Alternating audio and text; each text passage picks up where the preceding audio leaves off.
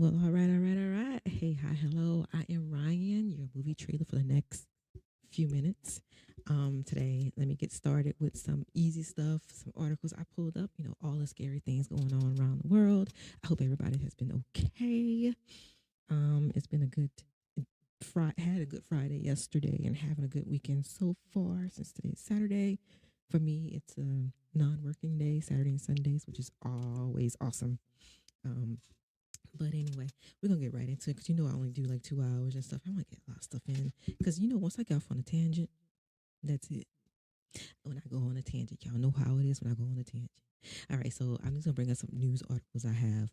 I know you probably looking at me like, okay, so one day she's doing a writing challenge, the next day she looking at reaction videos, and then the next day she talking about Dracula and Lilith, and then now she wants do some news. Look, hey, I told you I'm all over the place, and I'm just trying to find where I fit in. Right? I'm just trying to find where I fit in, and I'm gonna keep on going with that. Right? All right. So, the news articles I have, I'm gonna start with these few right now. The scary things that's going on. I think I might do this one. I don't know, but anyway, I'm gonna say it anyway. A dismembered toe washes ashore in Washington. A horrifying discovery. Next up after that will be a hiker's close call with a mountain lion in California. Netflix horror reboot Until Dawn. I hear it's creepy and immersive. All right, and then we got a six short horror flicks recommended for bite-sized nightmares. Okay, we're gonna start with those, right? All right, so we're gonna pull up this thing. Now I know this thing better be working. Okay, so I've been working with it. I've been working with it, y'all. All right, let's go. Oh, is it the right one? Pull up. Okay, so this is the one I pulled up, and I was like, I skimmed through it, y'all. I didn't even read the whole thing. I didn't even read the whole thing. I was just gonna do it with y'all over here. Basically, some guy found something that you do not want to find on the thing, right? So this was off of People magazine, written by Brenton Blanchett. Actually, today's the day, July 12th. Actually, here it says man makes creepy discovery inside gift wrap box on beach. Something you would see in a horror movie. Exactly. Who wants to find a human toe, or who wants to find anything of human body parts on the ground? That's just not what we want to do. And this, I just hope it's just a toe and everything is fine. Just this is just part of the scary stuff I'm going over. Okay, so this is real life, y'all. This is real, scary things. All right, so it says a man and his family were celebrating Father's Day at a Washington beach in June when he came across something very creepy. While walking down Dash Point Beach at Dash Point State Park with his wife and two kids on June 15th, Kevin Earing discovered box that resembled a Christmas package, he told the Kent reporter at CBS affiliate. Right? 'Cause you walking down the beach and you trying to enjoy family day at the park. You trying to enjoy Father's Day. This is a day of celebration for a parent. And I just hope that reading down here, I hope the kids didn't see this. Oh my God. And what if he actually opened it? At the time, Earring was walking ahead of his family. Okay, so he was walking in front of him. That's good. Let's just keep hoping that the kids did not see this. At the time, Earring was walking ahead of his family in search of feathers, he told the Kent reporter when he spotted the box wrapped in a green cloth with a yellow string tied around it. Okay, so why? I mean, I'm glad he found it, but why are we opening this? Ewing, who has Native American ancestry, said he believed it could have been a prayer bundle, okay, or some type of message in a bottle. So he opened the box. Okay, that answered my question. I should have just kept on reading, right? That's when he found a severed human toe, among other things. Oh my gosh. Inside the green cloth was a pine box shut with tape and containing a pocket knife, a feather, he was looking for that, grass, sage, lavender, tobacco, and a rag. That does sound like a prayer thing, like a ritual thing, right? Am I wrong? Which wrapped around the dismembered big toe, per the Kent reporter. This is what the guy said. I sent the box down on the ground. I set the box down on the ground, I believe, and I used my knife to pick the rag up and open it, and it was a severed toe that was in there. He told the outlet. At first, I was very shocked, and it took me a few minutes to kind of be like, is this what I think it is? Then, once it dawned on me that that's what it was, I set everything down. Yeah, because, evidence.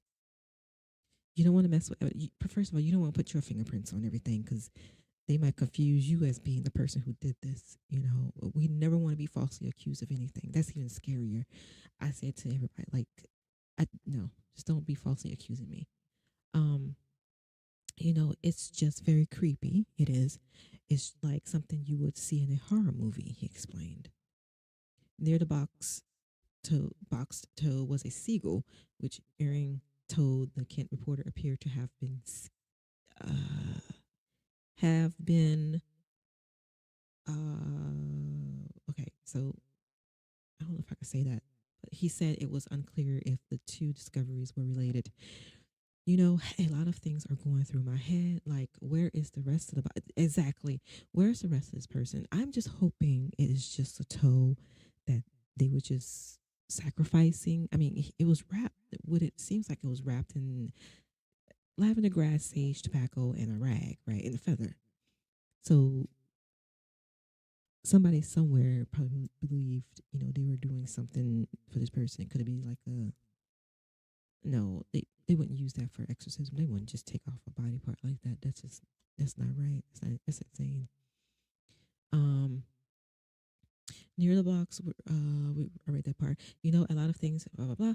Like, did this wash in from the tide, from the water? That could be also. Did somebody leave this here intentionally to be found? After the discovery, he got in touch with a park ranger as Washington State Patrol officers took over the investigation. Um, Trooper Rick Johnson said, per the Kent, that the toe was transported to King County Medical Examiner's Office for a DNA match, and that officials are trying to cross reference any potential cases related to the severed toe. An incident report obtained by the outlet noted that the toe was comparable in size to that of an adult male. Washington State Patrol did not immediately respond to people's requests for more information. That's gotta be real, real, real scary. I'm just glad that the children did not find this. No one should find anything like this. That's just everybody's mind is different. You don't know what happens to certain people's minds when they find things like that. Secondly, I hope it's just a toe that was severed and that's missing from this person. I pray that this person is not anywhere, um, Lord forbid, anywhere underground. I pray that they just did something to do their type of prayer. You know what I'm saying? We're gonna keep this person up in prayer. Graphic images shared by the Kent report show the discolored toe sitting inside a white wrap with the boxes and content scattered around the beach. The father who found the box wondered if there is somebody out there playing some kind of, weird and sick game. Now, I wonder too, could it be a fake? I mean, it couldn't be fake because they said it was a human toe, so it can't be fake. But could it be that something that someone had already lost? You know what I'm saying? Like, maybe what I'm trying to say, like, maybe it's something that was already going to be detached from him. Let's keep praying that this person is alive. It's alive. The father found the box wondered if there is somebody out there playing a game, right?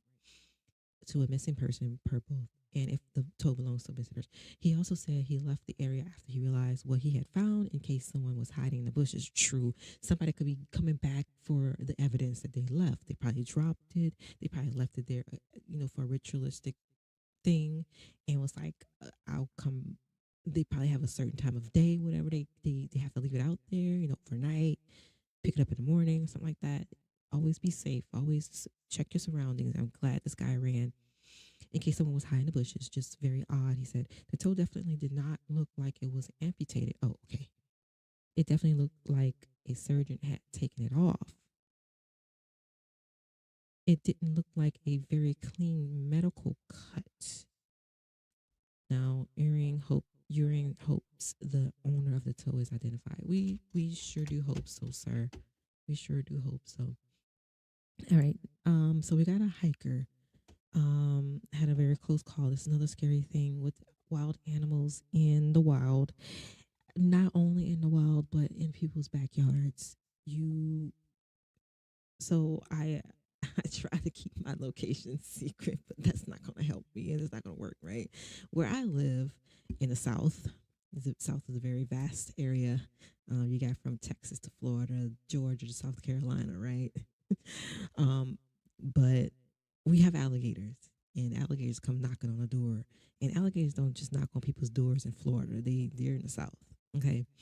But it's scary to think about that. You got the alligators, you got the snakes, those big ass snakes. Mm-mm. Um, we got just like I am going to add mosquito to this. Okay, I think mosquitoes are wild animals, and you cannot tell me any difference. You cannot tell me any different.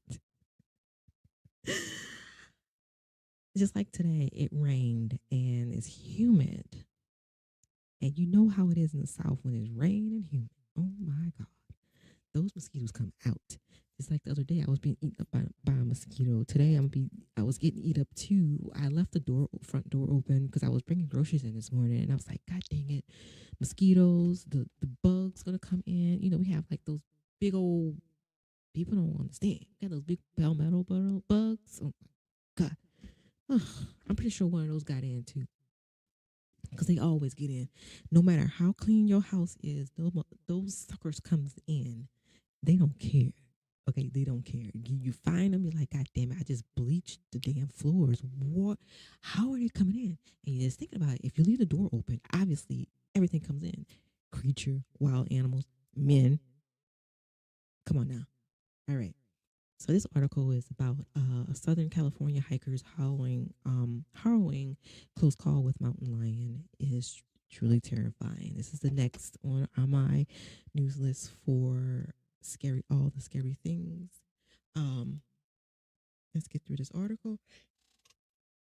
And please forgive me because I don't know how to pronounce these names. I should have looked up the names when I did it, because I hate mispronouncing people's names, because I don't like people mispronouncing my name. It's spelled weird, so people will be like, oh, what is this?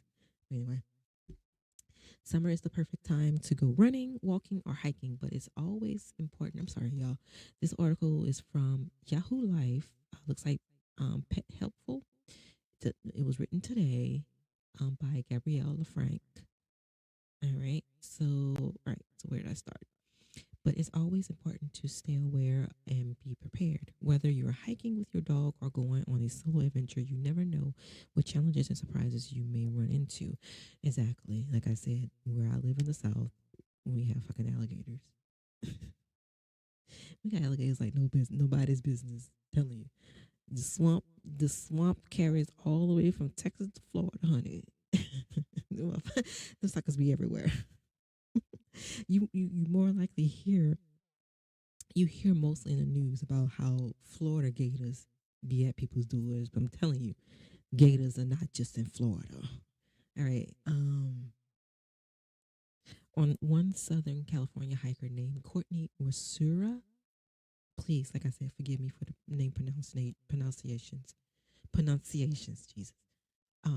Learned this firsthand on July 3rd, right before 4th of July, while hiking by herself.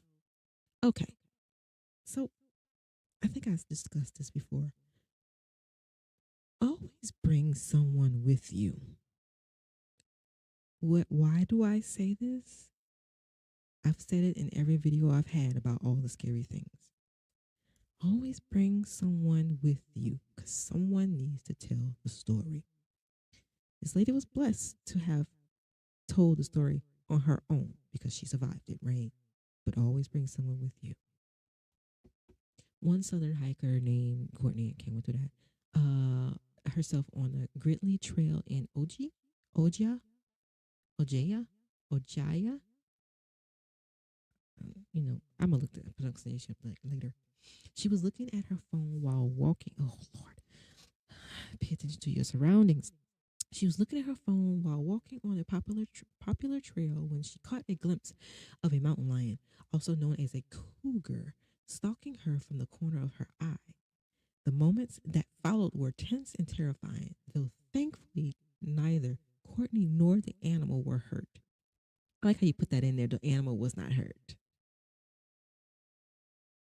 Yep, the animal wasn't hurt. That was too close of a call. I can only imagine how Courtney felt in that moment when the stalking mountain lion stared her down. Talk about a shock to the system. No shit.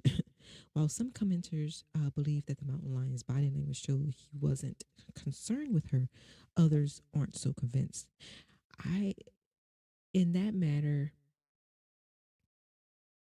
body language. You want to believe body language, but sometimes body language is misleading or a distraction. Like some people are, con artists. They have a certain body language that you like. It makes you feel safe, comfortable, make you feel like, oh, they're cool people, or they're not going to do that certain thing to you, but they're lying. Body language is. That's why I never believe like these body language scientists or whatever like that. It's like, oh, well, this body language means this and that. But everybody's different, and everybody processes information differently too, and everybody um, communicate differently. So it's like, how how can you differ? How can you make that? I don't know. I guess you try to you can understand what I'm saying. No, so the mountain lion's body language, I'm not convinced either. So there is a TikTok thing on it, but I'm not. I don't want to. I don't want to click on it because copyright things are being cracked down on big time, right? But that's her TikTok, or that's the news TikTok.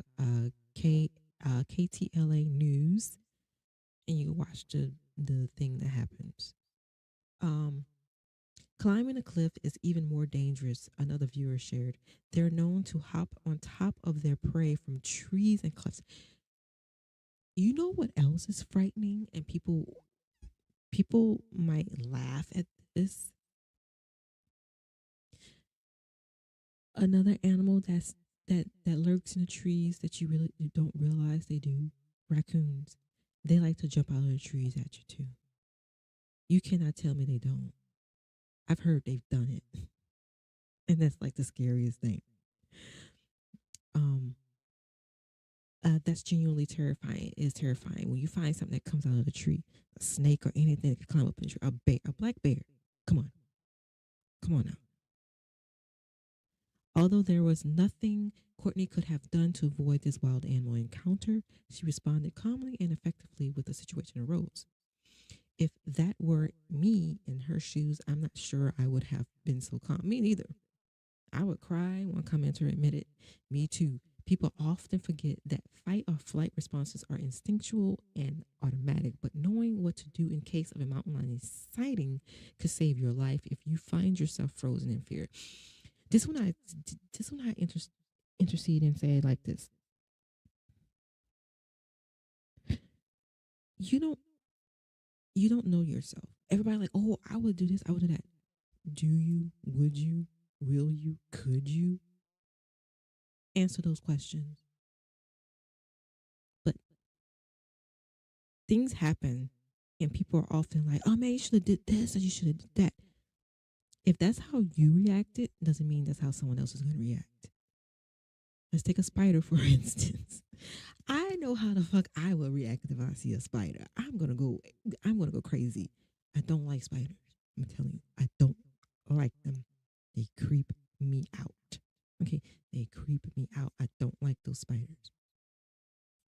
So I know how I react with a spider, but I cannot tell you how I will react with a bear, a mountain lion.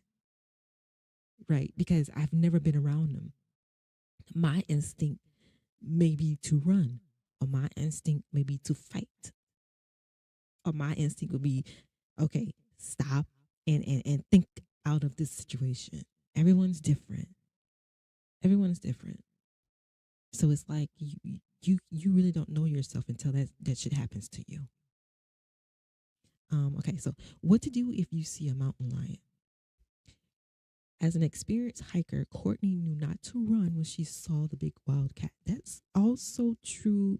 Yes, I can say this because I've been in situations around crazy dogs, wild dogs, animals, dogs that one belonged to someone who just let them off the leash and was not watching them. Two, the second type of dog, a stray dog who was hungry. There could be a third dog somewhere in there where it was a stray dog, but the stray dog wasn't like a dog that always lived on the street, but was like an abandoned dog. I ran into those three types because most likely the abandoned dog, the one I ran into, was more scared of me than I was of it. Right, but the stray dogs, them motherfuckers, crazy. Okay, they crazy. They crazy. They will run up to you because that's all they know. That's all they know. This is from my experience, my personal experience. And then the dog off the leash, that motherfucker right there was taught to be that mean and just didn't know any better. I didn't get bit by these dogs, but I'm gonna tell you, standing still and staying calm is true. They can feel your fear. I don't know if it's like they can. It's a aura around you, a smell that you excrete when you're scared, like how prey hunt how a predator hunts its prey, like it can smell the fear on you, stuff like that. So I know for a fact a dog, it works, unless the dog is like has rabies or something like that. I've never ran into a dog that was sick, so I can't tell you on that front. But yeah, those three types of dogs.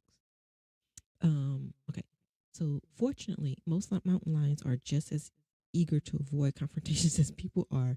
So the vast majority of encounters are um anticlimactically like this one.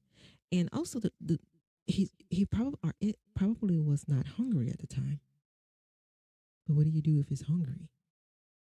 According to the National Park Service, you could stay calm, stay still, or back away slowly and appear as large as possible if you see a mountain lion.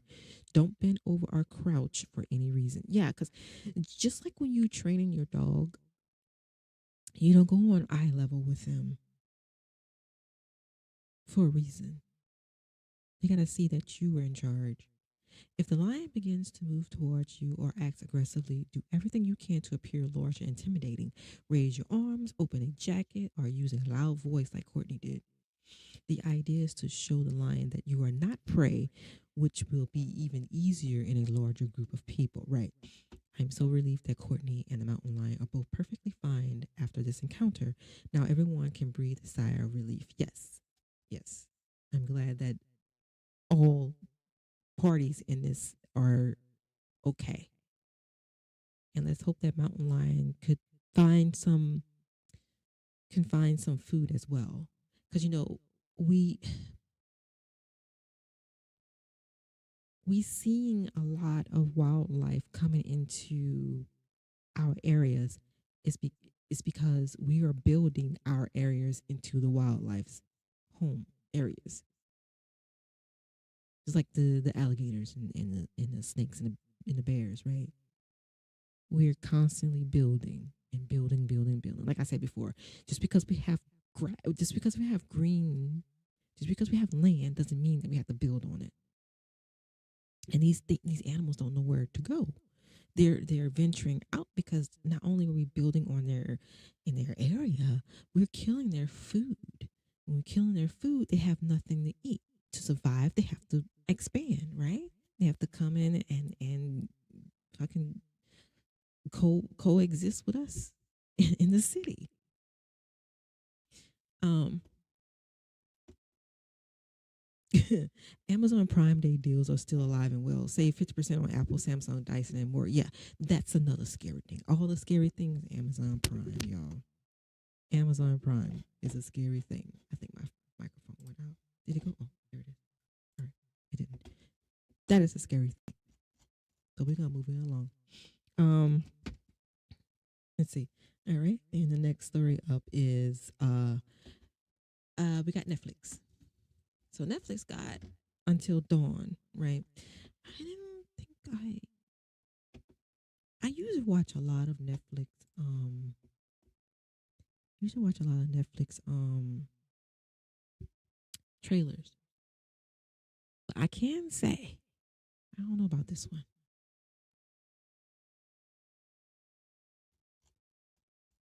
All right, so sometimes the ideas of stepping back into the flickering glow of our maybe.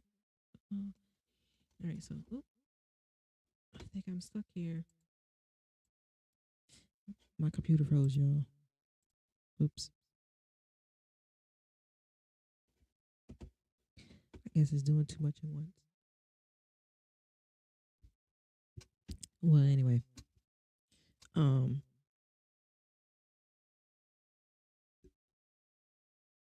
so Until Dawn is a horror film just released on Netflix.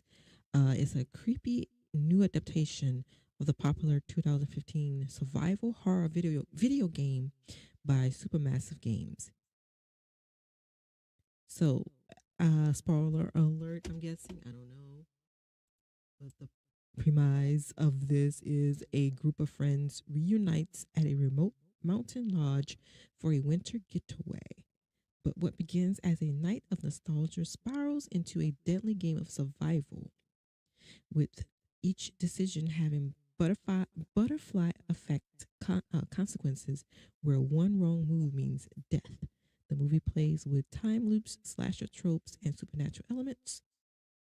Think Scream meets the Haunting Hill House with a dose of Final Destination. All right. This thing is using a lot of CPU. I wonder what is going on. I've tried so. Oh, there it is. I've tried so much with this thing. Okay. Until Dawn's journey from console to screen, besides films like 28 Days Later, Sinners, and others, is a cautionary tale wrapped in a cloak of suspense. It teases, I don't need you now. It teases the thrill of reliving a beloved nightmare while reminding us that some horrors are best left behind the screen, safely locked within the flickering pixel of our memories. Netflix's digital fortress may keep the terror contained for now, but as the shadows lengthen and the night deepens, one cannot help but wonder if the next flicker might just be the one where the nightmare slips through. All right, now we can go ahead and close that. There was another.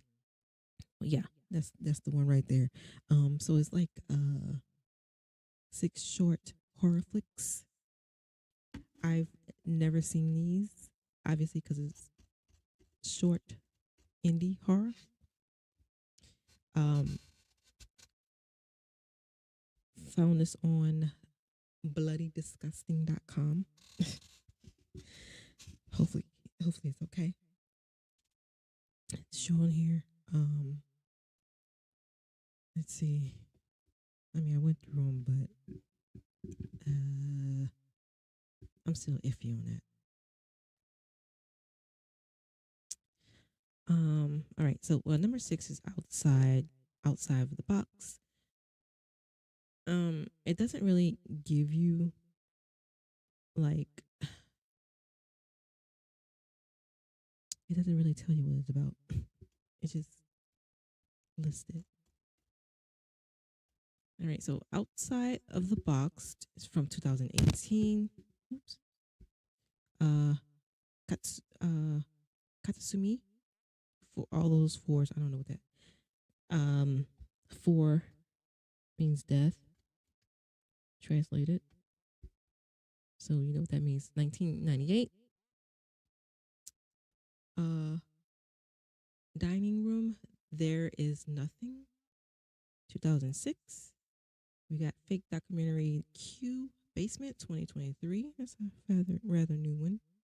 We got The 10 Steps 2004, and we got The Cat with Hands 2001. Those are the six horror films that we got up there.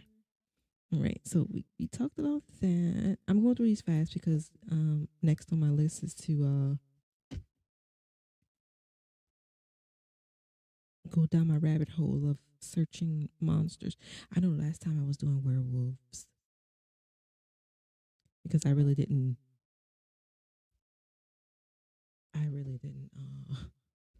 look into werewolves.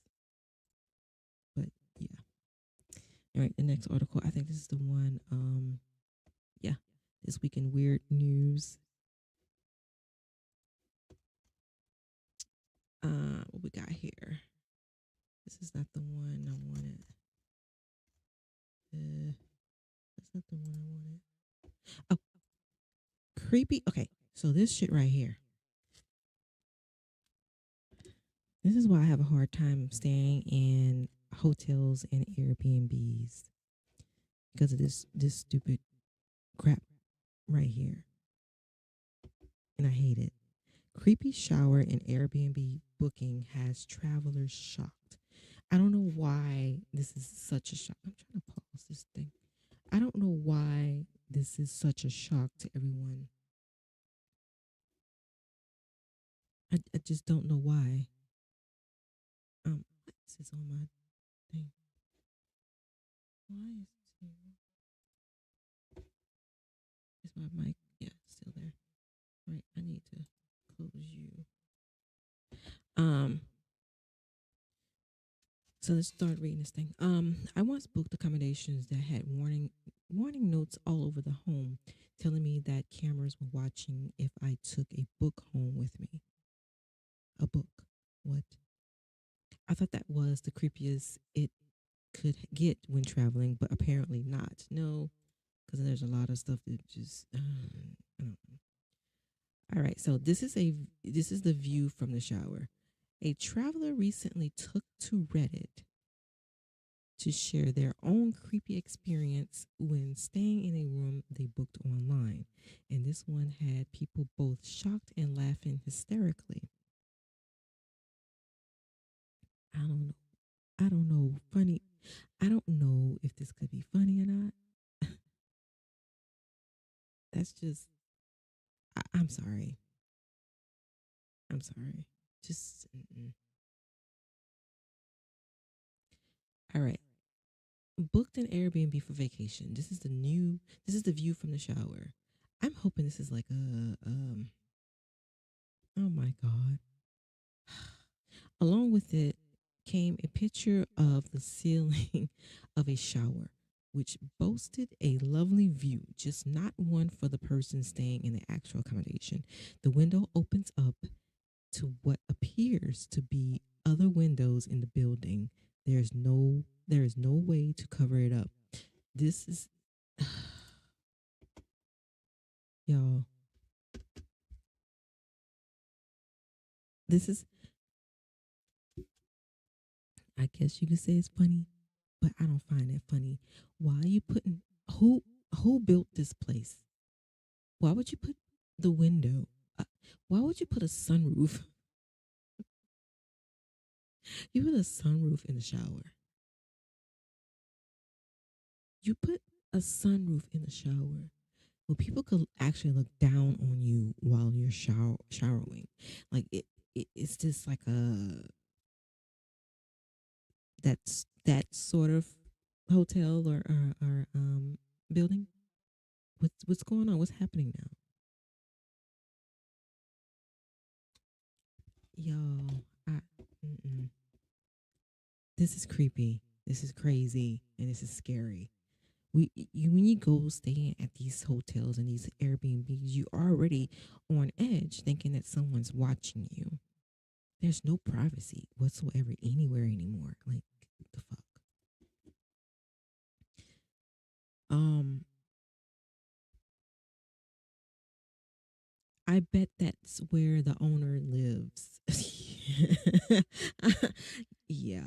While the traveler says the accommodation was booked via Airbnb with no other details shared, including the location or the name of the hotel or apartment, it's impossible to confirm if the booking was indeed made via the popular website. I'm hoping this is fake. But that didn't matter because people were quick to chime in with their own thoughts, regardless of where it was booked. I was confused for a second because I thought it was just a nice skylight window. Then took a second look. One person commented, I bet that's where the owner lives. Another joked. Others were keen to provide some help. Let the shower run on the hottest for 30 minutes before you hop in is the least destructive idea I have to offer. Well, who has 30 minutes to wait for the shower? You have to get up. If you have to be somewhere, you really have to get up like 2 hours ahead of time just to run the shower for 30 minutes. That's a waste of water, too. That is not the least of destructive. You are wasting water. How about oh, look at that. Nah, umbrella perched on top of the shower rail to block the view from above. Okay, that works. Yeah, but the running the water is more destructive because you wasting water there. You can't be doing that. It's more common than you think. While many agree the design was definitely a strange one, others shared similar experiences, claiming it's not as unusual as most think. Literally, me, I stayed in an apartment just like this in Mexico City, and I was so paranoid. I attempted to make a tile roof. Another one said, I had a similar experience in San Francisco, but the window overlooked a hallway. I didn't even notice until I was done. Bro, oh my God. All the scary things, y'all. Other claimed it's unlikely anyone could be able to see through it anyway. No, I'm sorry. I don't care. If I could see out that window, somebody could see in. Okay. Typically those are extremely tinted and it looks like it is. My old apartment had one like this and it was pretty completely black. They likely don't even know it's a window, a person claimed. I'm not sure. Still, who built this building? What was the architect thinking? If you're trying to build um not sunroof but skylight, you know what I'm saying? If you're trying to build that in a apartment or a house, how about making it look up to the sky and not another window or buildings that's looking down on you? Like it makes no sense. And another person agreed. Um, while it's a very odd design choice, I feel like no one would really see anything from that angle. At most, they'd see your head and shoulders. I don't want you seeing nothing. You should not see anything. I'm in a bathroom. When I'm in a bathroom, I want you to see nothing at all. That's that is the most private space you're ever going to have in your life. The bathroom. You do not fuck with somebody who's in the bathroom. Okay. That end of story. Nothing. You have your windows in the bathroom, but what you do with those windows, you put those blinds in there and you put the curtains, right? These people are crazy. At most, it's your show, which isn't okay either, right? But everything underneath is probably covered by by the curtain. I'm sorry, unless someone is the height of that window door, I'd wager below clavicle is safe from view. Still, it's terrible layout. Yeah. Kitspot reached out to Airbnb, who were unable to confirm if this booking was made via their company. Yeah, man, I'm sorry. That's creepy. Shit like that scares me. I don't give a shit what. I'm sorry. I don't give a shit what the design and who can see this and who can't see that. No, I'm sorry. End of story. So a possible goblin filmed in Mexico, an alleged unalive for hire plot involving a popular TV ghost hunter and an odd character dubbed the Box Demon, who appeared on a Pennsylvania doorstep, were among the weird and wondrous stories to cross our desk this past week. This is this week's weird news. This was, of course, in March. Um, Coast to Coast AM with George Norrie. I don't know how to pronounce that, but this is a story I found on here too. All right. True crime and paranormal cross paths in two unfortunate ways this week, which was in March. First, authorities arrested the wife of Ghost Adventure star Aaron Goodwin yeah, for what they alleged for was a unalive for hire plot targeting him. The stunning scheme, which was said to have been hatched with a Florida inmate using a contraband cell phone that untimely led to the plan being discovered. Cell phone that untimely. What? Contraband that ultimately led. Am I reading that correctly? Unti- Untimely or ultimately? The stunning scheme, which was Florida inmate using a contraband cell phone that untimely led. I, from my okay, I'm thinking they meant ultimate. Oh my god, led to the plan being discovered. Shocked paranormal reality TV fans. Well, that is shocking. I didn't look this. I didn't really look into this, but I'm like, isn't Ghost Adventures? Here we go, y'all. You know when I get on my little thing,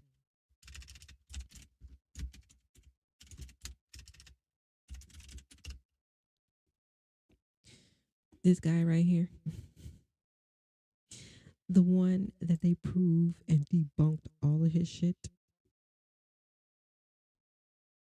Like they really debunked it, and he's still going out there. Um, I'm wondering too if. Hold on, let's go here. Oh, sorry.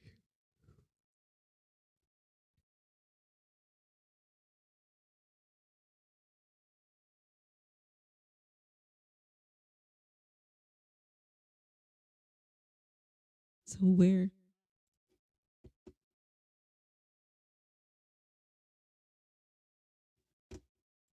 I don't know that person.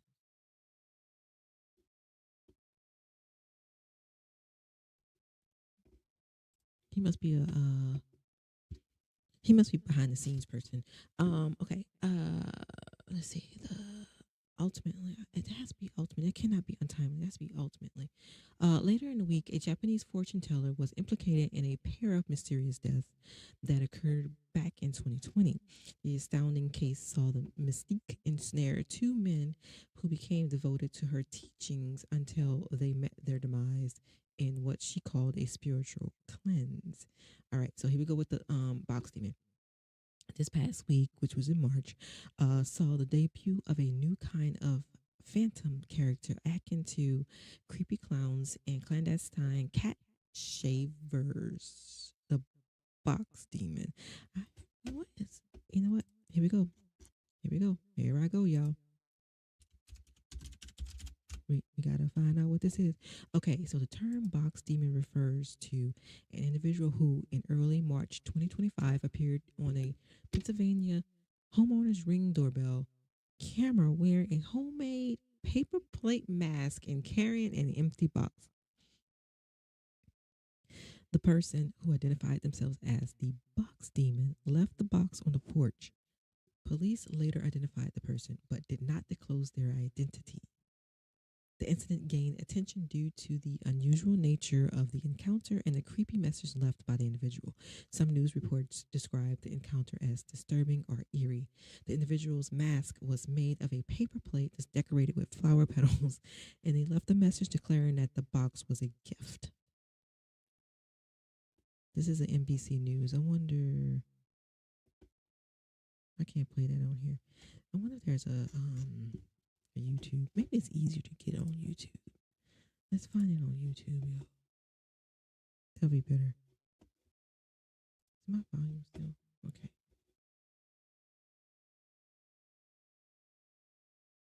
Mm, okay.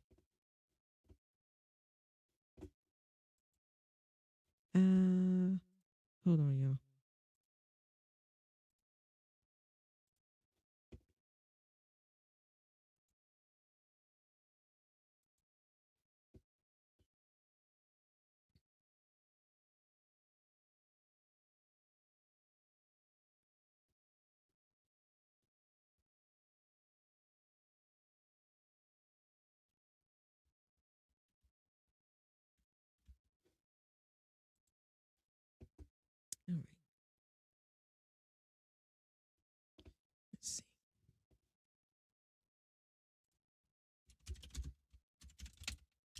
Let's go.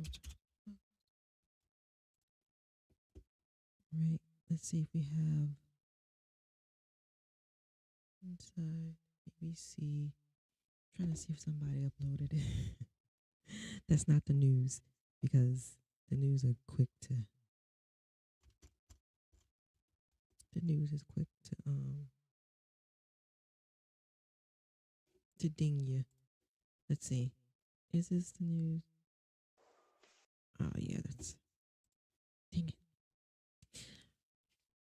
Well, I wanted to see it, but we okay, now somebody playing around. They actually dressed up as the box demon. Taught I am the box demon. This is so crazy. So is this something made up? Is it something made up like then like oh my gosh. What I'm trying to say, y'all. Anyway, let's get this back on here. So the past week, okay, appearing on the doorstep of Pennsylvania, appearing on the doorstep of a residence in Pennsylvania, the weirdo wore a mask fashioned out of a paper plate and left a empty box on the homeowner's porch. The late night visit was made all the more creepy thanks to footage of the incident wherein the mysterious stranger, excuse me, looked into the doorbell camera and declared, "I am the box demon." Fortunately, the odd individual's proverbial reign of terror turned out to be short lived, as police later indicated to the public that they had identified the person beneath the mask, though who they were and why they visited the home remain a mystery. All right, next story is by far the most bizarre story of the week came by way of Mexico, where an individual captured footage of a nightmarish creature that some suspect was a goblin. He looked gangster. Look at that face. Look the way he cocking his head. That's gangster. There ain't no goblin. That's gangster. Right there. Right there. There you go. The jaw-dropping video showed the eerie figure, which sported an eerily human-like face, poke its head out of some rocks and unleash a haunting shriek at the witness. That right there. They make him look. Yeah, this make him look human. Like you see people take pictures like that all the time. Like you see that a lot. So this picture doesn't do it justice, right? Because I know that if we see that shit like that in real life, we would not be standing around. All right, so here comes some hard names here, y'all. I can't pronounce, right? All right, which spotted an eerily human-like face poke his head out of some rocks and unleash a haunting shriek at the witness. Some viewers theorized that the being was a goblin-like entity from Mexican folklore, known as a Chanuke, Chanuke, while more skeptical viewers posted that the footage was probably fake. A similar localized legend made news this week in Argentina, where a pair of travelers filmed what they believe was an encounter with a lutzmala, or a bad light, an infamous spirit that has long been a part of that country's folklore. For more strange and unusual stories from the past week, check out Coast to Coast AM week website. I said weekday. We're gonna get to the bottom of this demon box thing, box demon. All right, next up, San Diego Comic Con is thinking. Well, anyway,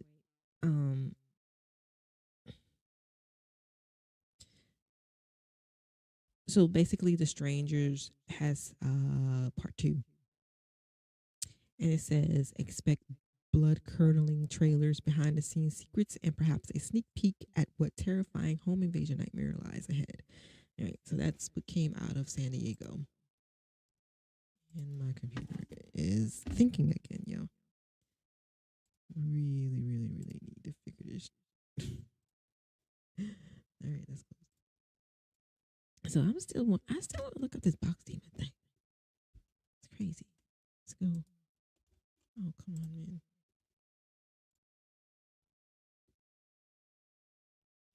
Oh, you know what? There was yes, some more scary stuff. Or I think it's like scary, like so it's about the mega quake prophecy. This has not happened, y'all. This is a prophecy that happened. That they say will happen in July. It's not going to happen. Starting from uh, starting from starting from to 2024, a rumor that a great earthquake would happen in Japan on July 5th, 2025, based on a prophecy manga, The Future I Saw by Ryo Tatsuki.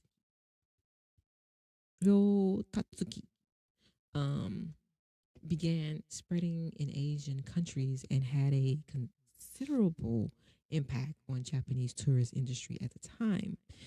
Geologic experts denied the possibility of accurate earthquake predictions in response to the prophecy. Yeah, that was kind of weird. This was written back in 1999. Just like they said the Y2K was going to happen in 2000 and the world was going to end in 2012. Uh,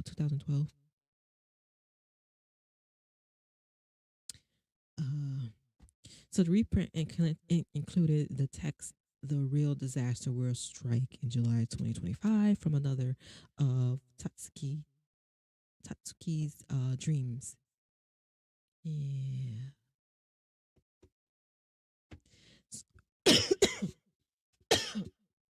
So from excuse me, y'all. From June 25th through July 4th, a total of 1,198 earthquakes occurred near the Tokiara Tokara Islands in southwest Japan, the largest of which on July 4th was at the lower end of 6 on the Japan Meteorological Agency seismic intensity scale. God damn it, JMA scale. This earthquake swarm is the most intense since 1995. 31 residents requested evacuation to mainland Japan following several earthquakes of 5 plus on the JMA scale, i.e., approximately 7 on the Mercalli scale. Is that how you pronounce that? This series of earthquakes were eventually connected to the rumors of disasters in July. On July 5th, 2025, when the prophecy didn't come true, the entry "Nothing Happened in Japan" became the first trend in Sino Weibo. Sino Weibo. Weibo. It's like TikTok, right? It's like the largest, like over a billion people on there. Nostradamus, how he predicted all this stuff, right? Hindsight, though. I still want to see the box. I want to see what this crazy thing is. All right, so that is the news. It is 8 o'clock. Oh, 8:04. I went by a little 4 minutes behind. It's fine. I tried to get done by 4 o'clock. Do news from like, you know, 7:10 to 8 o'clock. That'll be great. I'm trying to get structure here. I'm trying to get structure because I know when I go off on a tangent, I don't finish what I'm trying to do. All right. So we were looking up the last time I was on the werewolf front, which I did not want to dive deep into. So I think I want to go back to Dracula and Lilith. But there is another hold on. There is another monster.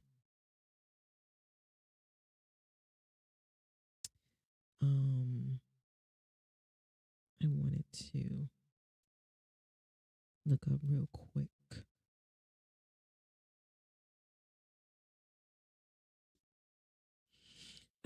Let's see. What was it? Ah,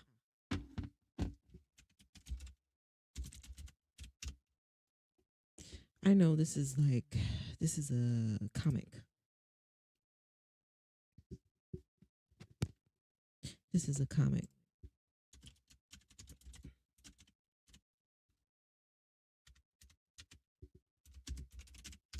but I still want to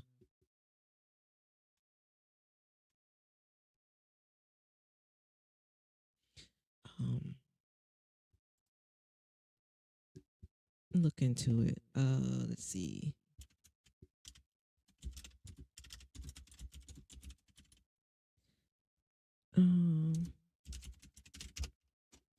I want to see how far back this one goes, though. Mm,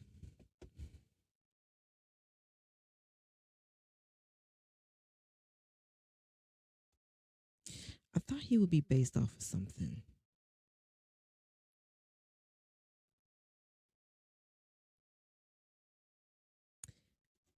I thought he would be based off a classic monster, but he's not. I guess because it's kind of fairly new, what we call. Um, um,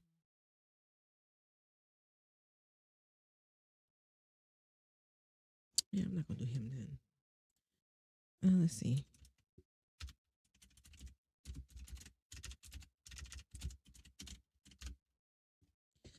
So the normal classic monsters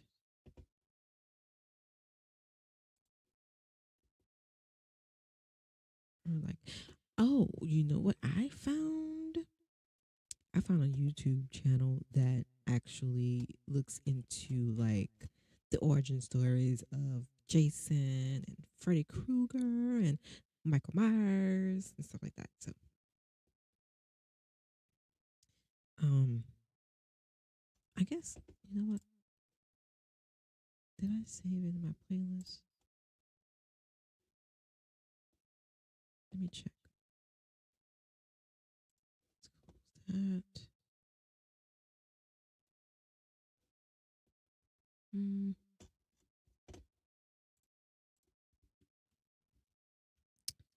Um, Jason Voorhees. Let's find that channel. There it is. Oh, I think I.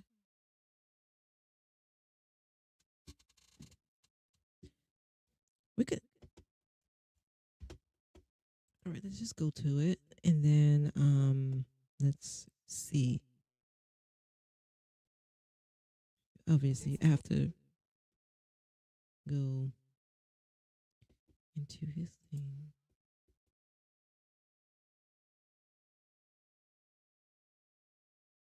Of course, we're not gonna watch the whole video. We're just gonna see.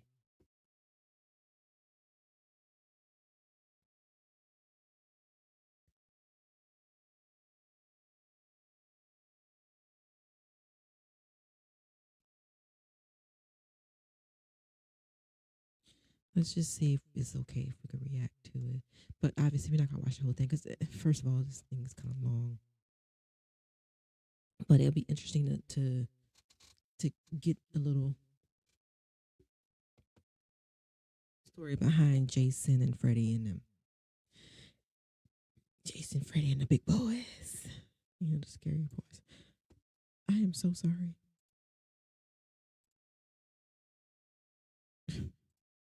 Okay. All right. So, complete history of Jason Voorhees, Friday the 13th horror history. This is by CZ's World. Go and like and follow this person. He gives a really detail on it. I'm going to skip around though. Why are you thinking? Why are you thinking? Voorhees was born on June Oh, 13th as the only child of all right. Jason Voorhees was So born on we pretty much know this part, but you know. June 13th as the only child of Pamela Voorhees Stop and it. her husband. I'm trying to pause it. Let's see. Okay. I'm keep checking my keep checking my microphone because it is staticking in my ear, and every time it does that, it cuts off. So I just want to make sure. Right. Husband Elias. We know this because his mom says as much in the original Friday the 13th. Right. Jason was my son, and today is His his birthday. birthday. And we know the year was 1946 from This American Case File broadcast. Born in 1946 to Elias and Pamela Voorhees, Jason was believed to have drowned in Camp Crystal Lake at the tender age of 11. 11. So Jason was Yeah, born we on know a that Saturday part. in universe, not a Mhm. Friday, but more on Right. that later. Now, it's a popular fan theory that Jason was born with a congenital condition called hydrocephalus, which caused him to have facial deformities. However, this is not a canonical fact from any Friday the 13th movie. It didn't look like he comes from this did. book, Crystal Lake Memories, where special makeup effects artist Tom Yeah, it made it seem like Jason. Savini describes his thought process when creating the look for Jason. When I designed the look of Jason, I kept thinking of this guy I saw in my neighborhood when I was a kid. He had one eye and one ear that were lower than the other, like Quasimodo. Originally, we were thinking that Jason was going to have hair, but it just didn't look quite right. So we left him bald, as if he was like a hydrocephalic mongoloid pinhead or something. I also gave Pinhead. I know you guys watched Hellraiser. Hellraiser to me was like a Hellraiser was the first one was really good. It was a very slow burn horror because it's like you. Oh, well, I can't. I forgot. Hold on. Hold on. I gotta warn people because you know how people are. I know how I am. Don't be telling me no spoilers. Don't be telling me no spoilers. Don't be telling me no spoilers. What movie I was talking about? See, I got distracted. What was I talking about? Let's hold on. Shit. Let me move this. Why is this in the middle of the thing?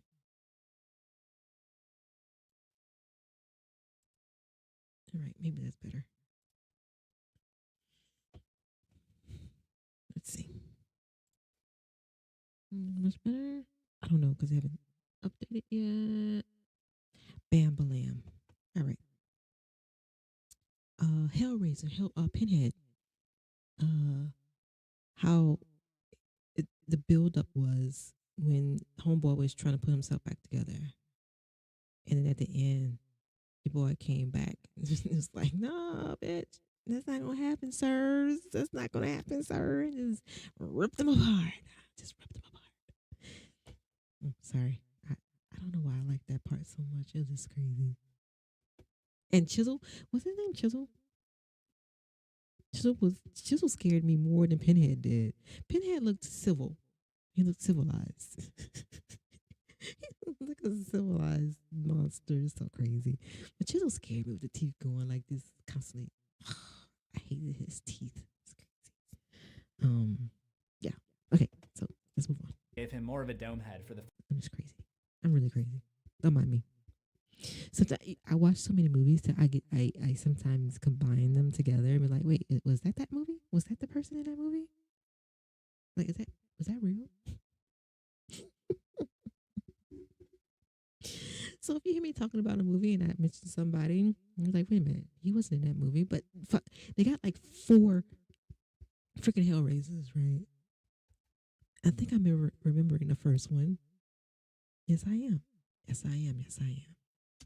final makeup. And we just went with that. We didn't do any tests or mock-ups at all. And that's been the look of Jason ever since. Hydrocephalus is a condition where fluid accumulates in the brain while a baby is in utero, leading to increased pressure and potential damage. But since there's no mention of this in the movies, it's up to you if you want to accept this explanation. However, he definitely did have facial deformities. He walked with a limp, and he was bullied as a result. That's Jason crazy. grew up in a large, off-the-beaten path. Boy. Kids can be cruel. Kids can be cruel. Home in Crystal Lake, New Jersey. His parents didn't seem to be particularly smart. I mean, they misspelled their own last name on the mailbox, but it seems like they did at least have the common sense to keep Jason isolated from the kids that would most likely torture him. For example, they installed playground equipment in the front yard, which we can assume was a measure to keep him out of the public eye. It's also implied that he was homeschooled. But they could not hide their son from the world forever, especially after Elias abandoned the family for... It's kind of sad, you know? It is really sad, though. Let's see. We're gonna let's get the first. Let's get the behind, and then we'll skip to another. Let's skip to another part because I'm paranoid. Did I turn? Yes, the music is off.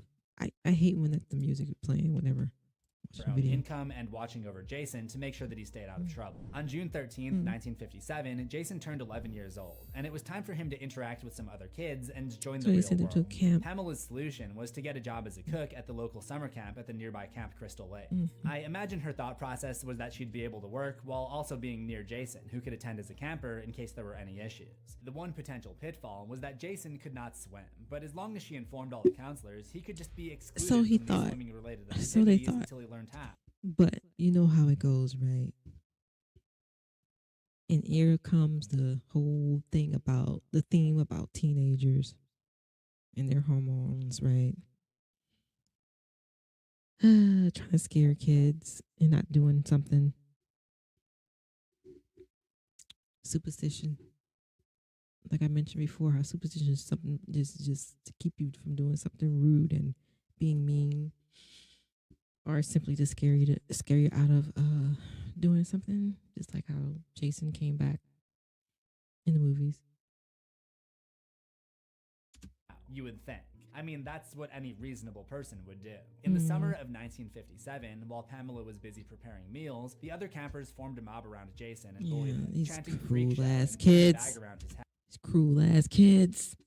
Instilling in him this sense of shame that his face should always be covered. The counselors were nearby, but they were too busy flirting with one another, right? Getting busy in broad daylight to notice or care. That was insane. That's insane. About the commotion. Unfortunately for Jason, they knew what the fuck was going on. They just like, okay, they're occupied. Let the kids be occupied while we do our own shit. They're not bothering us right now. Let them do what they want to do, so we can do what we need to do. You know what I'm saying? That's basically. Turned tragic when the other campers forced him onto the dock and then he fell in the water where he drowned. The counselors weren't paying any attention. They were making love while that young boy drowned. His name was Jason. I should note that Friday the 13th Part 8, Jason Takes Manhattan, shows different footage of Jason drowning, where the incident takes place at night. But since this is part of a story being retold because Jason didn't look like that, told secondhand, we can assume that this scene is just the imagination of the storyteller. Jason's body was never recovered from the lake, leading to rumors about him coming back from the dead and terrorizing the area. And if you listen to the old timers in town, they'll tell you he's still out there. Well, he was a demon. Some sort of demented creature. Surviving in the wilderness. Full grown by now. Stalking. Stealing what he needs. Living off wild animals and vegetation. Jason would indeed come back. And back. And back. Even in space, y'all. Each time more powerful. He even went back to space. He even came back in space. Jason X. I'm sorry. I stopped watching Jason after part 3 or 4. Was it 4? But so I stopped watching at 4, I think. And then I actually went to the theater and saw Jason X. Please don't tell me why. I just did. Oh my God. I'm embarrassed. I really am embarrassed. Than the last. To learn about the forces that gave Jason eternal life, how he impacted the design of goalie masks in our world, and the real purpose of the Jason Voorhees character, stick around to the end of this video. We got to skip around, y'all. We can't be using this man video. All right, so then let's skip to the dark history. All right. On Friday, June 13th, 1979, all right, now, counselors at Camp Crystal Lake were busy making last-second preparations for the reopening of the camp, not realizing that someone had an eye on them. A series of gruesome murders take place, including the cook who gets her throat slashed right in the woods, the counselor who gets his throat slashed investigating a stranger in one of the cabins. And you know, when I watched Jason as a kid, I was never afraid of Jason because Jason never killed kids. He only killed the teenagers, the camp counselors, if anyone noticed that. So I wasn't afraid of Jason. The man I was afraid of was Freddy Krueger because his ass didn't care. Although he killed the older kids, he still didn't fucking care. You know what I'm saying? He was just in everyone's dream. And that scared the shit out of me. It's like, I am not going to sleep. Jason, on the other hand, first of all, I'm not going to the freaking camp. I'm not going to camp. And secondly, he doesn't kill kids. So I'm good. I'm safe. So Jason really didn't scare me until I got older. Until I got older and the movie started getting crazy. It's like, what the fuck is this bullshit? A couple who gets impaled with an arrow and chopped with an axe, respectively, that was awesome. after engaging in bedroom activities. Of course, because they wanted to scare teenagers to not do a certain thing. We already know this theory. A girl who becomes a human archery target, the camp owner who gets stabbed in the gut and hung in a tree, and one more counselor who somehow died and was later found pinned to the door of a cabin, which is probably impossible if he weighs like more than 20 pounds, but who knows? Maybe these are really sturdy arrows. However, none of this was the work of Jason, but rather of his mother. First to get revenge on his mother. Mama dearest. The counselors who neglected her boy, then to make sure nobody would suffer the same fate by sabotaging the camp so it could not open, and finally by killing anyone who did successfully try to reopen it, to send a message to future owners. But there's a reason I brought up all of Pamela's actions in an episode about Jason. When the last remaining counselor, Alice Rand, yes, her canonical name is Alice Rand, goes up against Pamela, she almost seems to channel the Must have missed that.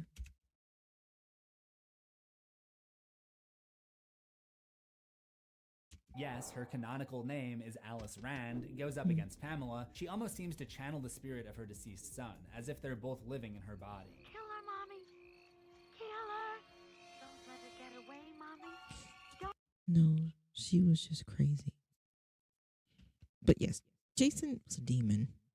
Everybody knows that. Don't let her live. It's the only reason why he grew up. I won't, Jason. I won't.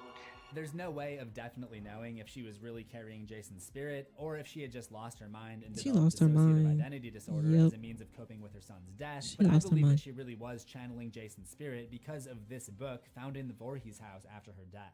This is the Necronomicon,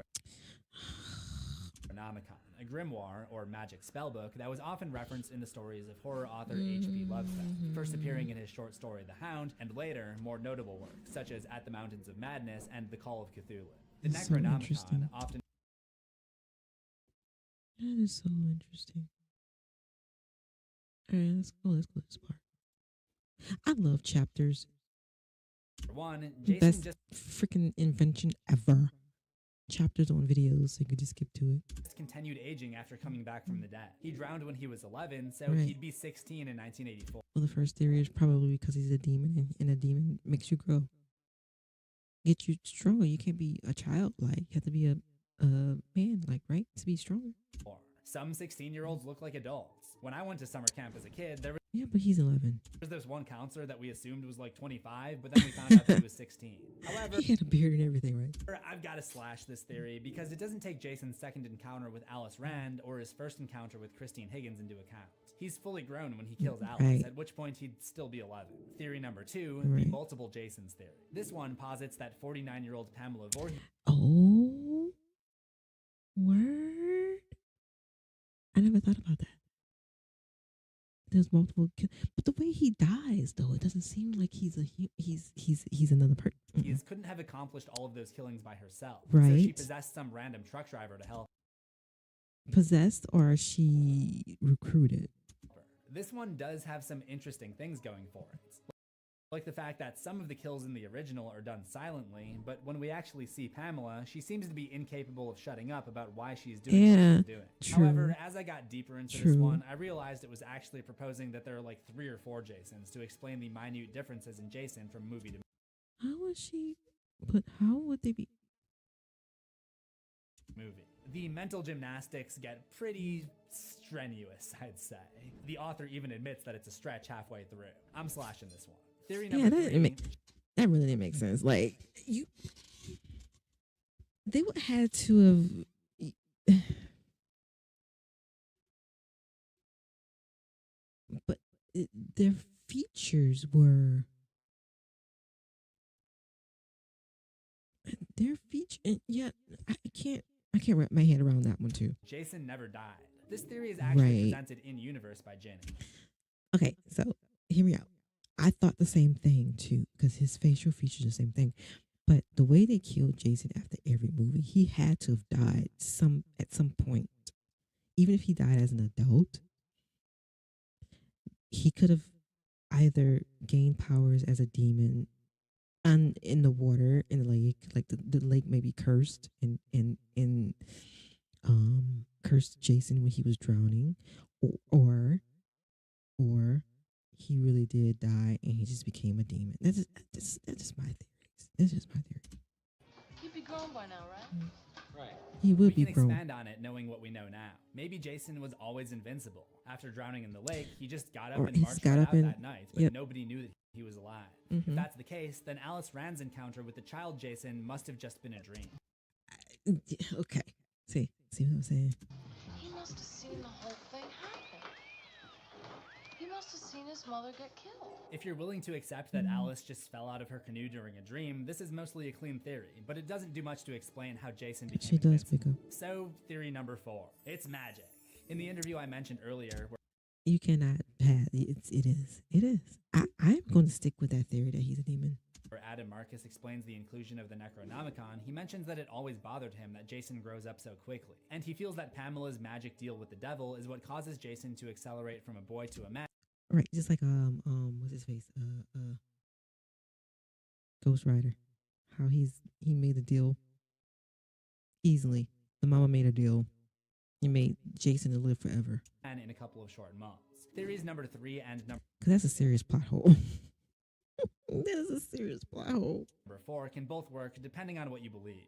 Remember what I said earlier about headcanon? If your personal headcanon is that only the movies with Friday the 13th in the title count, then you'd probably side with theory number 3. But since I'm considering everything in this video, I have to operate with theory number 4 in mind. But whichever you choose, it doesn't really affect anything later on. So the next day is the infamous Friday the 13th.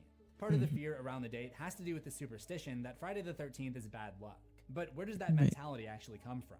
I don't know, so I decided to look it up. It's hard to know. Friday the 13th. Friday the 13th, what I read, they said like it's when the Knights Templar were all massacred on the 13th of Friday the 13th was one.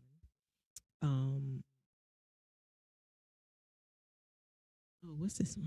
Know exactly when Friday the 13th became thought of as unlucky, but it likely comes from the Christian religion. Oh, come on. Okay, for those of you who don't know, I have nothing against the Christian religion, but I made this video a while ago about how there are just too many horror movies that are centered in that world. It is. Oh my God, there is. That's why I can't watch. I just can't. I can't watch demonic movies. I know you probably like, well, you just said Jason is demonic, and you what? Yeah, I do. But Jason didn't kill people spiritually, if that makes sense. Jason just killed people. He just went after them. He's like slasher. You know what I'm saying? That's different from the whole conjuring shit and nuns and shit. Like, I don't want to do it. I can't do it.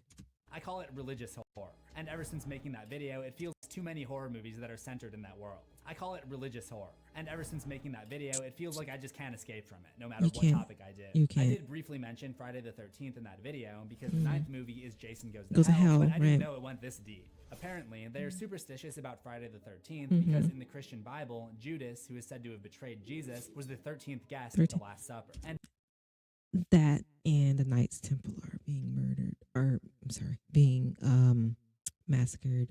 many unfortunate things happened. I want to make sure I'm correct. That was one of the other theories.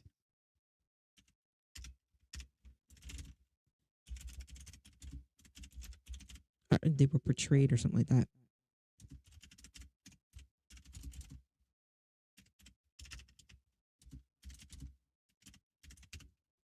I'm just putting anything in there. That one right there. The Knights Templar were betrayed on Friday, October 13th, 1307, when King Philip IV of France ordered the simultaneous arrest of Templars throughout his kingdom. This date is the origin of the superstition surrounding Friday the 13th. The arrests were part of a larger scheme by Philip to seize the Templars' wealth and power. Yeah. Fabricated charges. The Templars were accused of heresy, ideology, I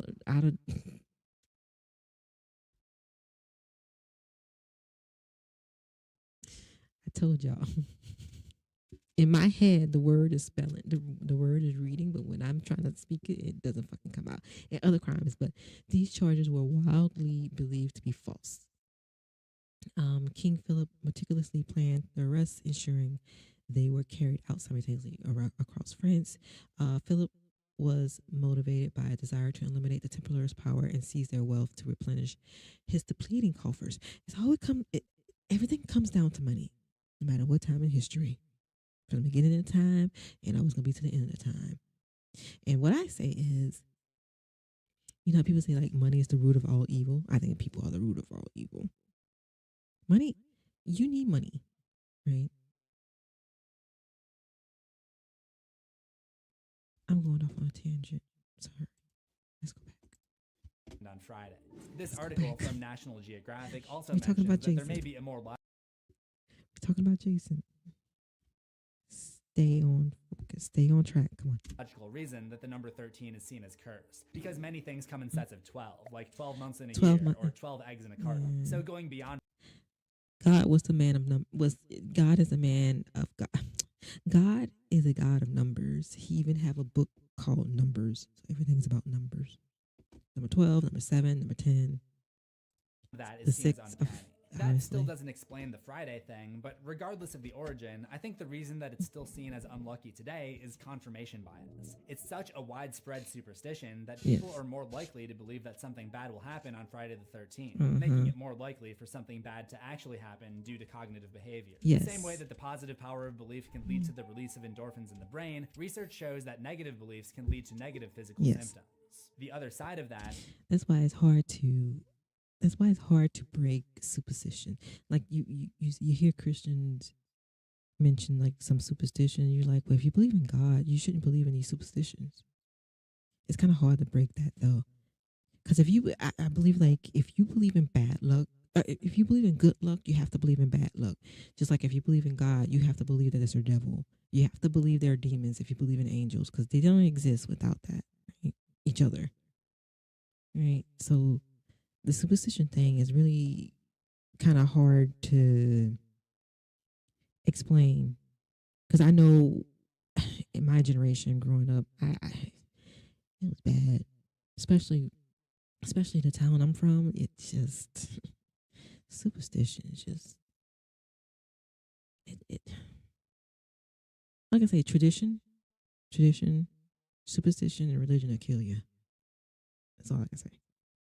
is if something genuinely unlucky does happen on Friday the 13th, you're more likely to notice it because you have Friday the 13th. You have 13 on your head. The other That is driving going to factor, happen. of course, is the popularity of the Friday the 13th franchise, which ironically is another example of something that comes in sets of 12, if you Yeah. include Freddy vs. Jason and the Jason. 2009 remake. Yeah. And that brings us to Friday, June 13th, 1984, where it is the belief in Jason's legend that sets things off for these two camp counselors, Sandra and Well, that Jason, sucks. because they venture away from their own camp with They hopes of seeing do. Camp Blood, which is now a nickname used for Camp Crystal Lake. Right. It's not clear which direction Camp Blood is from their camp.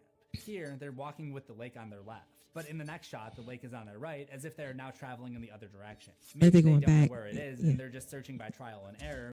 And it could be that, like, if it is in a different dimension, Jason coming back proves my theory that he's a demon. But eventually, Jason follows them and sees them hop the fence into the territory of his camp. With camp back in session, I can just imagine the postcard Jason would have sent to his mom. Dear Mom, I'm having so much fun at camp. Deputy Winslow came back after hauling off those teens, so we Oh my gosh. played tag, and I tagged him with the claw of a Yeah, hammer. into the back boy. of his head. And believe me, it was a very low-speed chase. Yeah. Obviously, never mind.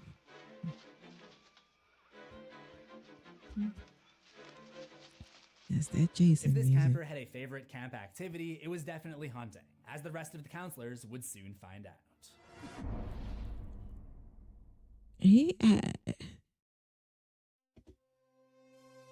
This is all interesting. Let's skip ahead of.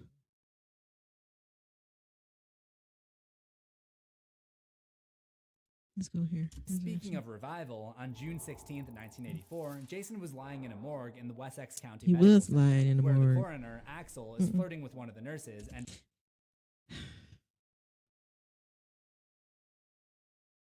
immediately after doing this, Jason begins to stir. It's almost as if even the suggestion of premarital activities. Yes, that part. Like, oh my God. If you couldn't find anything else to scare teens or anybody, is the premarital thing. This is all religious mumbo jumbo. Anyway, is enough to bring Jason back to put a stop to it. Axel moves the body to cold storage, but Jason gets out and serrates the medical examiner's neck with a bone cutter. Soon after, he catches up with the nurse and runs a scalpel through her torso. After they had absolutely nothing to do with Jason's death, or did they? They had absolutely nothing to do with Jason's death, but they were involved in extracurricular activities. Ends up heading back towards Crystal Lake, arriving in the area during the day on June 18th. I'm assuming that it was the 18th because Jason's body went missing from the morgue on the 16th, and it looks to be late at night. That just grosses me out. Are you eating on? Oh, geez. Seeing as how Axel and Nurse Morgan, the body has to be smelling, and this dude eating the sandwich and put the sandwich on top of the body. You can tell it's a movie. appear to be the last ones there. So they would be discovered by the morning shift on the 17th and included in the next day's newspaper on the 18th.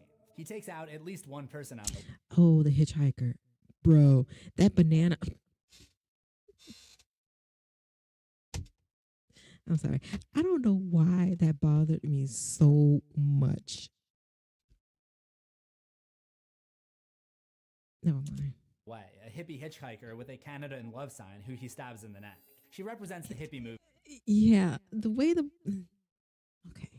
of the 60s and 70s, which stood for peace and wanderlust. She's the cultural opposite of Jason Voorhees, who stands for violence and staying in one place. He ends up at a small rural neighborhood that's within walking distance from the lake. It consists of two houses, one belonging to Mrs. Jarvis, who lives there with her 2 kids and dog, and the other is a rental property which is rented by 6 kids to party in that summer. When they arrive, they immediately begin drinking and hooking up. Of course. They explain why Jason was drawn to the area. The following night,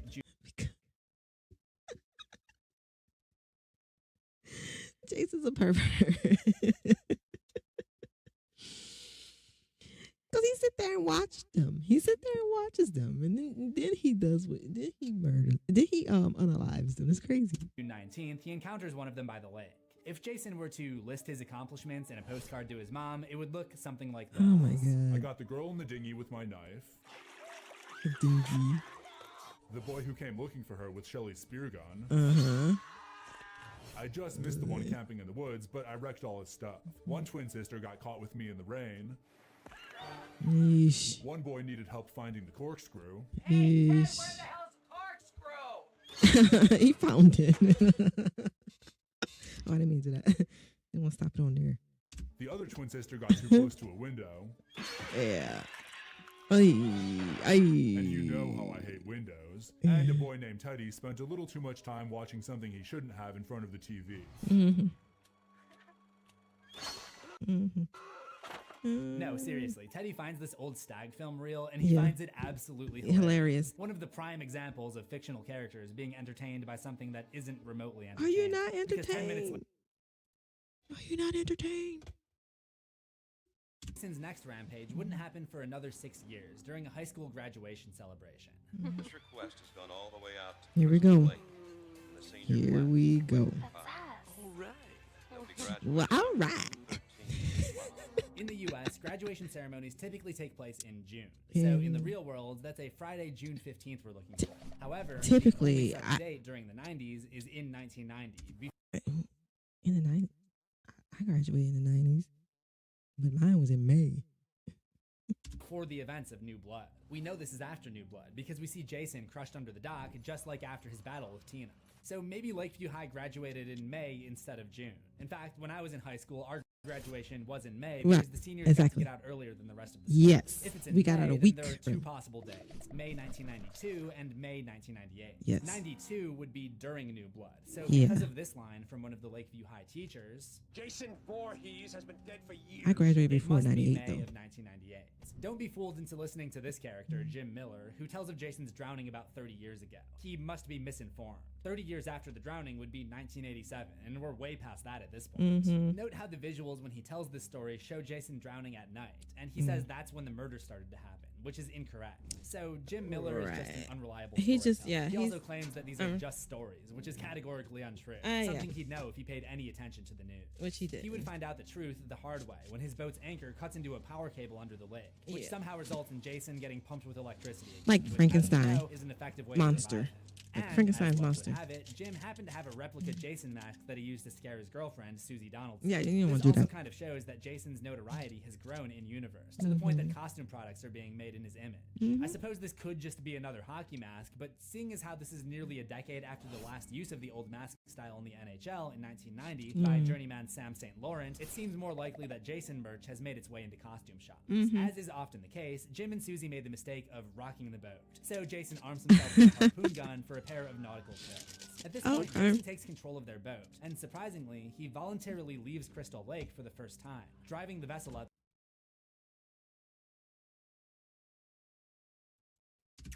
Had a fear of water as a kid due to his inability to swim, but now that he's immortal, his fear of drowning is no longer relevant. However, I will come back to this concept later. Jason goes through his usual routine. Normally, he cuts electricity and telephone lines, but since they're on a boat, he sabotages the vessel's communication equipment.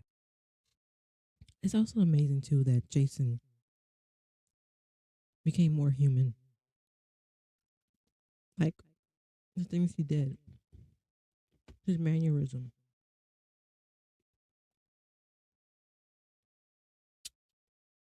He had no fear, I guess. Oh God. Is all about kids who have expectations set by parents and guardians that they're trying to break out of. Rennie wants to overcome her fears instead of living in the shadow of fear under her uncle. Sean wants to carve his own path instead of becoming a sea captain like his father. The Statue of Liberty in New York represents a new destiny for many immigrants, and Sean gifts Rennie a Lady Liberty necklace, representing a new start Ashley for them Judd. without being controlled by past authority figures. The overall theme of this entry can also kind of be applied to Jason. He too is finally changing his destiny. His whole existence up to this point has been about staying Crystal back Lake. at Crystal Lake and avenging his mother, listening to her every command if he has to. But now he's leaving Crystal Lake for the first time and doing his own thing in New York, Right. ending the lives of whoever he Doing wants, his own whenever trip. Mom, I've graduated. he wants along the way. Maybe he'll just send a postcard. Oh my But this God. time, he's got his sights set on the survivors. He allowed the school's star boxer to throw 57 punches at him uncontested, but demonstrated his superiority by knocking his opponent's head off with one huge haymaker. However, crazy. that's nothing compared to the squad car that Rennie rams him with. But even that only keeps Jason down for a few seconds. And Rennie's uncle, Mr. McCullough, pays the price with the honorary defenestration of the son. Yeah.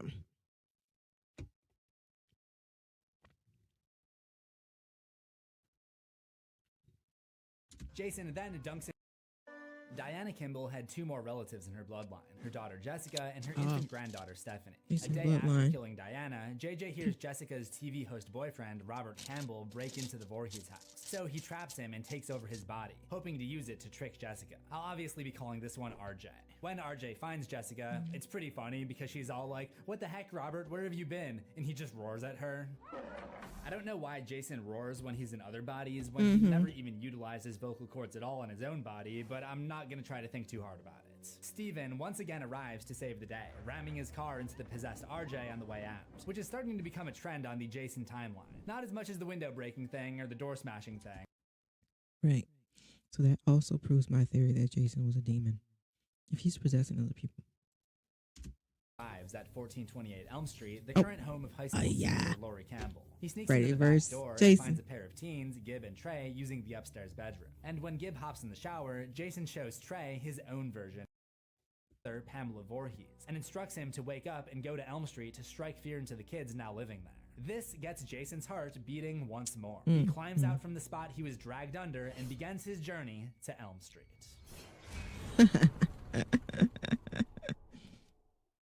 Okay, so in Freddy versus Jason, who do you think is? Although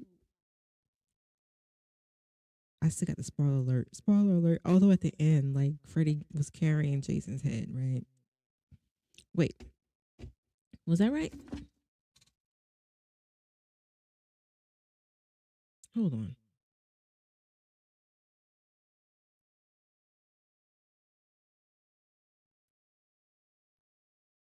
It was I'm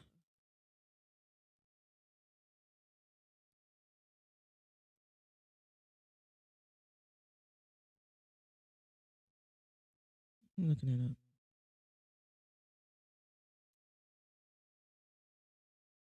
because I think it was.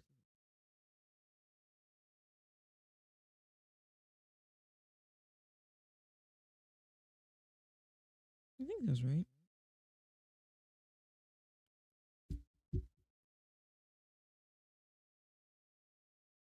That's right. Okay, okay, okay. Jason was carrying Freddy's head, right? So who do you think won though? Would you think that Freddy won that because he's controlling Jason? Like he also has he has more powers. He asks or he forced Jason to come out of the lake with his head? Or would that be Jason won and he's would you think Freddy is Jason's puppet master? So who won between Freddy and Jason? I guess that's my question. I don't know.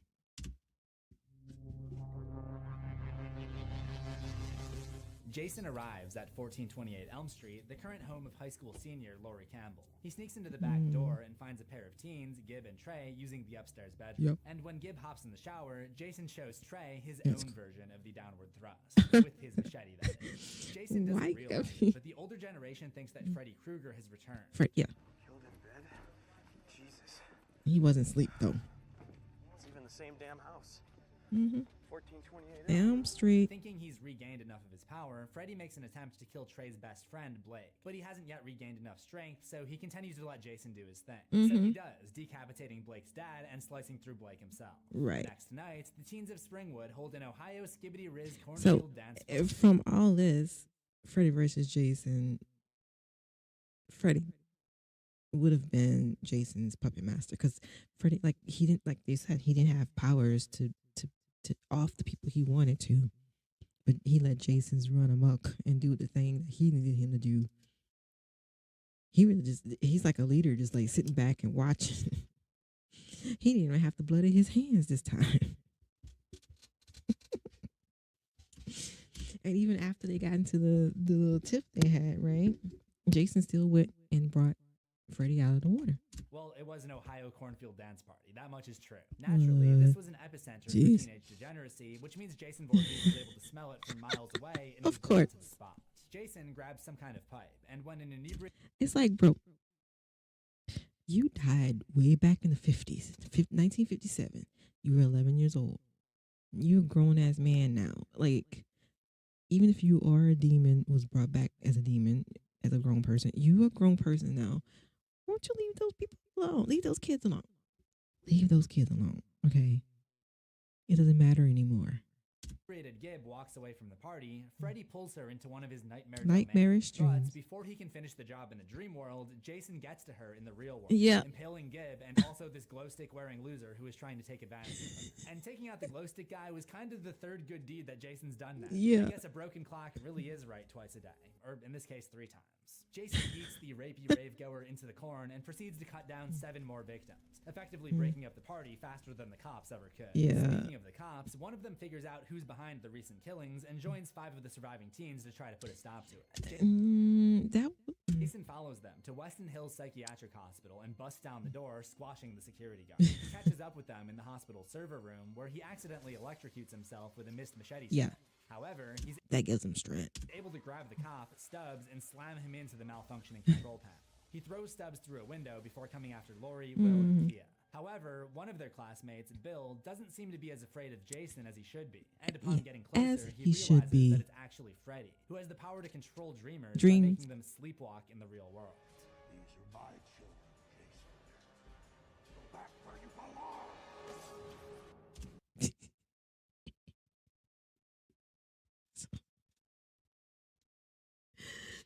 So again, Freddy versus Jason. Who do you think won this fight?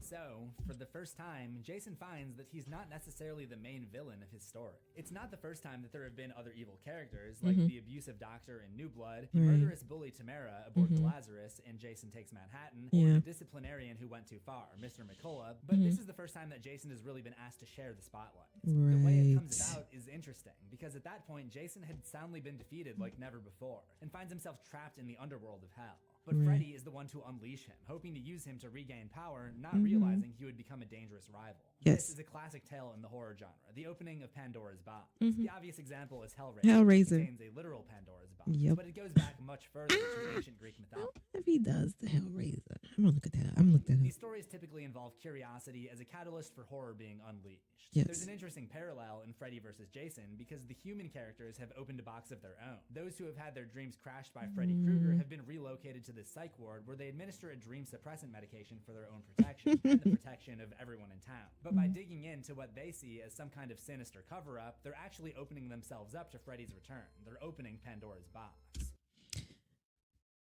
See, my thing is, Freddy was after a certain family. You know what I'm saying? Just like Jason wasn't after a certain family bloodline, was he? I mean, I know they had like Friday the 13th bloodline, but he wasn't really after a bloodline. He was just killing everybody. He was at the park at the lake, right? And then Freddy was killing the bloodline for the people who actually burned him to death, right? So what am I getting at here? I'm trying to think of something here. I know where I'm going with this, but I just can't I can't articulate it.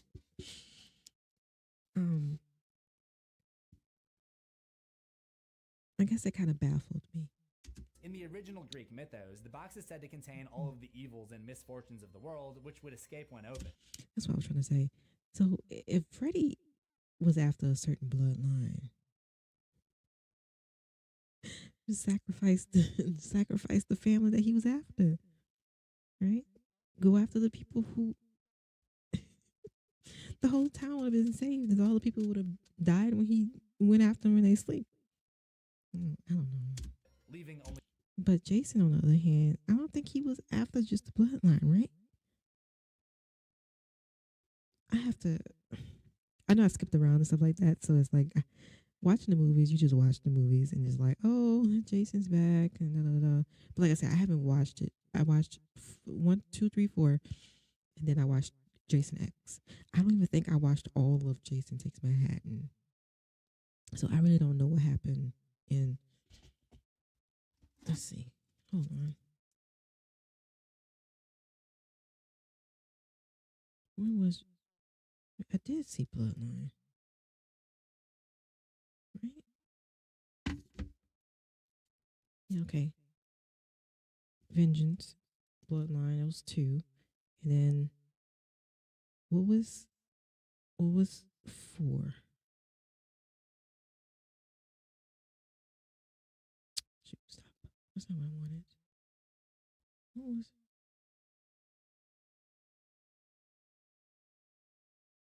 13?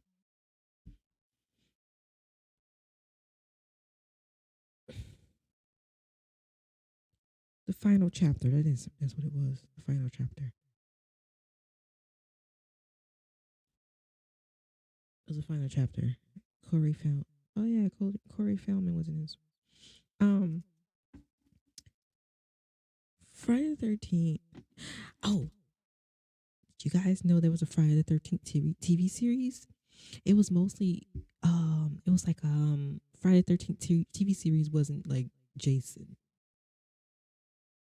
Friday the 13th TV series was like some were they like paranormal investigators? Hold on. It was like paranormal investigators or something.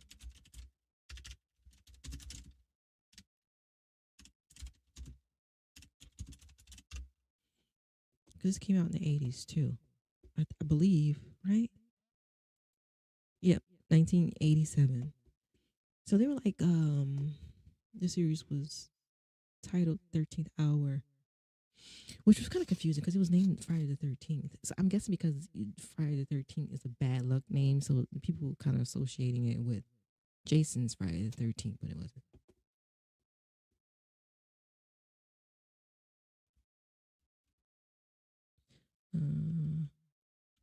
Originally, the series was titled 13th. Friday the 13th to deliberately draw an audience. Thought this would turn away viewers and instead took the name Friday the 13th to deliberately draw in audiences. Despite this title and the fact that it isn't officially considered a part of the franchise, the series has no story connections to the film series of the same title, as Jason Voorhees does not make an appearance, nor does any character connected to the films. Exactly. So it was kind of like crazy. I think they were like paranormal investigators, something like that. They were investigating cursed items. Like it was just like that. So it's like, let's see, cousins who inherit an antique store. Yeah. After selling all the antiques, they learn from Jack that the items are cursed. The trio then work together to recover the objects and return them to the safety of the shops. So, yep. That was like it's almost like a Warehouse 13. When they was searching for the artifacts, Warehouse 13. I think it was like a USA show. That was like in the early 2000s. Yep, 2009 to 2014, Warehouse 13. Yep. And was it USA? That was, yeah, it was technically USA, but sci-fi. But it was on the USA Network. Yeah, that show. Oh, and they had a Poltergeist show too. Poltergeist, and I used to watch all that crap. I used to watch all that. It's so silly. I love sci-fi stuff, and I love, like, I think Friday the 13th was on like ABC or something like that. What channel was it? Friday the 13th.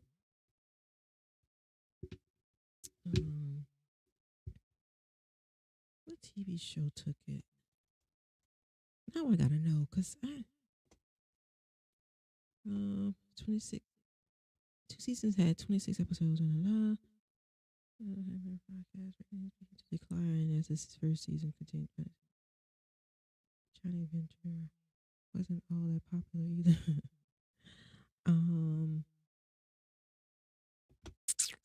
Sorry. CBS. Okay. But anyway, let's go back here. I was distracted again. Only hope inside. The trope has evolved over the years, often conflating the evils in the box with demons in hell, making Jason's escape from hell to attack the one who set him free a literal interpretation of a classic story. Jason is injected with 2 syringes full of immobatine, which is exactly what it sounds like. It's a tranquilizer that immobilizes using you. The last of his time to cut Bill in half before passing out. But this doesn't matter much to Freddy, who can freely move from dream to dream. His next destination would be Jason himself. In Jason's dream, his mother scolds him for disobeying her, saying he was supposed to return home after killing a few teens. Eventually, he realizes that it's Freddy Krueger, using the form of his mother in the dreamscape. Jason cuts off both of Freddy's arms, but they grow back. The two do battle, with Freddy taking advantage of his manipulation of dream physics to send Jason flying in a way that no one Jason's fears. So he digs into Jason's subconscious to get inside of another dream. This one involves Jason at a foggy lake, dragging victims to a cabin, kind of like the one where he made a shrine in 1984, but not quite the same. The year was 2455 when Professor Lowe and his students came across 2 perfectly preserved human life forms on a field trip exploring the old Earth. When the cryo unit ruptured, you didn't escape it. It put you into stasis. For how long? The year is 2455. For a very long time, I know what woman. you may be thinking. Yeah. If Jason was frozen in 2010, the earliest date that he could have been frozen, and he was down there for 4.5 centuries. Any idea how long she's been down? 4.55 centuries. I know. I don't know what to say for myself.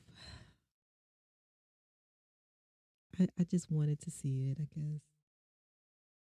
But oh my God. It was so it didn't leave a very good impression on me, so I really don't remember everything that happened in the movie.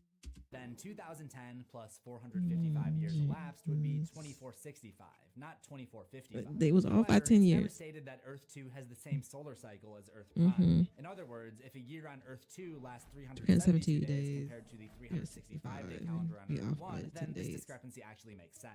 As This is a pothole. People just didn't think about it. Forward and his blade chops off a student's arm. Even when he's in stasis, Jason is still chopping up teams. However, an android assisting the researchers, Knowledge Matrix 14, also known as KM14, is able to use modern tech to save him and even save his arm. Both Jason and Rowan are recovered and moved to their ship. The Grendel. Specimen 4420 found in sector 3930 L. That's homegirl. Maybe with everyone that was ever alive during his initial rampages. A lot of actors, like a lot of famous actors you see were in these horror movies. Like if you ever watch a horror movie, you're like, oh my God, I know who that is. Like I've seen that person before. They're in a horror movie. They were like horror movies as kids. Uber Jason. What is this? As the unfrozen Rowan was cornered along with two students, Janessa and Waylander, it seemed there was no hope for them until the roboticist Sunaran and his android creation, KM14, stepped through the pod bay door. Unfazed, Jason throws his machete at the fembot, burying it into her torso. However, when he goes to retrieve it, he's in for a surprise. He's in for a surprise.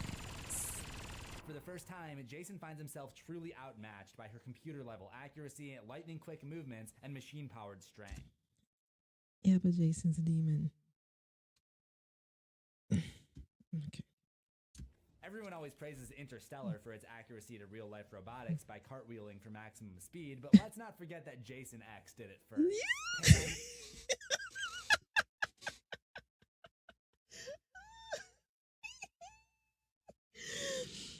Stop. Stop it. Even giving right Jason now. a big taste of his own medicine by firing a series of shots into It's not like he's being sarcastic right now because this movie was so stupid.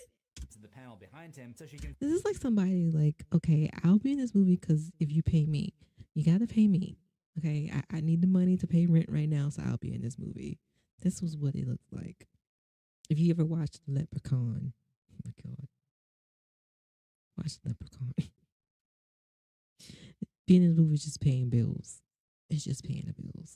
send him through the wall with a high kick. KM's thorough beatdown appears to put any chances of Jason simply reviving himself again out of reach by blowing off his arm, his leg, and finally his head. But by some act of horrible luck, or maybe something more, Jason's body is left lying in the medical rejuvenation. Why? And seemingly Why? Because Jason had to come back for 11 and 13. unprompted, the computer comes to life and begins scanning Jason's body for injuries.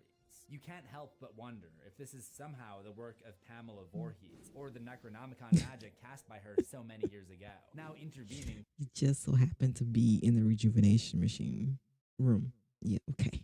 To bring her boy back to life from beyond the grave once more. Personally, I have to believe that the lightning that once struck twice in the same spot to revive Jason, the forces that brought his body back from complete destruction, and whatever activated the seemingly idle rejuvenation machine are one and the same. The same microbots that repaired the injuries of two of Jason's victims during the voyage are deployed to repair him. But instead of just closing him back up with human tissue, bots create something else entirely. The half-man, half-machine, hulking menace commonly referred to as Uber Jason. A piece of machine parts to continue living. Sorry. Okay. Is a long-standing trope in fiction, dating back to Darth Vader in Star Wars, but also including Raiden in Metal Gear Solid, Alita in Alita Battle Angel, and Clockwork in Sly Cooper. They all have one thing in common: leaning on technology to extend their lives so they can continue dealing eternal hatred. As much as I had fun doing the whole postcard gimmick, I imagine even Jason has to give up on writing to his mom at this point, considering that her entire planet is now dead. But if he had sent one last message through some kind of interplanetary delivery service, it would have told about his second battle with KM14. But this time, in a fair fight, machine versus machine, she's unable to do even the smallest amount of damage. Ends with a mask sinking into a lake, suggesting that the boy who terrified Alice Rand Jason flying towards the rescue craft. He's coming this way.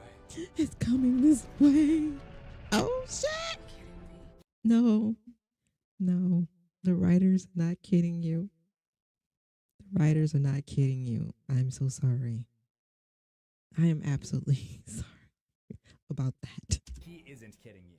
Again, this feels like a coincidence that could only be caused by some kind of intervention by Pamela or the Necronomicon. Jason flies towards the rescue vehicle, but at the last second, there is a miraculous save that even Martin Brodeur or Tony Esposito would be proud of. Sergeant Brodsky deflects his shots wide left.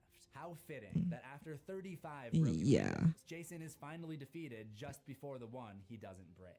Unfortunately for the hero, Brodsky, he would have to suffer a brutal fate. As Jason's last known victim, he would burn up in the atmosphere, appearing as a shooting star to the migrated humans living on the surrogate planets. It would be a beautiful ending, but this is Jason we're talking about. Yeah, Jason. Landed in the lake. Let's go check it out. Yeah, let's go check it out. Die, the story of Jason Voorhees ends with a mask sinking into a lake, suggesting that the boy who terrified Alice Rand, the man who rampaged through counselor training centers, remote cabins, summer camps, was probably crossover events, and even spacecrafts may one day surface again. Or perhaps the implication is that we've come full circle, and the whole story will repeat itself on another planet. I was about to say. I've now gone through and analyzed over 17 hours of Jason's adventures, sorted out the complete Jason Voorhees timeline, and learned what there is to learn about horror's most iconic goaltender. And I'm now left with one question. Is the character of Jason Voorhees really any good? Interesting question.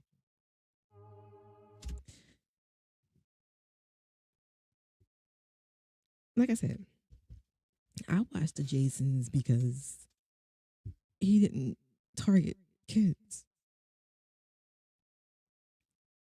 I was cool because he didn't target kids. And it's like, okay, he's not that scary. But then I just stopped watching because it's just like stupid. He was an okay character. He wasn't like a Michael Myers. See, Michael Myers fucking scared me. Cause wasn't Michael Myers like he literally grew up, right? Michael Myers was a real person. Like he was a serial killer, wasn't he? As a kid, he was really disturbed. So looking at Michael Myers compared to a Jason, now see that scared me because he was real. Jason died as a kid and became like a monster, a demon, whatever. But he did bring up an interesting question, right? Like if my microphone clicked, is it still there? Okay. If by chance when Jason was in the future and he landed on the planet, could it be that he would it be like time travel, maybe? Like maybe our planet, like he landed in our planet. What am I trying to say? Like he was saying that how Jason would go through everything that he did the first time around. Like it'd be a full circle. Never mind. I know what I'm trying to say. God damn it. All right. You guys go watch this video. I'm about to see. Oh, he got a thing. I know I saw him with Michael Myers.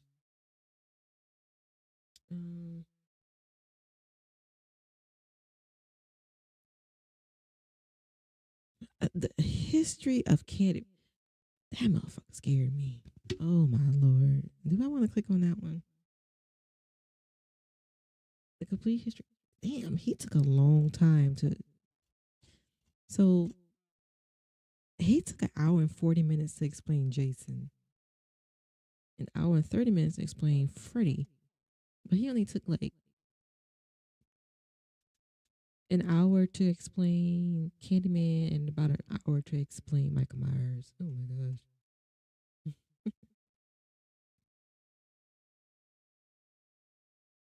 So Bride of Chucky. The water is so crystal they have some powers over him. He is the when he goes under, but he wakes up. When he wakes up, it's an electric show. He wakes. You know what I'm saying? Like I think the water is cursed, and I think that's how he comes back together. He can't be brought back to life unless he's in that water. But I mean, Jason X kind of proves that theory wrong because he actually wakes up on the space station.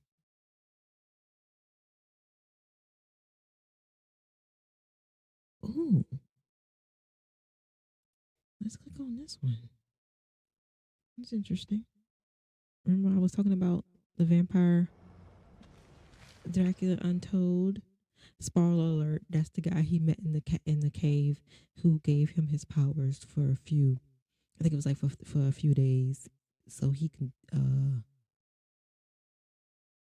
save the village or whatever it was.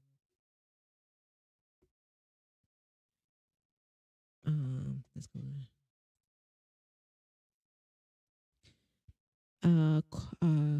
Kogan Lowlands, the vampire from Dracula Untold explained. Thanks for watching. Drop a like and don't forget to subscribe. It really helps. If you like content on vampire and werewolves and other supernaturals, check out my other videos. I hope you enjoyed this video ranking 82 vampire movies. I know there's probably a few that I missed considering there is so many, but I tried my best to get them all. He did 82 different vampires? Mother, what?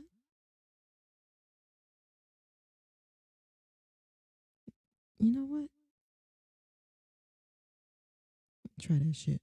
I'm gonna try that shit on my own. I'm gonna look up I'm gonna research some vampire stuff, and I'm gonna do my own little documentary. I think I'm gonna try that too. I'm gonna do some documentaries on some vampires. I think that might work out. What you think? I think that'll be great too. Yeah, baby, we're gonna do some vampires.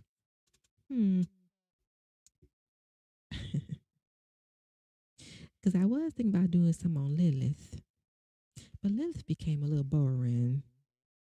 And I think I want to stick to the Dracula. Dracula? I think Dracula will be fine.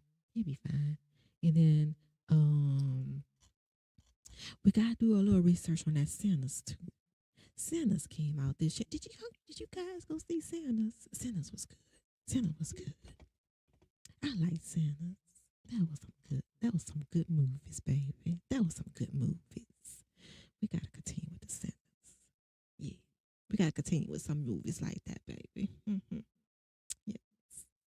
All right now. Let's see what Luke Evans. I'm telling you, I only paid attention to Luke Evans in this movie, so I probably missed a lot that went on in this movie. So forgive me, please, baby. All right. In my ear, bro. Hello, everyone, and welcome back to my channel. Hi. Hello. How are you? I'm well, thank you. I am doing well.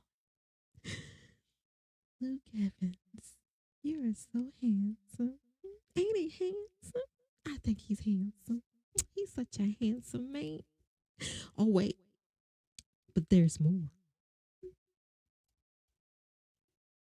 Now, I was looking at something, y'all. I was looking at something. I'm going to go back to him. Let's wait, hold on. Let me open up another YouTube.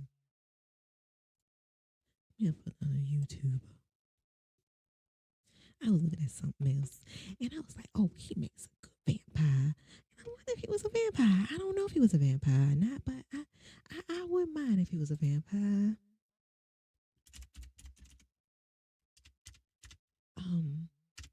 I just gotta remember how to spell his name. That's it, baby. All right. Him, Lee Pace. He makes a good vampire. I think he made an excellent elf. But I think he'll make a good vampire. He sure would. All right now. There was a scene in here. Okay, let me go back to I get lost in the sauce. I'm telling you. See now, y'all, I'm getting eaten up by the mosquitoes. They've been Oh my God. I hate when it rains. Now we know that we have mosquitoes problem. We know we got a mosquitoes problem. And they still don't do shit about it. I remember, I don't know everybody else, but I remember in the town that I'm from, they used to have like the mosquito thing, the pest thing, driving down the street and just like spray. They used to spray the pest stuff. I remember that. I don't know if they still do that though. That stuff probably had so much chemicals in it. Something probably kill people. The chemicals, the poisonous stuff. But I remember them going down the street. We had mosquitoes so bad one time. I remember that. That was like that'd be like the late 80s or the early 90s. It was one of them things. It was one of them dates. Sure did. They don't do that shit no more. But we need something. Cause these mosquitoes ain't playing. They ain't no joke. And they carrying diseases too. Gotta get rid of this stuff. Wait, I'm trying to do Dracula. Where I cover vampires, werewolves, and other supernatural creatures. Werewolves. I wanted to talk about Dracula. Oh my gosh, I'm sorry, y'all. I gotta keep stopping on his face. Yeah. You know, some people are just handsome for no reason. Some people are just handsome for no reason. I mean, you can't. Okay, let me go. Let me go about my business. What time? Oh, I've been here past 2 hours, y'all. I said I was gonna do 2 hours. I said I was gonna do 2 hours. It's been 7 and 9. I need to change my life. I need to change my schedule. Because 7 and 9 is enough. Y'all don't need to see my face no more than 8 hours. Because if you see my face for more than 8 hours, you know you gotta pay for my lunch, right? So you work for 8 hours, you gotta pay me for lunch. I gotta get a paid break, which is 30 minutes. But see, I work through my lunch. So y'all only get 8 hours, okay? 8 hours.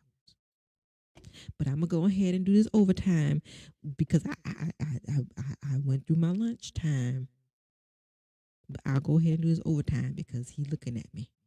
I gotta keep on going, okay?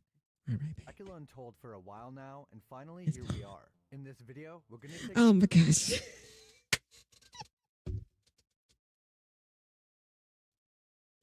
Stop. Just stop. He knew what pictures to pick.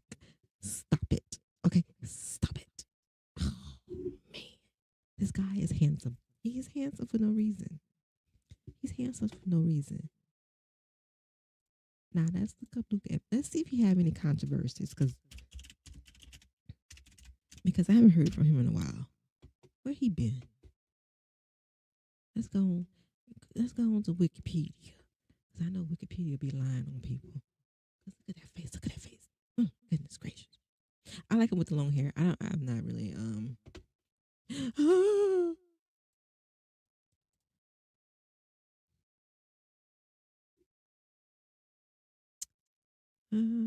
but he handsome. And I already knew that.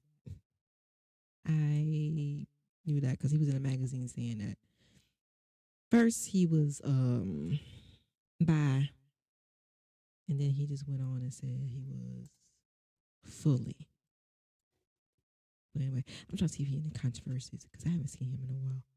Weekend at Taipei. Our Son, good grief. Scrooge. Pinocchio?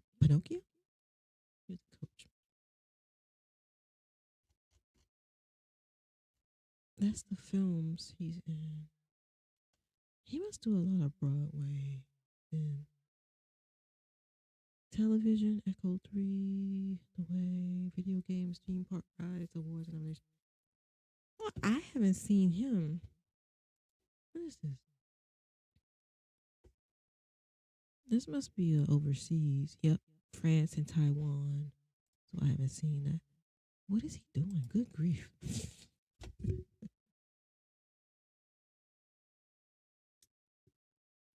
Well,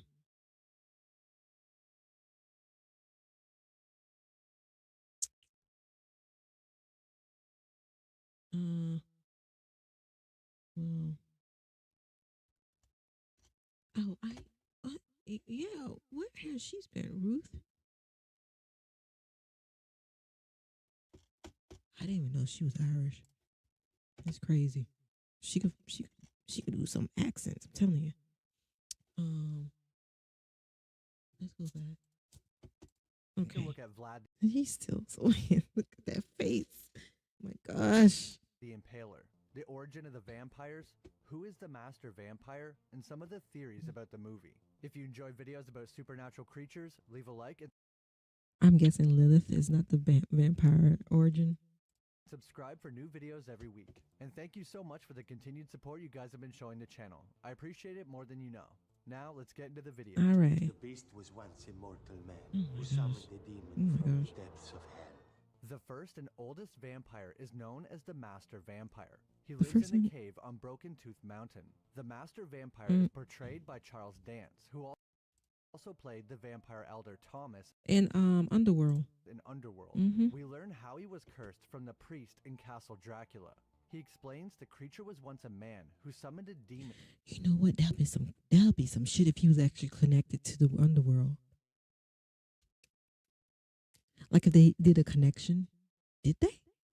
From the depths of hell to like I said, I really wasn't paying attention to all of the themes and the story that was going on because Luke Evans was in it. I tend to do that. Prayed for his dark power. The demon tricked him, granting his wish, but his price was an eternity condemned to the darkness of that cave, where he remains until he finds another. Until he found Luke Evans. When Vlad travels to the cave, the Master Vampire says if he gives the darkness a worthy offering, he will be set free from the cave. Then, he can get revenge on the one who betrayed him. He said that he waited centuries for someone like Vlad, someone of his strength and willpower. Considering it took him hundreds of years to find a worthy candidate for the darkness, the demons must be pretty picky. We see that when... That's hilarious. It's funny. I'm gonna finish watching that. Yeah. All right. I gotta stick to my schedule, y'all. I did say,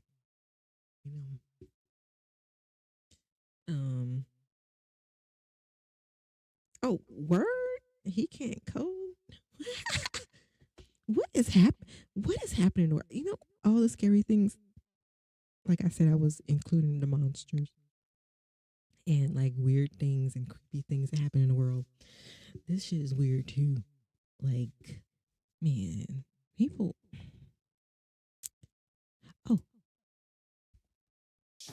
Oh no! Stop!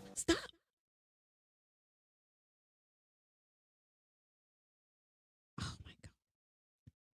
Why use copyright music, y'all? My god! Oh my god!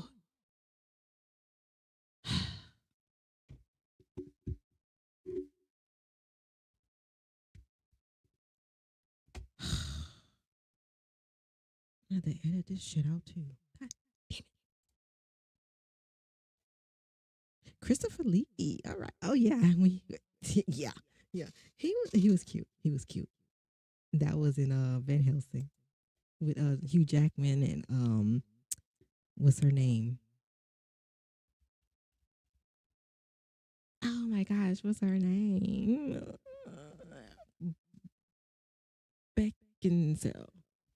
What's her name? God dang it.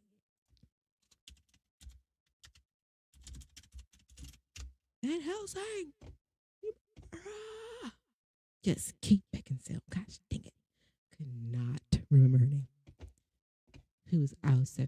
That was so funny. She was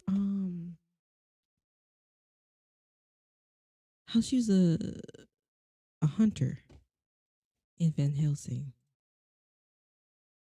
But she was a vampire in Underworld. That's crazy. All right. Yes. I thought he was handsome too. Oh no. See that's just ugly. I forgot about him. Vampire. That was the name of the show. Remember I showed you guys what's his face? Alex from Moonlight. I forgot they had a show, Vampire, on TV. it is unreal of how many TV shows we had of vampires and how many of those shows last. Let's see if we could get the this is the vampire TV shows. All right, Discovery of Witches. I kind of lost interest in that one after the first season. I couldn't get with that after they went to they went went back in time. I couldn't do. Angel, yes, part of Buffy. He was a vampire, but I'm talking about actual vampire movie. Dark Shadows, Demons. Where is that damn? How about this?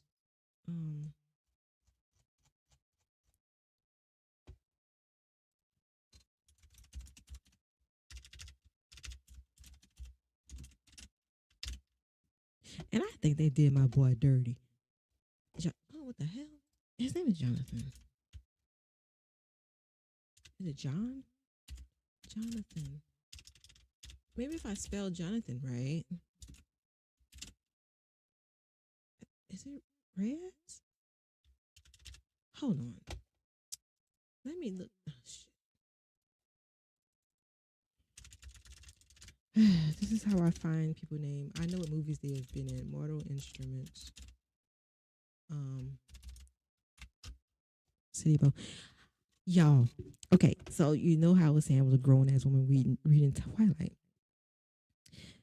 The Mortal Instruments, City of Bones, City of Glass, and City of Ashes. This was actually my favorite teeny bop series. I know. This was my favorite. And they fucking ruined the movie for me. I love. I actually think he's a really good actor. He's in Stranger Things. Y'all don't know that. But I like Campbell.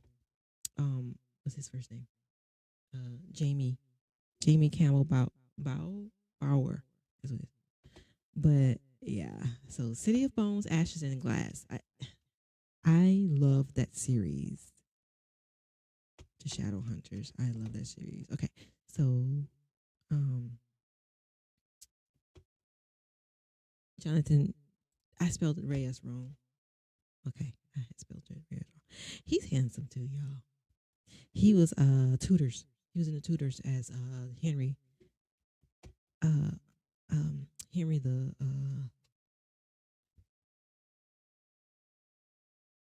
you know what Henry I'm talking about. The one who chopped off his wife's head, the 8th. He was in Tutors. But I'm going to the movie. He was in.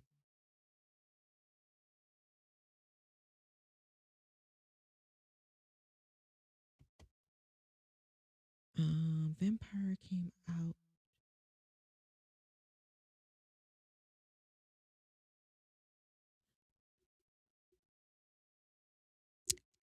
Was it? Okay, this film. Go TV. Sorry. Dracula. It was called Dracula. Okay. Was it called Vampire? It's called Dracula. That's what I was confused. Yep. It only lasted one season. I was kind of mad. Because it was like a different take on it. While he was like, I don't know. I kind of liked it. I don't know why I went. It wasn't very popular. But I don't care. I liked it. He was introducing the electricity to everybody. Like he invited everybody to his house and stuff like that, and he was like a forward-thinking Dracula, if that makes sense. But anyway, they, of course, one season, that was it. So but like I said, I am Alex McLaughlin, however you say his last name. A lot of people didn't know he was a vampire. There's a lot of vampire shows out there that no one knows about. And I forgot about Dracula. Gerard Butler, Dracula 2000. Oh my god. Oh my gosh. Was this a Dark Shadow? I don't know what it is. Oh, Luke Evans. Yes. Bram Stoker's Dracula. Yep, he walked in the daytime. I said that. George Hamilton. Hmm? William Defoe. Mm-hmm. Wait, what show he? This time. Wait.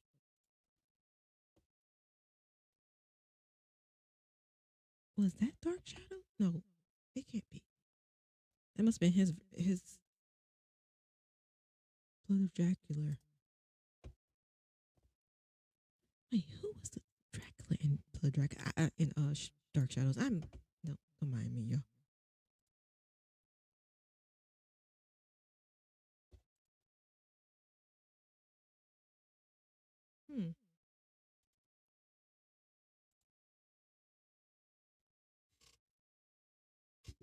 Wait a minute. Homeboy from Prison Break. He was. I'm telling you. I am telling you.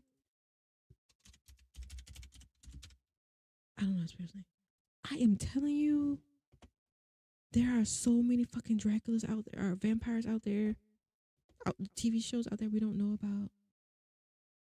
Oh.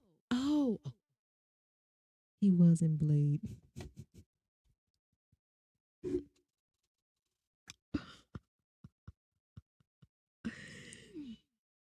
Oh, you know what? Shouldn't they put Wesley Snipes in here?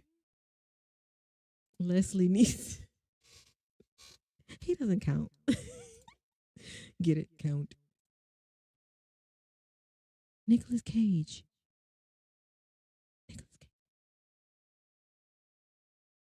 Nicolas Cage. What Dracula was he?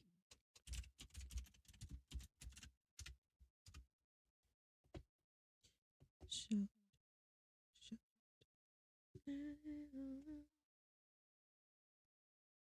I didn't think. Wait a minute.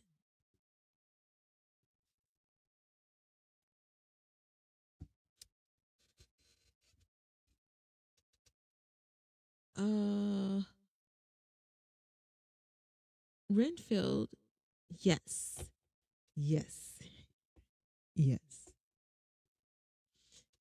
Homeboy from Gotham. This was the Riddler in Gotham, right? Was he here? No. Yeah. He was Riddler in Gotham. He played the assistant to Nicolas Cage in Renfield. I'm sorry. That's why I do. I connect things. I have to connect things things have to connect in my head to remember. I'm sorry. That's how I am. Just like how I remember numbers, I have to connect them. Like if I have 7 numbers, I connect two, like together. Like 1, 2, 3, 4. I had to do like 12, 34. That's how I remember 1, 2, 3, 4. You know, like that. If that makes sense.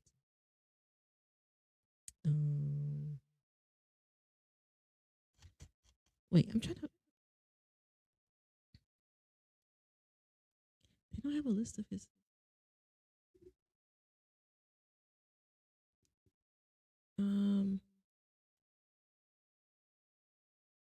He was in Mad Max too. I didn't watch Fury Road, and I was trying to watch the new one that came out last year, I believe.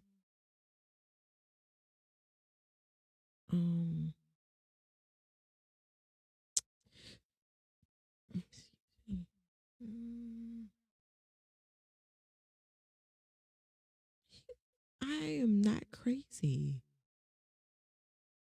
I know I'm not crazy.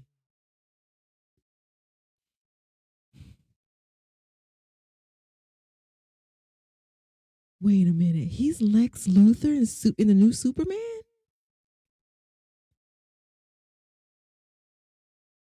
What? What? He's Lex Luthor? I cannot. At least he's sticking to DC. At least he's sticking to DC. Is that him though? Oh, sorry. Wrong guy. He wasn't Riddler. He was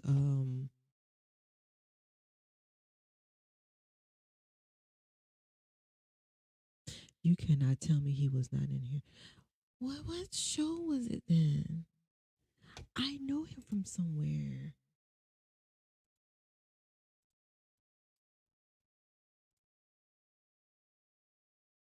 Ain't no way.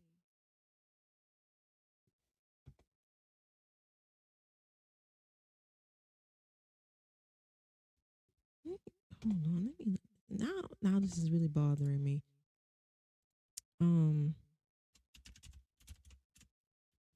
See, I told you I watch a lot of movies. I watch a lot of movies and shows. I get everything runs together to me for me, like everything runs together.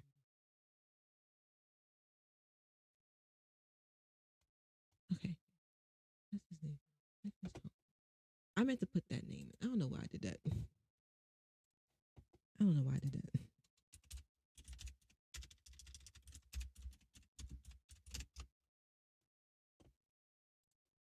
Oh, hold. What in the world? Oh, he's bald headed. I cannot believe he's in Superman. That's crazy. Where have I seen him from then? I am going nuts.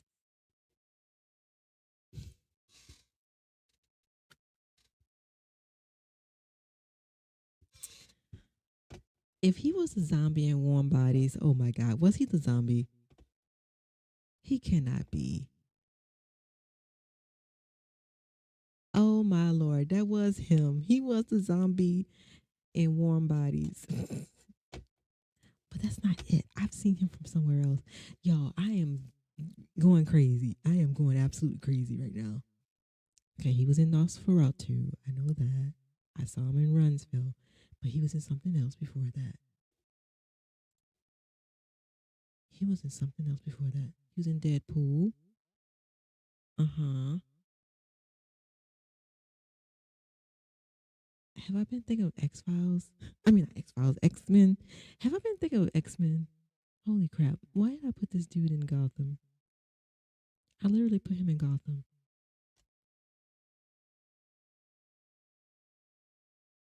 He was in Walking Dead? Word? Oh, Waking Dead. Reading is fundamental. Okay, well, I got him mixed up with somebody else. I truly got him mixed up with someone else. Because I thought Home Dude was in. God, I feel like he was in Gotham. Man. I'm going crazy. I'm getting tired. I'm going crazy. I really am going crazy. Holy crap. My good. Oh my Lord. He was born in 89. Jeez. He doesn't. He looks. I'm not saying it's a bad thing. It's just he looks a little older than. He looks more mature than 1989. To me. Can't believe I'm older than him. Christopher Lee. Yeah, I totally forgot about him. I totally forgot about him in Van Helsing. He is handsome. He is handsome, truly, truly. I went through all of them, right? Oh, yeah, it started over because I already seen him. I forgot he was Dracula. Man, it's just like so many. It's crazy. Oh, what? Please don't have no. Okay. Lee Pace, boy, he's cute too. He made a good Thedril. I can't pronounce his name. Thedril. Whatever. Legolas' father. God dang it. Legolas. Nice and tall. He made a good elf. And what's so funny is Orlando Bloom was actually younger than him, but Orlando played his son. That was funny. He did that. I cannot picture anyone else playing his part. I cannot picture anyone else playing his part. Like no one else. Just like I could actually, well, Legolas, I think maybe no. I think Legolas did that. I think Orlando Bloom did that shit. Yeah. I think Orlando did that shit. But Lee Pace, yes, indeed.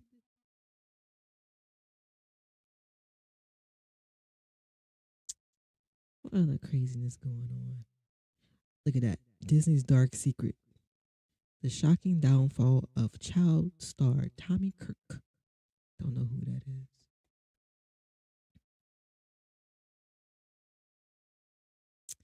Nah, see, I'm not gonna get on that. So I think tomorrow I'm gonna do the Halloween Michael Myers, the one that scares the shit out of me. Oh my gosh, I might do that tomorrow. And of course, come up with some more crazy news and stuff like that, right? I think I've been here long enough. Like I said, if I'm over 8 hours, that means y'all gonna have to pay me for my lunch, 30-minute lunch break, okay? Just remember that. All right. It has been fun. It's been real. But I gotta go now, y'all. All right. Y'all have a good night. And I am going to see you tomorrow. Same time, 7 o'clock. And you know what I do, right? Audi 5,000.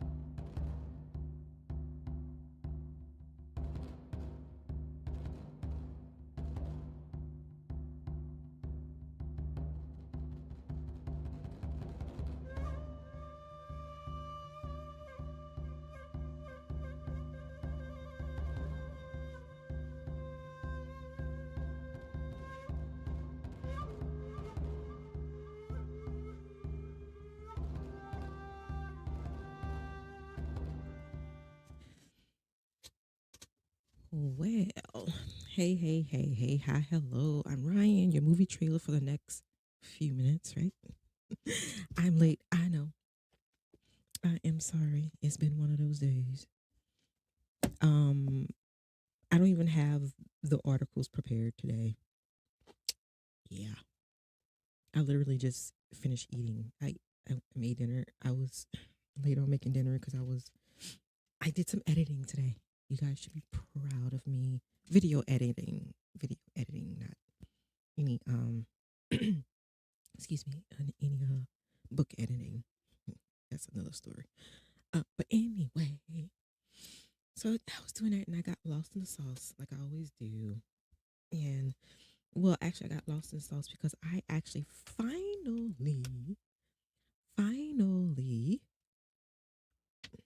scrolled through TikTok.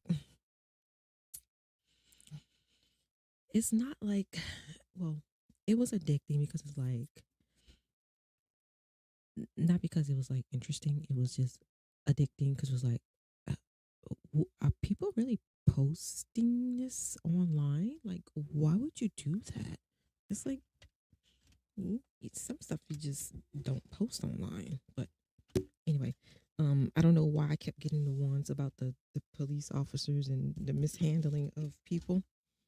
Yeah, I'm like, why is that on my feed? Like, is it like, I don't know. I don't know how it's sending me stuff. Because I'm not on TikTok. I'm trying to plug in my thing. I'm not on TikTok, so I don't even know why. I guess Google it works. Yeah, I guess Google and TikTok talks. I guess. All right. I don't know. Anyway, I don't have anything prepared, like any of the creepy news articles, which is okay because I know that I was continuing with Monster with Michael Myers today because we did Jason yesterday. And then of course we'll do Freddy Krueger next, stuff like that. I'm still, yes, it's still considered story researching. Okay, it's still all in the mythology thing. It's monsters, right? They're all monsters. So we're gonna do Michael Myers today, but I hope everything is well. Today is Sunday. I know it's like I was so happy yesterday, because it was Saturday. You happy on Friday? It's like, yeah, it's Friday and the weekend, and then Saturday, like, oh man, I get to sleep in another day. Then Sunday come, it's like, oh my fucking goodness gracious, I gotta go to work tomorrow. Yeah. So I won't. Oh shoot, hello. Yeah, so I won't keep y'all long because I gotta get my sleep in because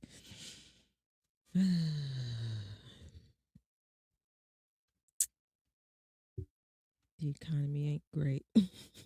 So we gotta keep working. We gotta keep working. All right, so I'm gonna get started. I know I'm late. I'm like 20 minutes late. 10 minutes actually, because I usually start the stream at 7, but I don't actually get on until like 7:10. And I know you're probably like, why are you keeping time? Because I keep time because shit like that, right? But I don't know what I was gonna say.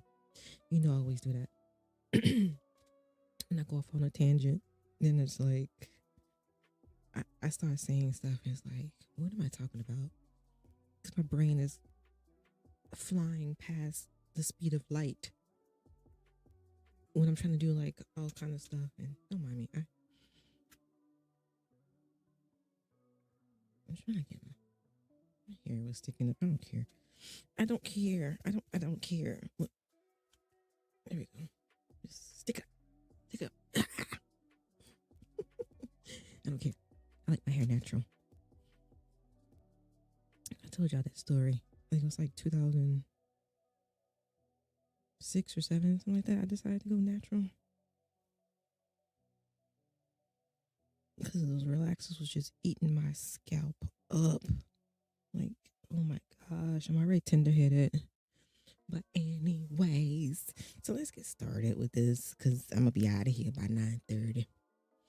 Because, You know how it is at 2 hours. You can't stay with me for no more than 2 hours.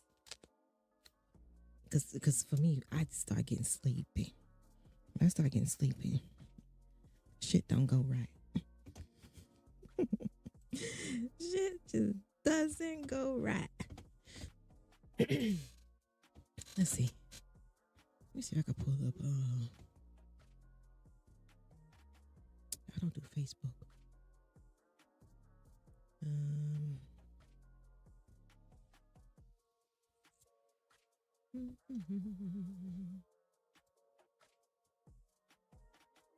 I don't do Facebook. Get off my screen.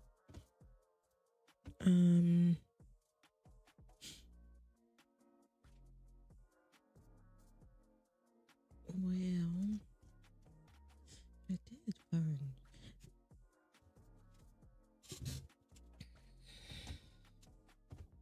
something, you know. Let's see. Let's see what we got. Let's do at least one little article. Because, you know,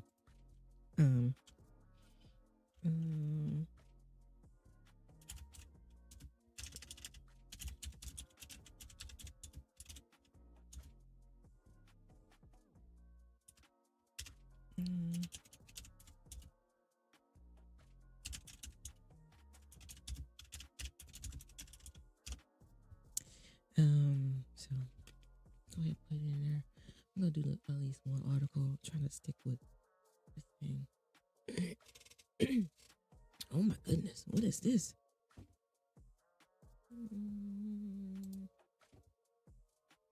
This is scary. Oh my lord.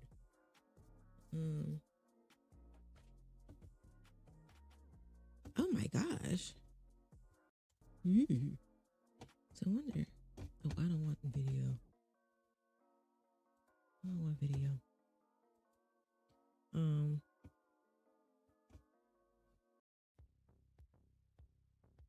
Let's see. We did that one yesterday.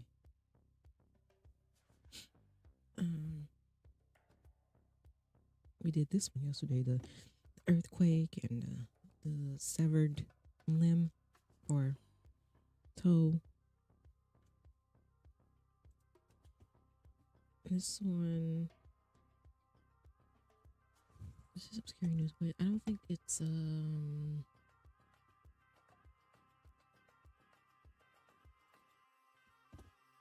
it's not written. It's video. I don't want to do video.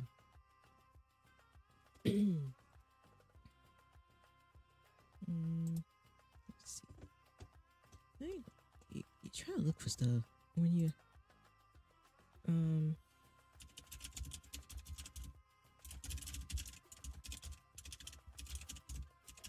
try to look for stuff. It's like you have an idea in your head, like, oh, you know, I can do this or whatever, and what the hell?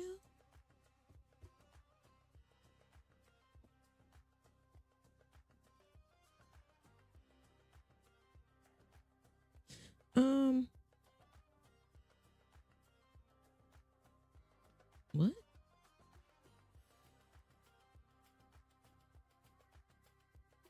Oh wow! How long ago this happened? Okay, maybe I'll do this one. Maybe. Okay, so this is the one news article we're gonna have. Let me pull up my YouTube station. Pull up my YouTube.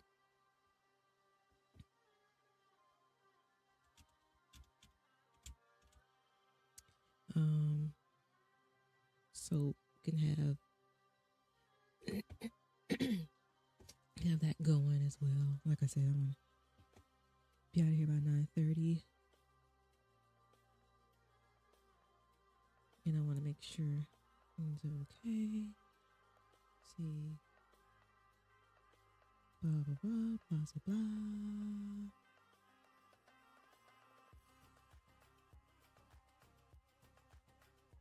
Let's see. I was looking at something real quick. Got distracted. I am so sorry. I know y'all there, but you know.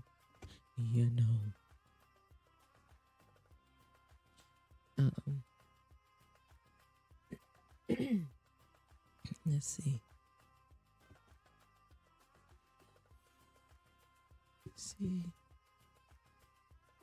Huh.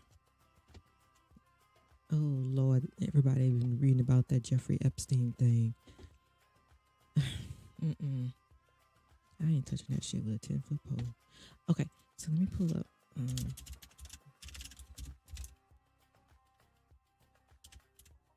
Let's pull up my little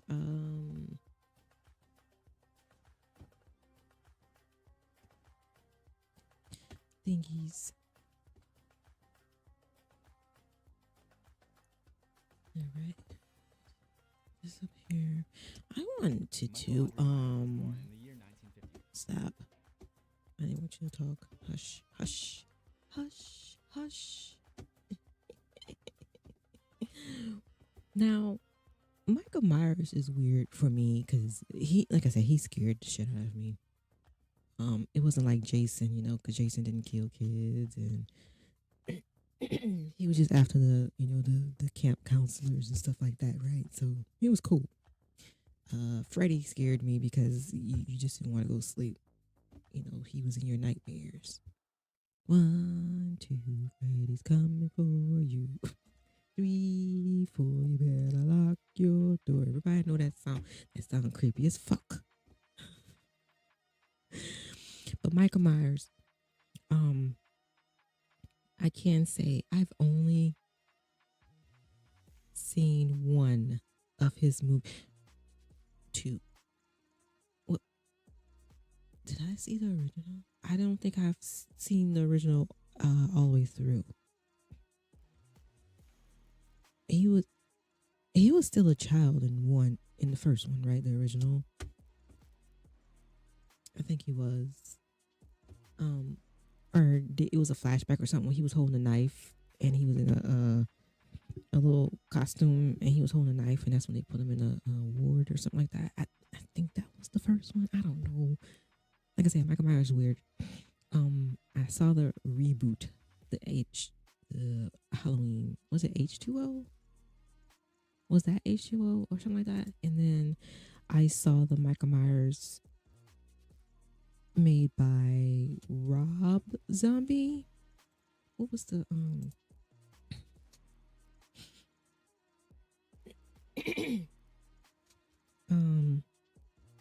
was it Rob Zombie?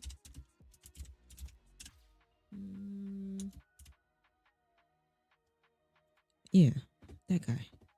He did Halloween 2007. Yeah. He made that shit look real as fuck. Like Michael Myers really scared me then because it's like now he's real.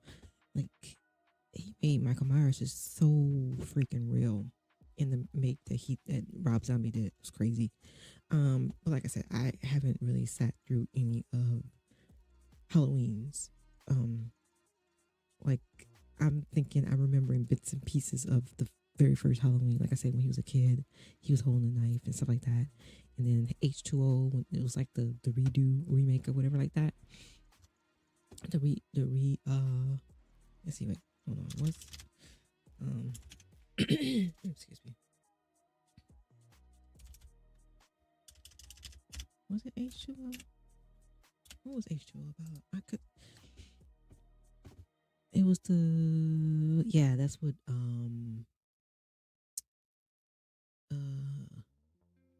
Josh Hartnett, right? Let's go to, and what's his face? Was he in there too? I'm starting to doubt myself here. Yeah, LL Cool J. Okay, so Josh Hartnett and LL Cool J was in it. So I think I'm remembering correctly. But that's about it. I just haven't really sat down and watched Michael Myers. It'll be pretty interesting the take on the history he has on Halloween.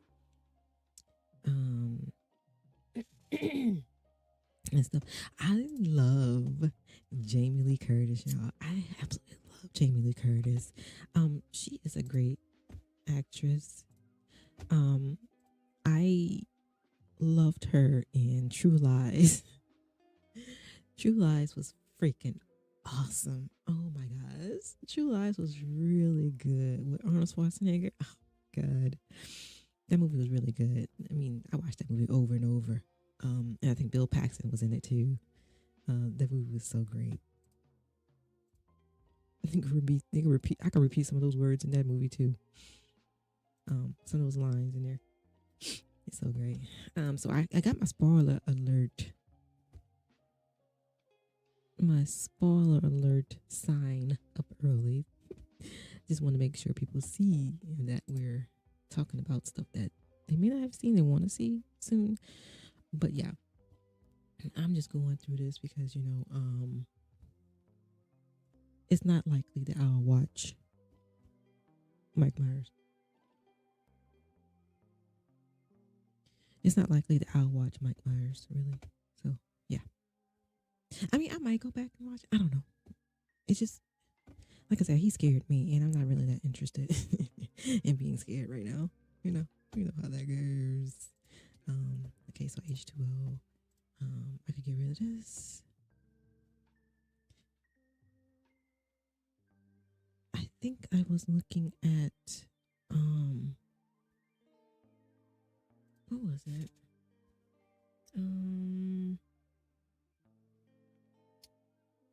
What was it? I wanted to look up. Oh, okay. Well, first, let's go ahead and get,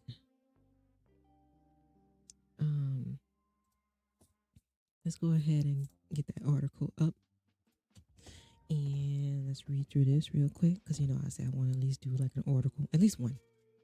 I really didn't pull up. I didn't find any articles, but this is crazy. It's a small town dentist facing trial for allegedly poisoning wife's protein shake amid secret affair. Now, what the fuck? It's like never mind. So this is on a thing of true crime. Like I said, all the scary things in the world. It doesn't matter if it's ghosts, ghouls, or humans. But to be honest, I think humans scares me the most out of everything. No matter how scared I am of Freddy and Mike Myers, at the end of the day, they're not real. But these people here are. So, yeah. So prosecutors revealed digital trail of poison purchases and YouTube searches for untraceable killing methods. I want to bring some. I'm not making light of this, but I wanted to. You know what? Let me finish reading this, and then I'll say it. A high-profile murder trial is set to begin Monday in Colorado, where prosecutors allege that a local dentist unalived his wife by poisoning her protein shakes with cyanide, all while secretly carrying on an affair and plotting a new life without her.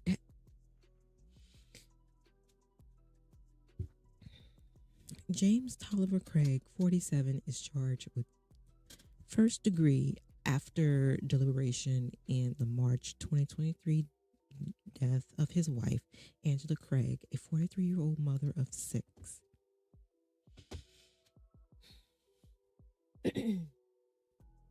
This is angering me. The alleged unalived plot. According to court documents obtained by Fox News Digital, Angela Craig began experiencing mysterious symptoms, including dizziness. Hold on, y'all. I'm sorry.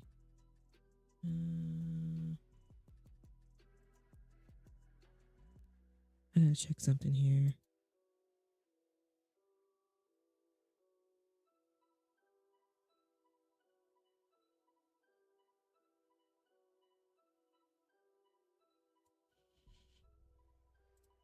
All right. According to court documents obtained by Fox News Digital, Angela Craig began experiencing mysterious symptoms, including dizziness, vomiting, and severe headaches in March of 2023. Her symptoms progressed between March 6th through the 16th of 2023, court documents allege, including blurred vision, feeling drugged, seizures, and rapid medical decline. She was hospitalized several times before slipping into a coma and being declared brain dead on August 18, 2023. Angela's official cause of death was ruled acute poisoning by cyanide and tetrahydraline. I'm sorry, I really did mispronounce that. You could find the arrest warrant and all that stuff in the article. All this is public records, obviously. Oh, they got the text message and stuff. This is weird. This is weird. This is awful. This is awful. On August 15th, as Angela was admitted to the hospital under suspicious circumstances, authorities turned to investigate James' alleged involvement in his wife's rapid decline. James's dental colleagues, Ryan Redfern, alerted hospital staff and police to a suspicious chemical delivery. Redfern told authorities that he believed that James poisoned his wife. Redfern alleged that James had ordered potassium cyanide, which investigators say is not used in dentistry. What? So why would they? I thought if you register as a certain practice or whatever, they can't, did he get it off market? I thought there was a certain regulation that you can't order a certain medicine or, drug to the facility if you're not licensed to, I don't know what the hell I'm saying, whatever. Once hospital staff learned of the allegations, they were considered mandatory reporters and alerted the Aurora Police Department Major Crimes Homicide Unit. I'm sorry. I'm just messing up all kinds of ways. My glasses are not clear right now. Let's clean those up a bit. So it's been a long day today. It's been a long day. But I'm happy I got some editing done. And plus the light is bright. Like I said, I don't have the lighting the way I want it. It's pretty much messing with my eyesight with the monitor and stuff. Anyway,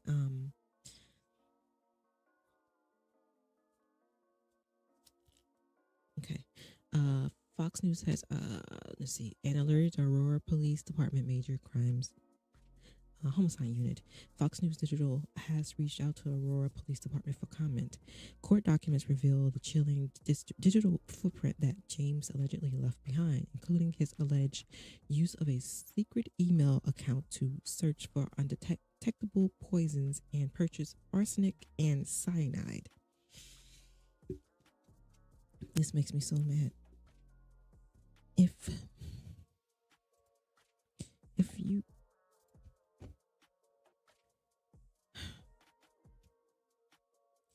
what is your thought process? I genuinely wants to fucking know, what is the thought process? And I know it's not going to ever be a good reason, but I want to know the process, the thought process. You having an affair, right? You are having an affair. Then just leave. Why do you have to end someone else's life for you to have an affair? You are messing up in the first place. It's like you don't want to take responsibility for what you're doing. Why? It's not going to make your life any better. It's not. Because now you sitting in jail for the rest of your life or be put on a death sentence roll. Because you wanted to have an affair or you having an affair. And don't say that the other the lady you having an affair with talked you into it. You have your own mind and your own brain. You should know right from wrong, but however, you probably don't know right from wrong if you're having an affair with somebody. But unaliving somebody is major shit, bro. And it's ridiculous. And they wonder why women do not want to get married or have kids. because of stupid bullshit like this. It's crazy. Authorities also allege he watched YouTube videos about how to kill without leaving a trace. Now, they got shit like that on YouTube. That is crazy. But I think what I wanted to say is, but I'm going to wait till, because I don't want to take light of this situation here. The alleged affair. Okay, the plot thickened as James' alleged affair came to light with Kane, a Texas orthodontist. Emails between the two obtained through search warrants revealed intimate conversations and planned trips. Now, isn't that how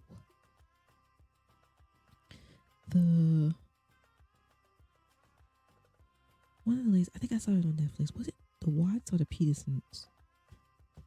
Was it Chris Watts or the Petersons? Well, where the person he was having an affair with actually turned him in. Like, she gave the information to turn him in.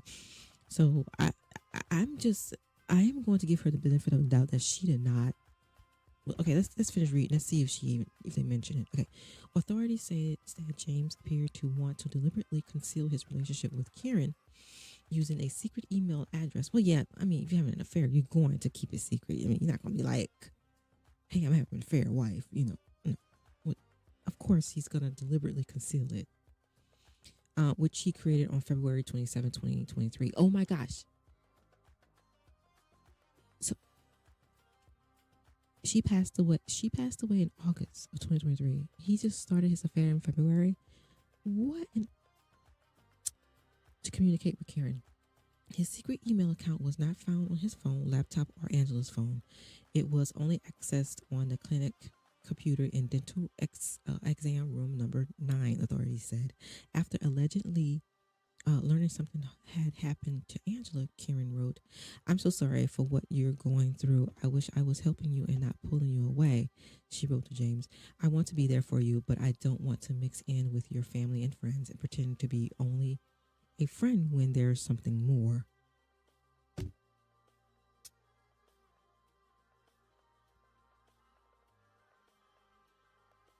Okay.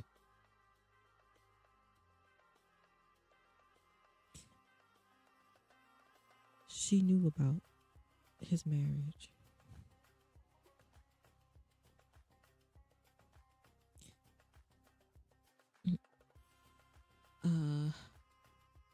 Emily, emails were described by investigators as intimate in nature, contain explicit conversations. The planned trips coincided as Angela was severely ill in the hospital, court documents reveal. Okay, so you got 1, 2, 3, 4, 5, 6. 1, 2, 3, 4, 5, 6. 1, 2, 3, 4, 5, 6. You got 6 children at home. You've taken their mother away from them because you wanted something new.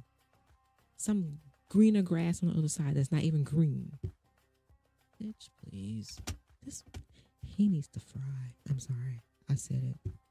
Prosecutors suggest James wanted to eliminate his wife, with whom he shared 6 children, and start a new life with Kane. And it's kind of funny too, because then you look at this person right here, and he's probably one of those men that like married real young. I want to know how young they got married, because it's like in some communities you get married right after high school. You're 18, 19, 20, getting married and starting a family, because you know these kind of men want you to sit at home and be a traditional wife. Yet they cheat on you and have an affair with a woman who's more feisty and who's more out there and outgoing and have everything going for her and working and doing everything on her own. She's independent. Yet you want to get early and have kids and have a traditional wife at home. That's not a wife. That's not a partner. That's not a wife either. That is not a partner, and that's not a wife. That you just want somebody legally to be your goddamn slave. That's what it is. This shit like this pisses me off. Shit like this pisses me off. Probably had her taking care of all those 6 kids too, by herself. A single mom who's married. That's fucking ridiculous. Angela and James' marriage was on the rocks at the time of her death. I don't give a shit. You know what? No. Probably his fault. Angela Craig told her sister, Toni Kofoid, several times over the past 16 years that she planned to leave her husband. Oh my gosh. But he always convinced her to stay. Yeah, because he needs somebody to take care of those kids. The couple was on the verge of declaring the bankruptcy for the second time, according to the documents. Don't tell me this is about insurance, but did she have insurance? Kofoid, I can't pronounce that name, sorry. Told police that Craig had multiple affairs.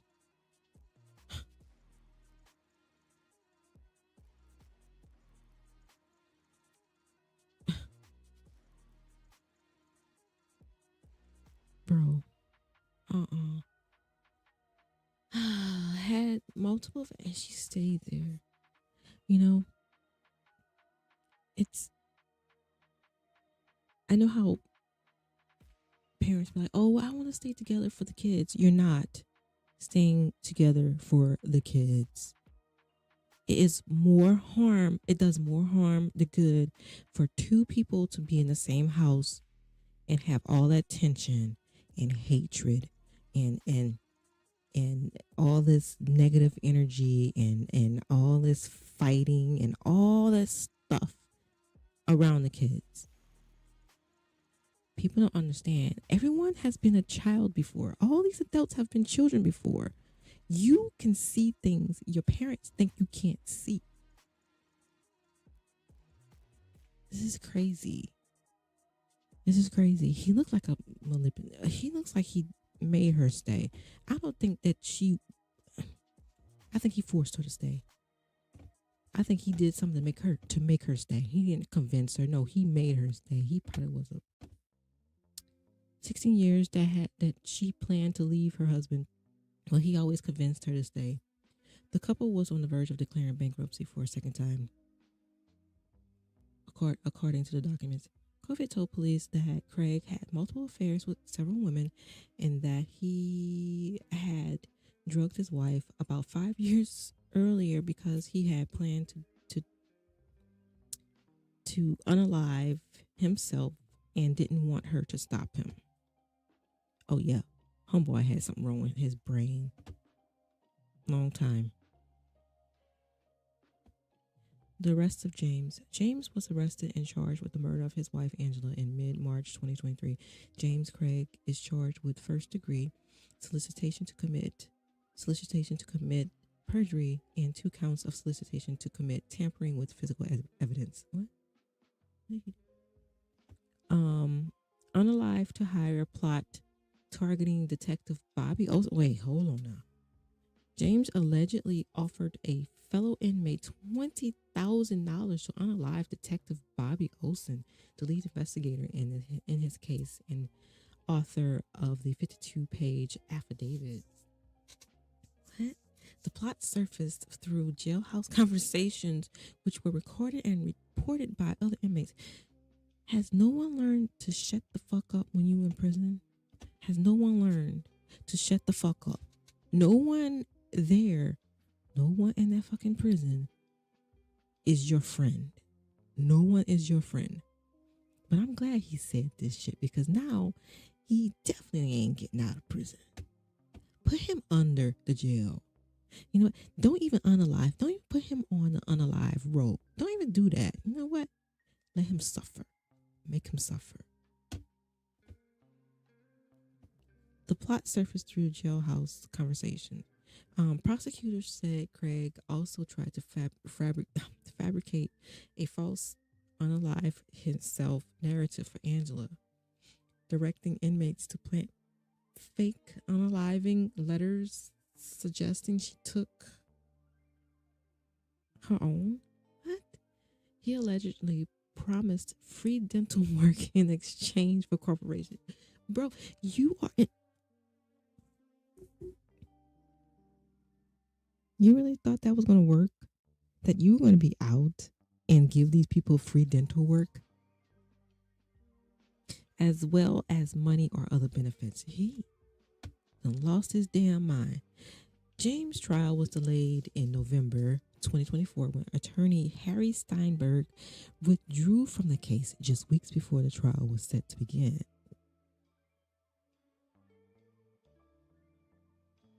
So his own Steinberg told the court that James Craig was insisting on pursuing a legal strategy that Steinberg believed was unethical, possibly illegal or fraudulent. Oh yeah, this guy is crazy. He's a psychopath. Due to this last-minute withdrawal, the court granted continuance to allow James to hire new legal counsel and allow the new attorneys time to review the case. The trial was rescheduled and officially began with jury selection on Monday, July 14th. This year, proceedings are expected to run through August 1st.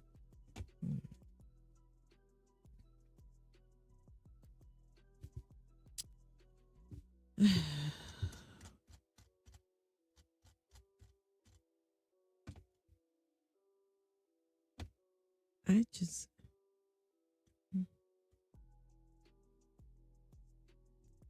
can't. I can't. I just can't. Anyway, let's get started on Michael Myers. So I guess what I'm saying is, forget this. Okay, I read the story. I'm done with the story. We starting on something new. Start something new. You know how I do, like, story research. If anybody out there knows how to do this, like, without being like dinged for it, like, I want to research, like, you write a mystery book, you're going to research how detectives, the detectives jargon, doctors jargon, all this stuff like that, murder, you look into psychopaths and all that stuff. It's like, has anyone else, like, you look through this stuff on your computer, it's not for yourself, it's like for research and stuff like that. I was bringing it up because I want to know if someone out there knows how to search for this stuff, because I want to search more stuff, but it's like I'm too scared. I mean, I always go to the library, but even if you go to the library, somebody's gonna look at you with 12 eyes, like, what are you doing? Like, why are you looking at that stuff? I pulled up there's actually there's like documents or whatever, like how to perform autopsies, because I, like, in one of my book, the lady in the book, she's a pathologist, right? So it's like, okay, so I need to look up how to do autopsies. I mean, clearly I'm not one, so it's like I have to look that stuff up. But anyway, I just wanted to bring that up. All right, so we can start with Michael Myers. Oh, sorry. All right, Halloween, the original history of Michael Myers, horror history. This was 3 years ago. Wow. CZ's World. This is his page. I'm going on again. I was looking at Jason's yesterday, and I have to do Freddy. So Freddy is going to be probably on Tuesday. All right, so Michael Audrey Myers. Wow. What? You know what? I don't want to read that because he's going to tell us. But of course, I skipped through. I'm not going to watch the whole video. I'm going to skip through it. Okay.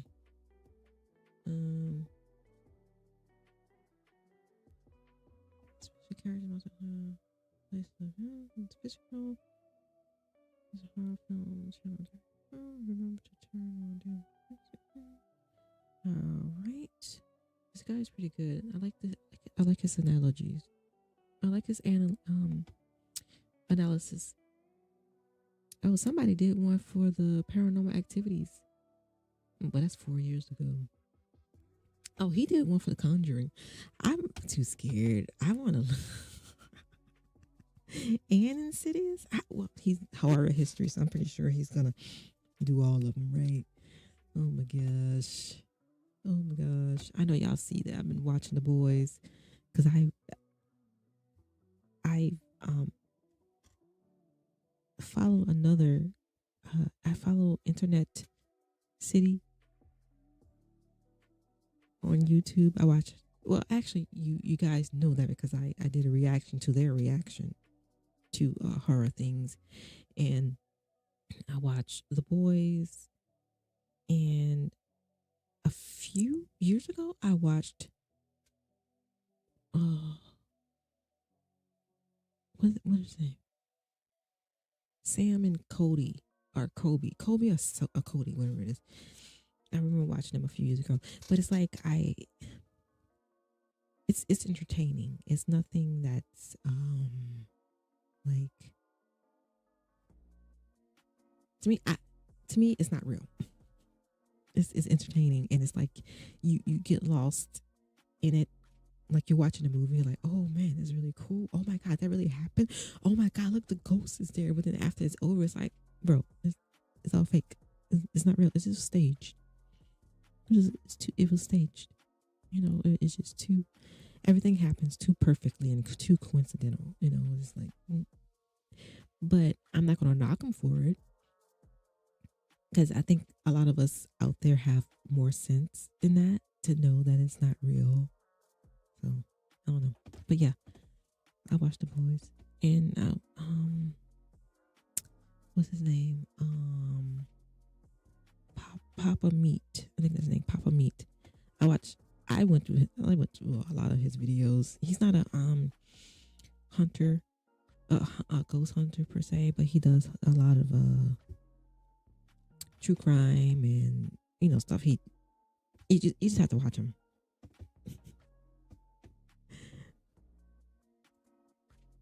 Okay. So let's get to the birth of Michael Myers.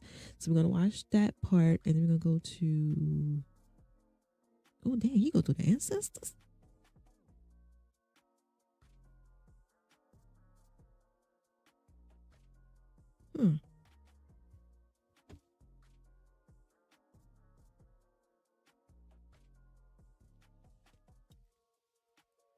Sorry.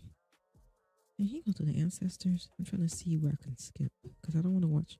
I don't want to. I can skip that part. The babysitters. That. Mario.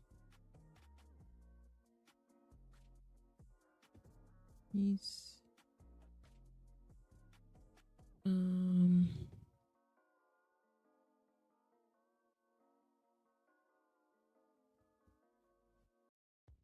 Okay, we'll skip some of that stuff, but like we don't want to watch all of his stuff. Let's see. I might have to put myself on a timer, y'all, because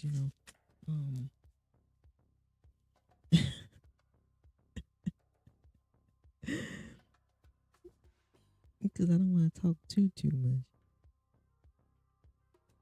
I got an hour, so. But yeah, let me put my blanket on. Cold. I want to turn. Hold on, y'all.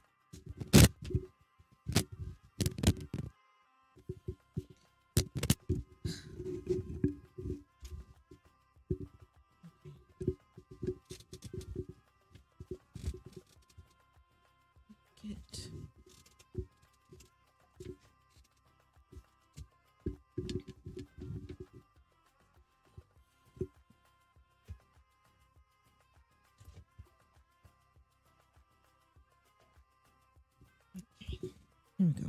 Get myself situated here. Get myself situated. All right.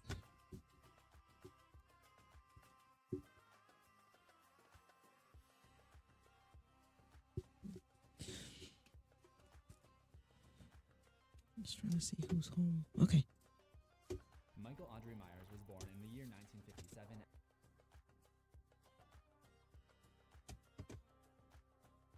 Oh, okay. I was wondering, what if I no. It's because I gotta turn it up. As the second child in his family after his 9-year-old sister Judith. In this video, I'm only analyzing the original timeline of Michael's life, which includes the events of Halloween. Oh, hold on now. In this video, I'm. Oh my. So you got 1, 2.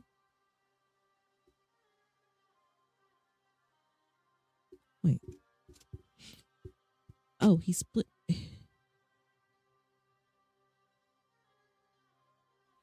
Right, because Rob Zombie had 2 movies, right? Hold on. Halloween H2O. You had Rob Zombie Halloween. Rob Zombie had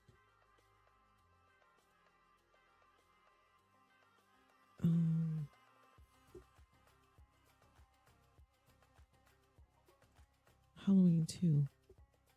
Yeah, he was the reboot. So I thought H2O was the reboot. So okay, so he got them over here. Right. So he got these 2. Wait, why is Halloween 3 over here? Oh, okay. So okay, so he did say timeline. Okay. The original timeline. So 3 is a standalone? What? That doesn't make sense. Like he come home. So which one is this one?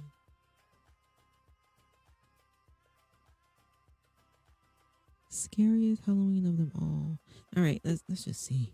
All right, so I'm trying to keep up though. I'm gonna have to probably come back to this map. So this is the original, right? These are the Rob Zombies. These are the modern retakes. These 2. H2O.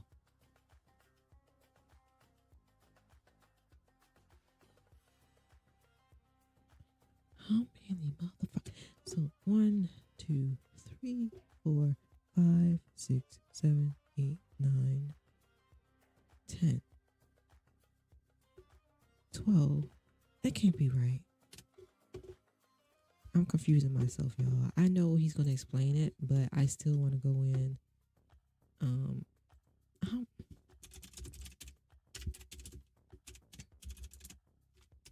Look, I wasn't the only one that popped up real quick.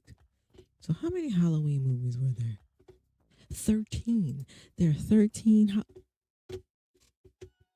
Here, I thought it was like 4 or 5. I thought like the original, like the of course with the Jamie Lee Curtis one, but then I thought the last one was like the Rob Zombie one. Like you had the H2O. I thought that was like technically number 4, and then you had Rob Zombies too. There's like what 5, 6. What the hell? Oh my gosh. There are 13. They came out close to one another.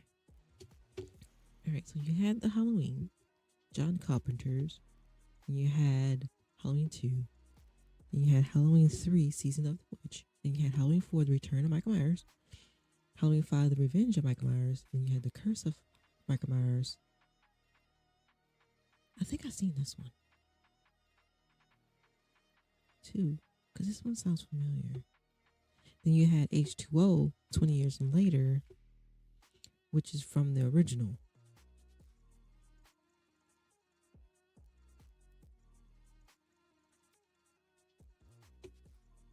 Okay. And then you had Resurrection. And then you had Halloween 2 by Rob Zombie. And then you had another reboot, right? You had Halloween Kills, and Halloween Ends.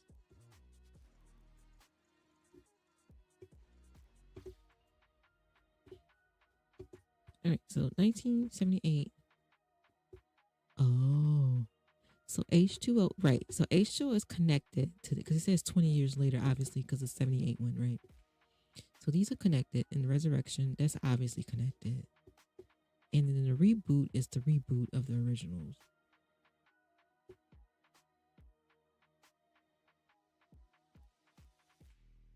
Wait.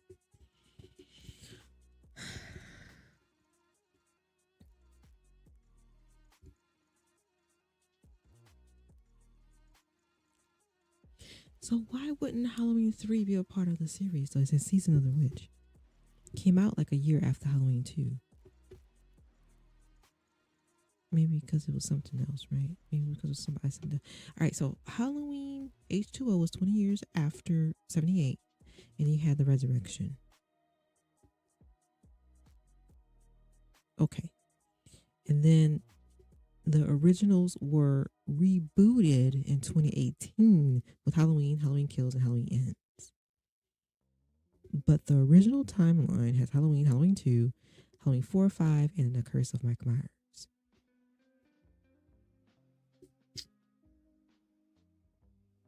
but they spinned off okay. And then of course Rob Zombie down here had his 2, which was totally different, obviously, from what I saw with H2O. Because like Michael Myers was totally different, style wise. Okay, let's see. Let's get into it. I'm only analyzing the original timeline of Michael's life, which includes the events of Halloween, Halloween 2, Return, Revenge, and Curse. The date of Michael's birth in this timeline is okay, hold on. 9-year-old sister Judith. In this video, I'm only analyzing the original timeline of Michael's life, which includes the events of Halloween, Halloween. So he's pretty much eliminating H2O and the resurrection, right? Because the resurrection came after H2O. Yep. Okay. Which would be a part of the original. Well, okay, I get what he's saying. The original timeline is these right here, up here. Even though this is a part of this time, a part of these people right here, this right here is just 20 years after the shit happened. I mean, okay, that's fine. I wanted to hear about all of them though. 2, I wonder if somebody have all of them out there. Return, Revenge, and Curse. The date Like, of Michael's birth in this like connect them all, like go through like what he's doing, but then like connect the other 2 in the timeline with me, like how it would go in order. timeline is not explicitly stated, but Let's start over. In this video, I'm only analyzing the original timeline of Michael's life, which includes the events of Halloween, Halloween 2, Return, Revenge, and Curse. The date of Michael's birth in this timeline is not explicitly stated, is but in so Halloween weird. Resurrection, which is part of a different timeline, we learn this. Michael Myers. Born October 19th, 1957. Okay. Both of these timelines start with the same movie, Halloween. Right, so they gave the date, which was the same birth date. Halloween, which would imply that Michael was also born on. I was right, so I did see the first one. When he had a knife in his hand and he was in a costume. Yep, I saw it. I don't know why that part stood out so much. October 19th in that movie. Maybe because I thought it was like, oh my God, this child. I like to think about the Halloween timeline as a train map, which I call the Halloween Express. So think about it like this. If we depart from the station, Halloween 1, at exactly 10:19, we can go straight and end up in Curse of Michael Myers, or we can go this way and end up at Halloween Resurrection. No matter which way we went, we still departed from the Halloween 1 station Right. at 10:19. The counter-argument to that idea is Halloween 2018. In Rick Rosenthal's Halloween 2, we learn Michael Myers and Laurie Strode are siblings, which would mean that they were always siblings, even in But, Halloween yeah. 1. However, in Halloween 2018, they don't appear to be related because the 40-year timeline does not pass through Halloween 2.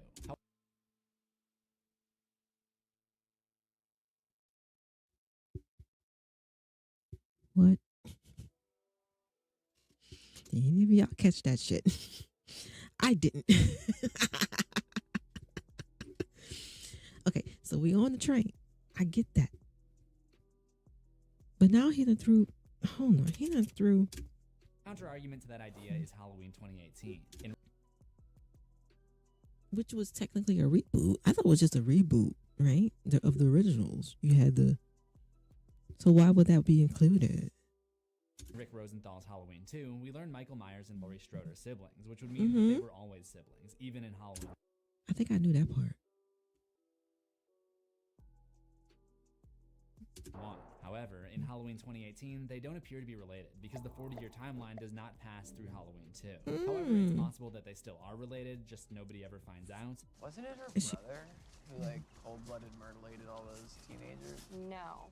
That's just a bit that some people made up to make him feel better, I think. There are other retcons. Now, why would you do that? It's like totally writing out the whole plot. I think it would be better if it was her brother. That don't carry over to other timelines, so all I'll say with certainty is that Michael was born sometime in the year 1957. Yeah, this is gonna be one of those episodes of horror history. Michael was 3 years old. Yeah, fucking confusing. When his sister Laurie was born in February 1961. His early childhood is presumably a normal one. I thought his sister was older. Until 2.5 years later, when he is cursed by an ancient demon known as Thorn. To learn what really happened to Michael after disappearing from Haddonfield, stick around to the end of this video. Oh, okay. Welcome to Horror History, and welcome aboard the Halloween Express. The Halloween timeline can be a little bit confusing at times. Yeah. We've got many different continuities branching out from the first two movies. Then we've got a reboot, which isn't connected to anything, and Halloween 3, a separate world where the original Halloween is just a movie. On top of that, there are comics and novels whose status in the canon can be kind of unclear. So to make things easy for this episode, we're going to be traveling right down to the original. Man, I really want to turn this light out. How dark it is. Michael Myers was named after a real-life Michael Myers. Because this light is really bothering my eyes. I want to take my glasses off. It's too dark.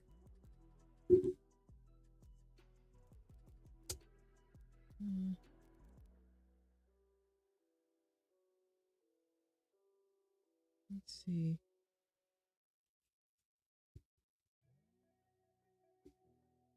Oh, well. By the original director John Carpenter, who wanted to honor the European distributor of his previous film Assault on Precinct 13. To understand how Michael became the sole... I gotta go back. I'm sorry. At times. We've got many different continuities branching out from the first two movies. Then we've got a reboot, which isn't connected to anything, and... That is crazy. You got 3 timelines.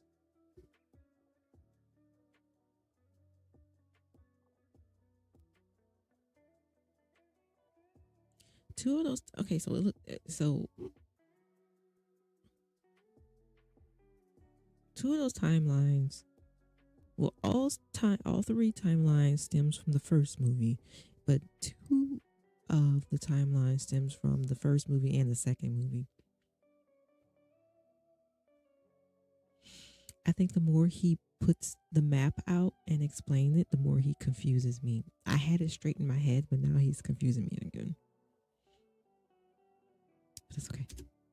Halloween 3, a separate world where the original Halloween is just a movie. On top of that, there are comics and novels whose status in the canon can be kind of unclear.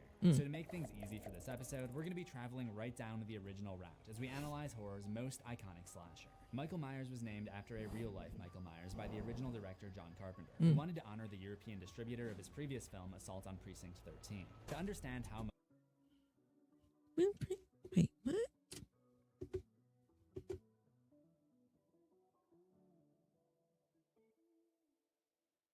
Michael Myers was named after.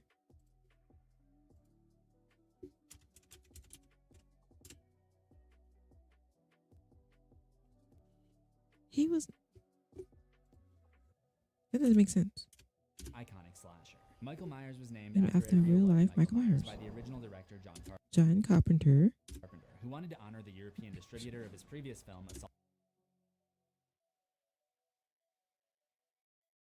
Of his previous film Assault on Precinct 13.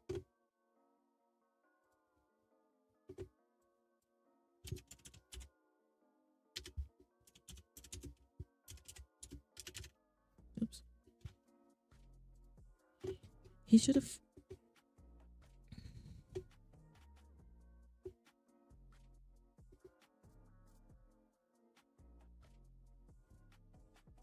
He should have. Okay, that's why I was confused. He should have put the original photo there. He should have put the original photo there, in my opinion. Because I was confused. I'm like, why is Lawrence Fishburne in Assault on Precinct 13? Because I'm like, he wasn't in that. I forgot they remade it. It's like, that doesn't seem right. But okay. All right. Let's keep moving. Assault on Precinct 13. To understand how Michael became the soulless, immortal killer that he is, we've got to take it way back to about 500 BCE. What? Dang. Mike Myers was cursed by a demon too?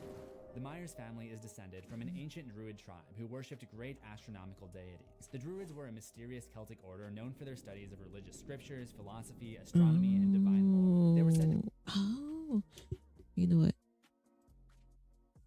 The subtitles are bothering me too. Make sacrifices, which sometimes included human sacrifices for the sick or injured, which allegedly included the burning of huge wickerwork figures filled with the Wicker not Man. Much is known of the druid culture because they did not keep... Wasn't there another one with Nicolas Cage? Wasn't he in the Wicker Man? Was it? You know, I gotta start looking. I can't see. I can't see. Oops, I should have put movie. Dang it. Because there was one in the 70s, right? And then there was I thought they had another one, like a remake or something.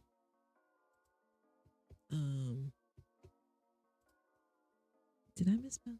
Oh my gosh. The headphones presses down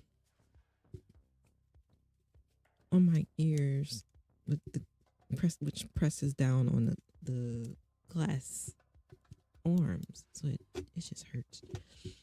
Okay, I misspelled something. Okay, that's what I did.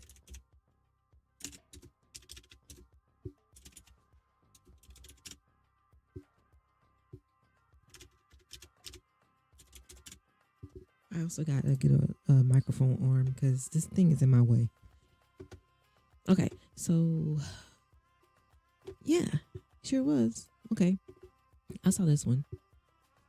I saw the remake of the 1976 one. I saw the one with Nicolas Cage that came out in 2006. All right. So the druids. Hold on, let me see. So this was about the Salem witch trial. So the Wicked Man was actually him as an enormous was actually statue in which the druids, priests of Celtic paganism, sacrificed humans and animals by burning. Okay.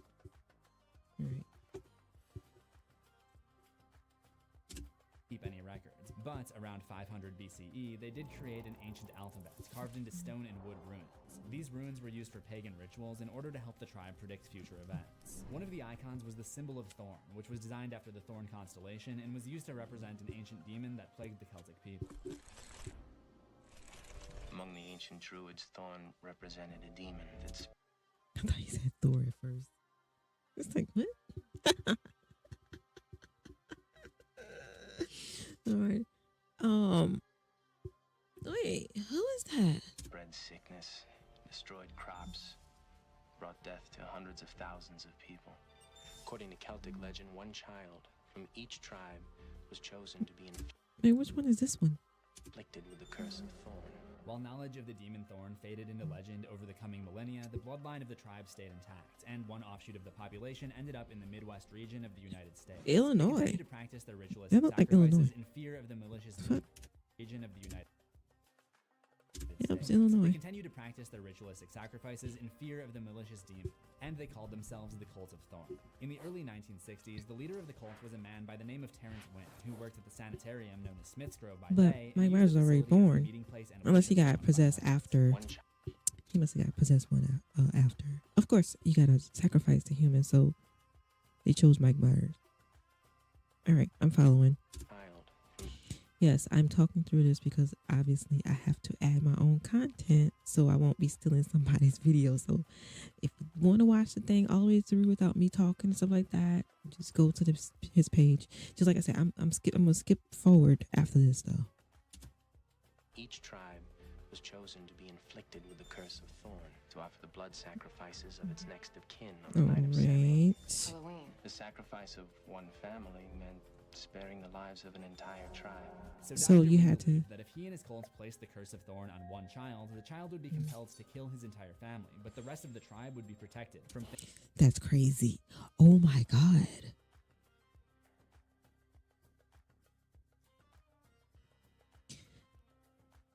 So Mike Myers with the other families, okay, I guess he's gonna explain that too.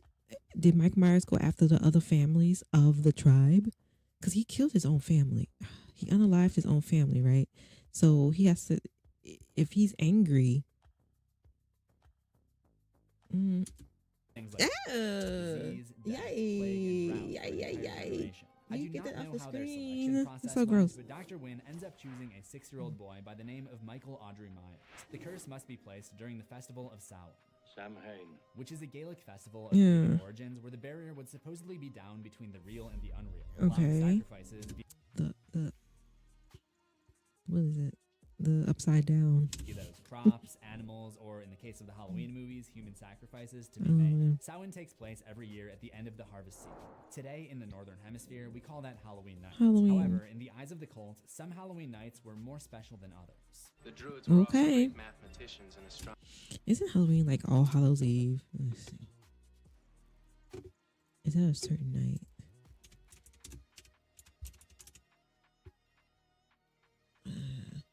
Oh, there's actually a movie called that. Did anyone seen Hocus Pocus? I love that movie. Oh my god, my cousin and I went to see that movie at the theater. It was so good. I loved it. With Bette Midler and Jessica Parker. And who else was it? I can't remember.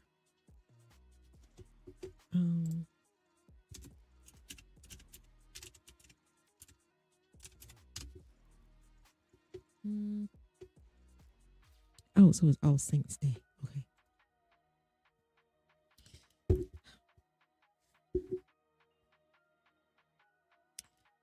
Less commonly known as All Halloween, All Hallows Eve, or All Saints Day.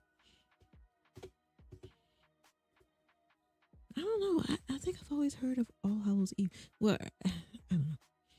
The celebration observed in many countries on 31st of October, the eve of Western Christian feast of All Hallows Day. It is at the beginning of the observance of All Hallowtide, the time that in the Christian, I don't know how to say that word, year dedicated to remembering the dead, including saints, martyrs, and all the faithful departed. In popular culture, Halloween has become a celebration of horror and is associated with the macabre and the supernatural. Yeah. Because it doesn't also coincide like with a lot of the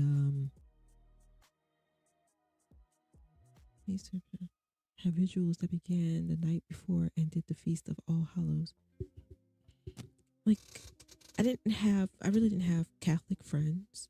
Many Catholic friends, although a town that I'm from is Catholic to the T. Like a lot of our celebrations have something to do with Catholicism, whatever. I don't know how to say that either. I don't know what that is. I should know it though. Let's see. I wonder when the time changed that it was turned into like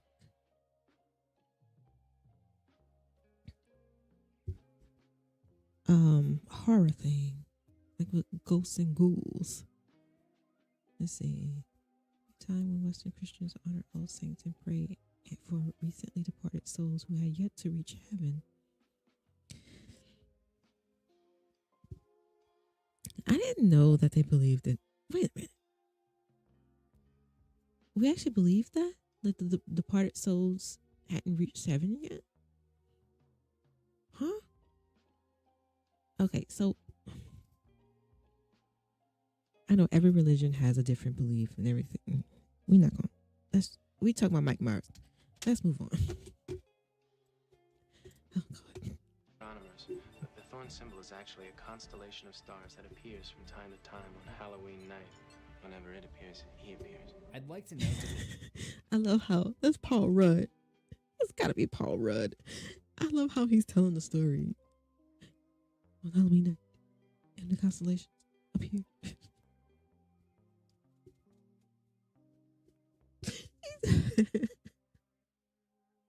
I'm sorry. I actually love that guy. He's really good. He's really good. I love him. I want to make sure though that's him. Oh my God, I know that's him. No, I want to keep that map open. Let's see. I was looking at Halloween. But what movie is that one though? That one's got to be like the like part 5 or something. Yeah, I was right. Paul Rudd. Oh, The Curse of Michael Myers. Okay. So that one's it is a connection because the curse of Michael Myers is part of the original timeline. Okay. There's no number, so wouldn't it be technically number 6? 1, 2, 3, 4, 5, 6. Yeah. 7, 8, 9, 10, 11, 12, 13. Yeah, so that'll be like technically number 6 if it's still connected to the others, right? So why is it in labeled number 6?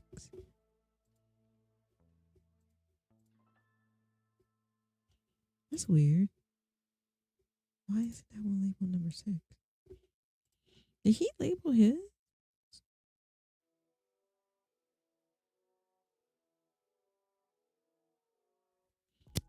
I guess it isn't labeled. Hello. Yeah, it's still there. Whoops. No. I need you to close. Shit. Hold on. I found out too that my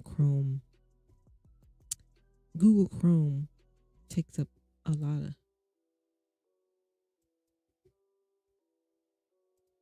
CPU. That was my major issue too.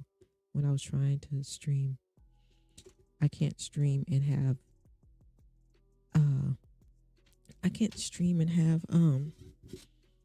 Google Chrome open at the same time, or my computer goes crazy and uses way too much CPU. But now that I'm using like the Microsoft Edge, I'm doing a little better, which is cool. So I'm gonna test this theory out again when I want to play my video games. I still have to get my joystick though, so I'm waiting on the joystick. Okay, because I was debating on whether I should just go ahead and just work with this little computer I got and just play the games that I can, or go ahead and get a PS5. Because I haven't had, like I said, I hadn't gotten a new PS station. I haven't gotten a PlayStation since PS3. So it's been years.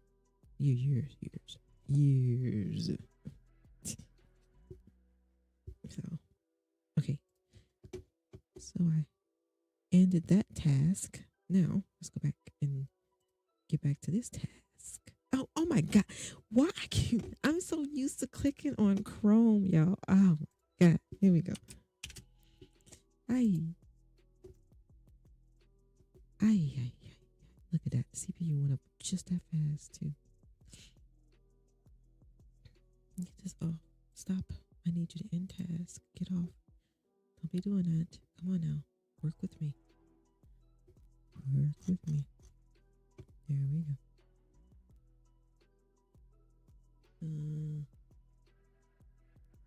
Okay.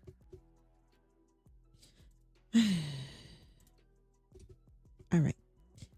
So I'm guessing Michael Myers, Curse of Myers number 6 wasn't labeled 6, which is labeled Curse of. I wonder what. No, the Druids, the pagans, the festival of Samhain, and the Samhain. ritualistic sacrifice of crops and animals during the festival are based on real life, while the cult of Thorn and the Thorn constellation are not. But the name Thorn is based off of a letter in the Old English alphabet. It looks kind of like a P and an I. So they made the movie version just look a little bit more thorny. Alphabet. It looks kind of like a P and a B put together, so they made the movie version just look a little bit more thorny. The Thorn constellation in the Halloween movies appears in the sky as... It looks like a... Okay, he got it. I was going to say something else, but yeah, he got it. It's thorny. All right, I'll take it. It looks like it's on the rose and with the thorns sticking out. That's seemingly random intervals. They're just this... They probably did that purpose. Same years that the Halloween movies came out. Together, so they made the movie version just look a little bit more thorny.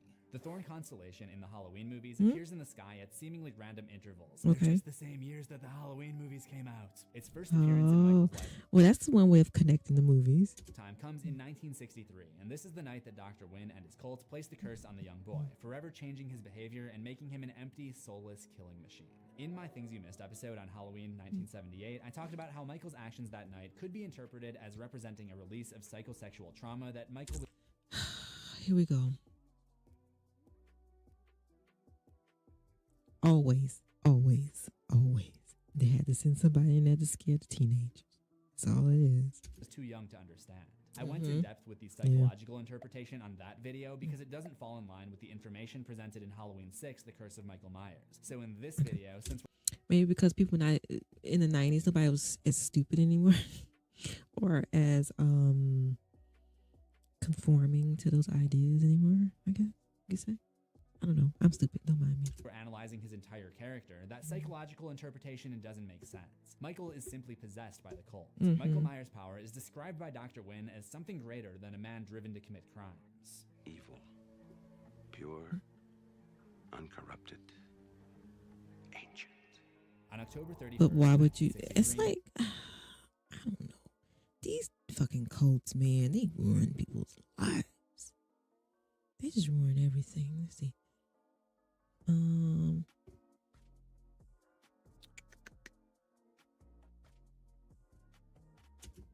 Michael's parents go out for the evening, and his older sister is hanging out with her boyfriend. So he's left in the care of an older woman named Mrs. Blankenship across the street. She ain't He paying begins no to hear a attention. voice in his head. Presumably, this was the voice of Dr. Wynn, or possibly the demon Thorn itself.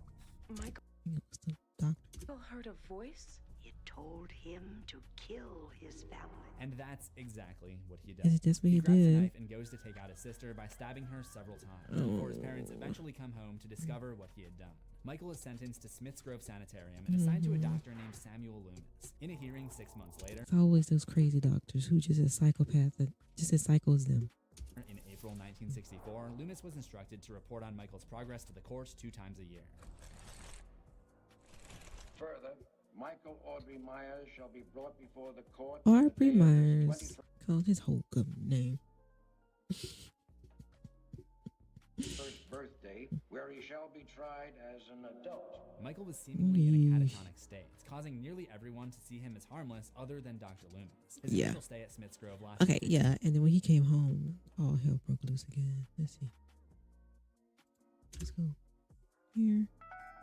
Of course, I'm going to go back and watch the whole thing again. Michael Myers turns 21 years old and so was due back in court to be tried as an adult. Dr. Loomis and nurse Marion Chambers were supposed to transport him to his trial, so Yeah. Michael took action to make sure that this was not possible. Yeah. He destroyed his room at Smith's Grove, freed many of his fellow captives, and left behind the word sister in blood. Although to most, this appeared to be a reference to his older sister Judith, because his younger sister's existence was hidden from the public, and she was given a new name and new family so that she Right. could be protected from any potential harassment. Since Dr. Wynn was the administrator, Which I kind of like that plot. I don't know why they said that in the other, what he said in the other Halloween movie, they made her not a sister. of the sanitarium and It's also crazy. the leader of the cult of Thorn, it's That works well. Like you have like this secret society. You got a secret family. It works well. It's not hard to imagine that he didn't exactly try his hardest to prevent Michael's escape. Michael waits for Loomis and Chambers to pull up to the sanitarium, and when Loomis Of course, you know what? From my thought process is that he wanted to see how Michael does. Not did he do? Like I said, I haven't watched all these movies. I only watched H2O, so it's like, did the doctor want him to go loose? Because he probably experiment on this guy. Like, I want to know what makes him tick. I want to know why he's doing what he's doing. Does he believe he's cursed, or does he believe he's really mentally unstable? gets out to use the nearby phone, he attacks Marion, driving her out of the vehicle, which he takes for himself. I know you can play as Michael Myers in Dead by Daylight, but I think this is proof that he... What? Dead by Daylight.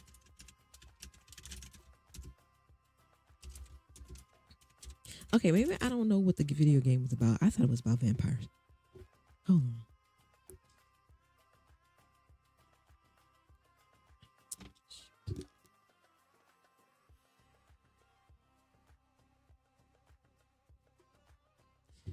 Okay, so Dead by Daylight is an online asymmetric multiplayer survival horror video game developed by and published by a Canadian studio, Behavior Interactive. It is a 1-4 game in which one player takes on the role of the unaliver and other 4 play as survivors. Really? You can actually play as an unaliver? Well, ain't that special?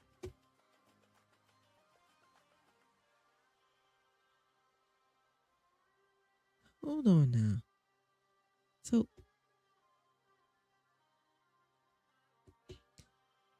I want to know, I want to see, like, the entity.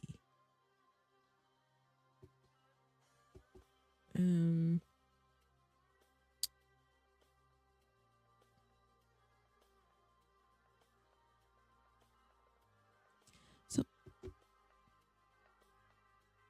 so you could just make your own. So you pretty much make your own characters in here?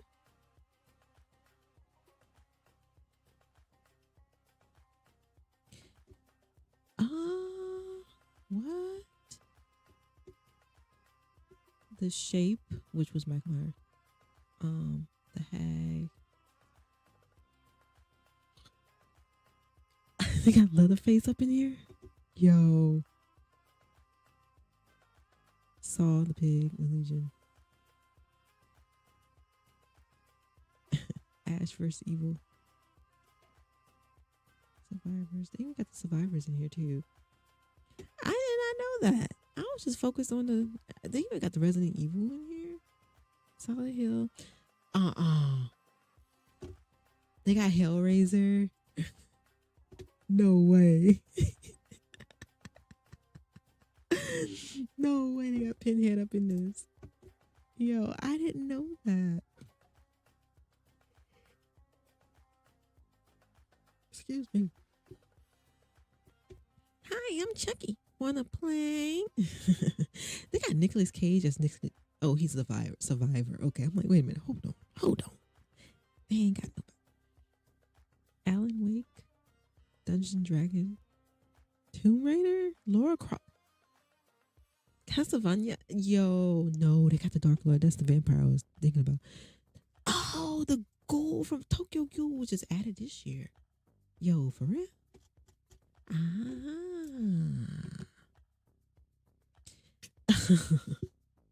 They just added the animatronics of Five Nights at Freddy and The Walking Dead. Rick Grimes and Michonne. Oh, they will be added later this month. So you're not on there yet. Okay. Sadako Rising. Yuki Ashikawa. The Death Slinger.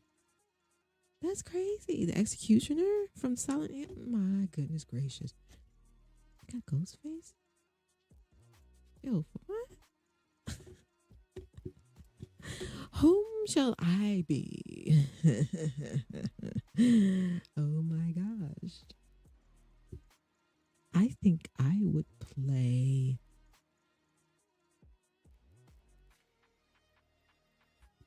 I think I would like to play.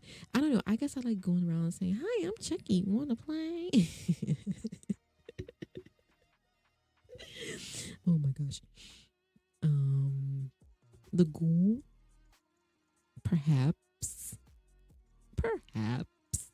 Do I ever want to, like, I don't know who I would play. Can you play yourself as a survivor?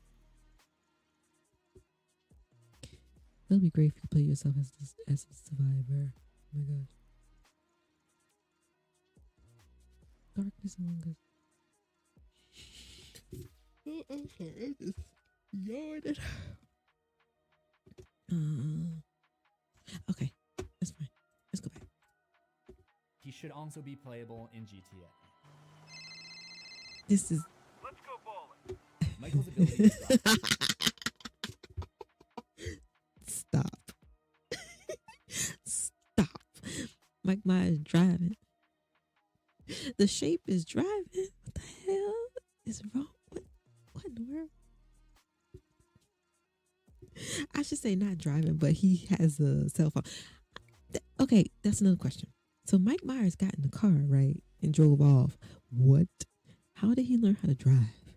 Wasn't he like what 9, 10, or 11 when he went to the hospital? When did he learn how to drive? I mean, we can't say because he was possessed, but if the possession, the thing that possessed him, the entity that possessed him, isn't from modern times, so how? That makes no sense. Without any but training I'll go or with it. experience has always been a point of question. Okay, so yes.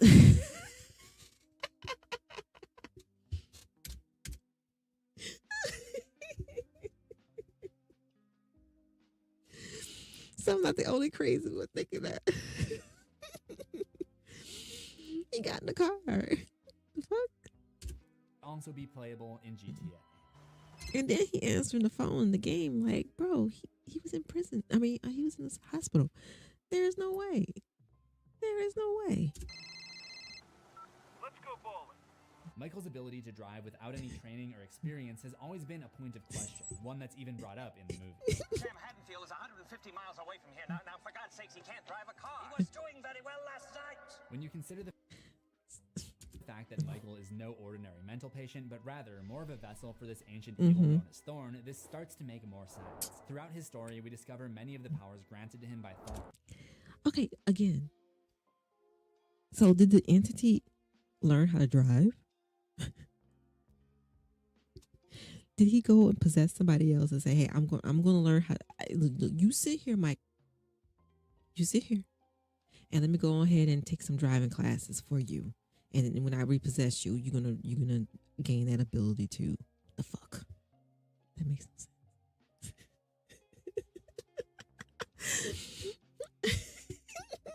Then why you gonna take driving lessons from an entity? What the fuck? He can't even drive himself anyway. So the ability to operate a car doesn't seem that far-fetched. No, it is. It is far-fetched. What in the Sam Hill? He had to leave Michael in that hospital to go to learn how to drive. Y'all ain't fooling me. You ain't fooling me. 1978 Rampage, Michael is You trying ain't to fooling me. recreate the experience he had when killing his older sister in 1963. I like to think of it as a ritual that he established when he was 6, going after his older sister. Okay, he was 6. He was 6. So, okay. And now he's trying to recreate it, going after his younger sister. When he was 6, he wore a one-piece clown suit and mask, his Halloween costume. So this time, he puts together a similar attire. He runs a mechanic's truck off the road and annihilates him to get the one-piece suit, and when he gets into Haddonfield, he breaks into the general store and steals his now iconic mask in place of the clown Yeah, mask. so- He also steals some rope, which he would use later. Next, he breaks into his...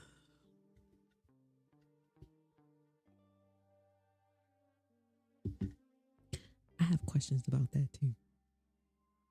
But that's okay. We're going to keep on moving. We're going to keep on trucking. We're going to keep on trucking. You don't want to go off on my tangents. Cause what the hell? I mean, of course, he borrowed the outfit because, he was wearing the hospital stuff, right? So he got in the truck. He just went and borrowed that, but it just so happened to be a mechanic. But I'm not understanding, how did he get the William Shatner mask? You want to explain that? Which now sits abandoned. When they later investigate the house... Like, what was his thought process? Like, why did he pick that mask? Was he a Star Trek fan? Did they let him watch Star Trek in the hospital? Because what? Star Trek. So he was born in 57, so 6 years old, right? No, he was born in 57. God damn it. He was born in 57. He went into the hospital. When did Star Trek come? What year?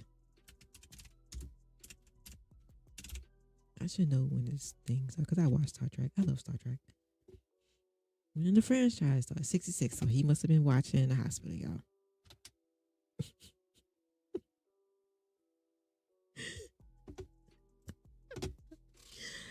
I try not to do that. I'm being silly. I try not to do that because I question everything. It's like, God damn it, it's just a fucking movie. Just watch it, whatever. Once they find a dead dog, which Loomis has his own explanation for. He got hungry. Okay, he knows his patient best, so I'm willing... He looking back at it now, because like I said, when I watched Michael Myers, the first one, I was a kid, I was young. I don't fucking understand this shit. It was just a scary slasher. It was just a scary movie. But now it's like looking at all this other stuff, and when I'm older, it's like, what? That makes no sense. That makes absolutely no sense. Do accept that explanation. At this point, Right. He killed a dog.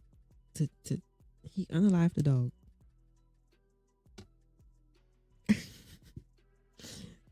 To eat it. I'm not buying it. I'm not buying it. I don't think he was that cray-cray. I don't think he was that cuckoo for Cocoa Puffs.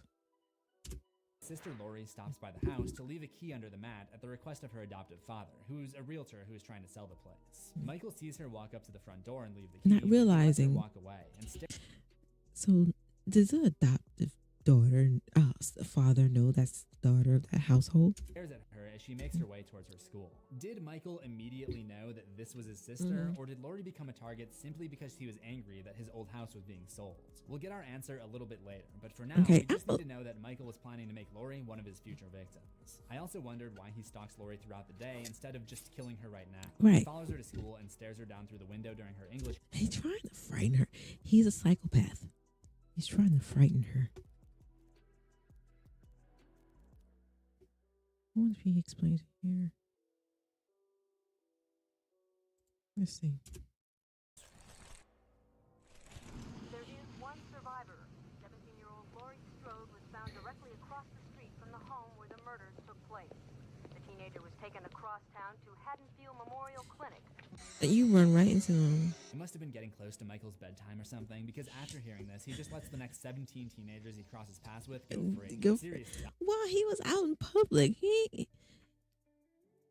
Even though he's not in his right mind and he's possessed, I'm pretty sure he's not stupid. He's not gonna kill all those people in broad nightlight. Right?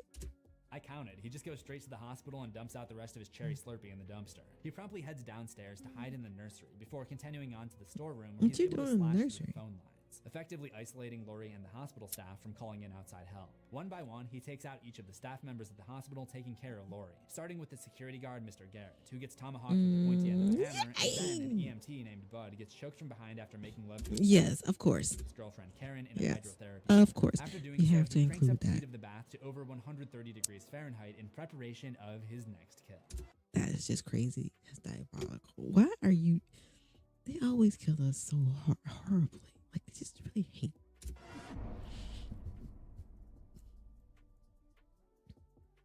So you probably So y'all, I'm sorry.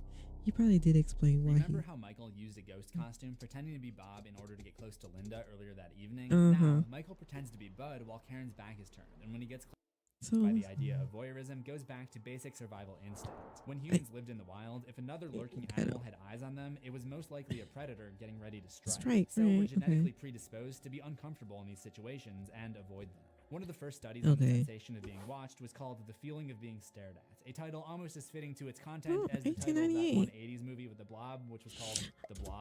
The Blob. I forgot about the Blob. That was the article's ish. author, Dr. Edward That was the Tishner, ish. the idea that someone's gaze itself could be what gives you those goosebumps. Yes. The unsettled feeling you get is something that you give yourself.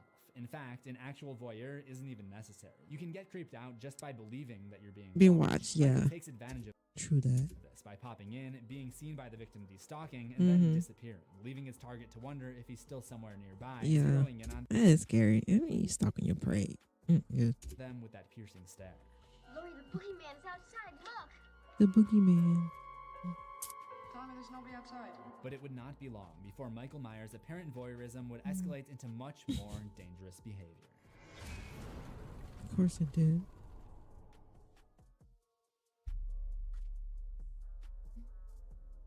Freed by Thorn.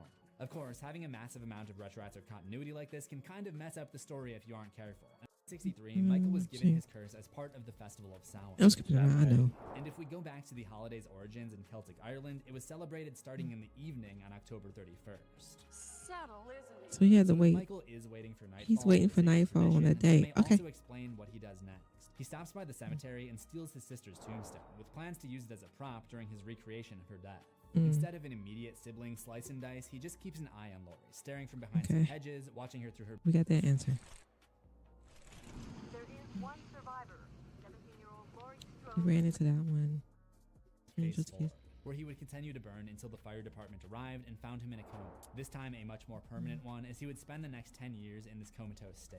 This time, instead of being taken back to Smith's Grove, Michael was locked up in a higher security facility known as Ridgemont Federal Sanitarium. He was burned like 100% of his body, and they got him strapped. That has to hurt. Despite being a vegetable for his entire stay, he gained a reputation for being the devil himself, and even the guards were afraid of him. As for the room that he's locked in, welcome to hell. After 10 years of being in a coma, it doesn't look like Michael is ever going to come out of it, and it was decided that he should be moved back to Smith's Grove to open up space for other, more threatening patients. Dr. Loomis is still Michael's doctor during this time, though it's said that the position is more ceremonial. Many of the day-to-day decisions fall on the Ridgemont medical administrator, Dr. Hoffman. It's always mosquitoes again. God. Michael was to be transferred on October 30th, 1988, one day shy of the 10-year anniversary of his rampage. Extra precautions are taken to ensure a smooth operation. Yeah. However, disaster strikes.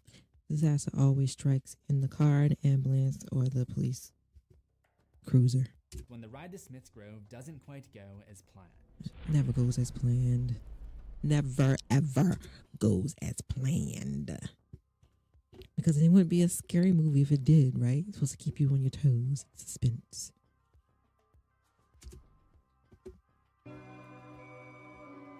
So wait. All right, so 10 years later, which one is that one? So, okay, the return of Michael Myers. That's less than 10 years.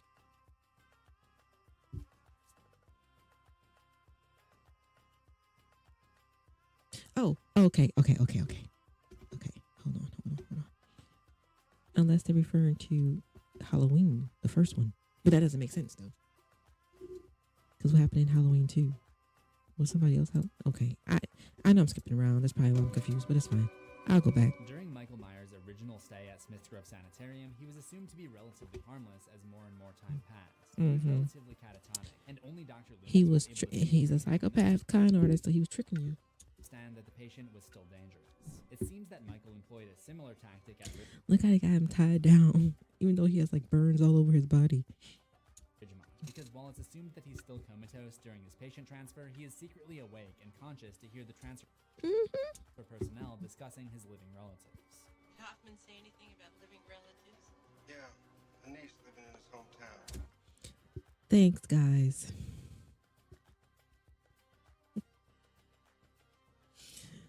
You never know who's listening. Like, you never know who's listening. Even if somebody has headphones on, always be cautious. You never know who's listening. Or if that person you're with is listening. Sometimes they're trying to figure out what type of person you are. Clearly, Michael is sentient during this ambulance ride. It would be hard to say for sure how long he's been awake before this, but given how he tricked most of the sanitarium staff as a kid, for all those years, surprised if he was faking his coma for the last couple years. Yeah. The information about who his living relative is also important because of the curse of Thorn. Even if Lori wasn't around anymore, he still has to take out the rest of his family in order to spare the community at large. Once he hears what he needs to hear, Myers breaks free. That make it sound like Mike Myers was not a villain at all. Like, he was just trying to save the world. He was just trying to save the tribe. Right? So he's going down the bloodline to save everybody else. So in technical terms, wouldn't that make him the hero? The hero would sacrifice you to save everyone else. A villain would sacrifice everyone else to save you, but he's trying to save everyone else, not you. Oh my God. Y'all, I'm going crazy. Don't mind me. Demonstrates his unbelievable strength by shoving his thumb through the man's forehead. That's just crazy. They make it just south of Mill Creek, about 4 hours outside of Haddonfield, before the ambulance crashes. Probably the But I mean, come on, that's just a question, right? result of Michael attacking the driver. It ends up flipped over in a river. Talk about rolling the ambo. But that wasn't even the end of the suffering for at least.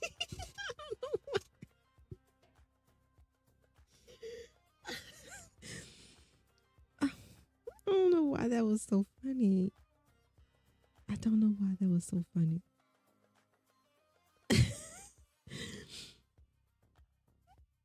I don't know why it was so funny. The little ambulance going across the screen. Crazy. This one, okay. So it seems like Jason wasn't. I don't know. It's like this one's a little more funny. At least one Or of the comical. passengers. We can actually see carnage smeared all over the outside of the vehicle, which would suggest that one of the transfer personnel actually survived and may have tried to escape the crash site, only to be reeled back in and gutted by Michael Myers. Thank you. Since his signature mask and jumpsuit burned up in the fire in 1978, Yeah, they get another Michael one. feels the need to get back in costume 1978. So what happened with Halloween 2? and stops at the local auto shop called Penny's Garage. Here he finds a stake and uses it to impale the mechanic and take his jump. So he had to get another jumpsuit. He can't do anything else. He has to get another jumpsuit. Fucking believable. So what happened with Halloween 2?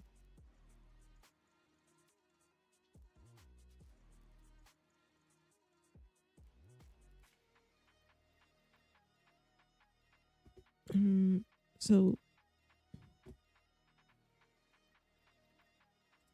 guess we explain He ends that. up hanging the guy up in chains in the back of his tow truck. It seems that Michael likes to make a spectacle of his victims, whether that be the No shrine shit. sitters in 1978, the He unique was cause of death all that for used the the hospital theatrics. He staff, sure half-sized was. ambulance, or now the strung-up crazy. mechanic. This, like many of his actions, may go back to Thorn. Perhaps Michael wants to show off his work to gain favor with the ancient being. Or maybe he just does this to intimidate the survivors as much as possible, because Why? Isn't the being entity living inside of him? Because isn't that the way he learned how to drive? Ain't no way that he did it on his own, right? So why are you trying to press something that's already inside you? he enjoys it. He goes to a small diner. That's true. I think he's a psychopath. Of course he enjoys it. By the looks of it, this I think his mind was already gone even before. Probably chose him because his mind was already gone. one died of strangulation. If you don't like the service, you don't have to leave a tip, but damn. He also destroys all Okay, that was corny. of the telephones, a tactic that worked well to buy him some time before the authorities showed up at the hospital in 1978, so why not try it again here? So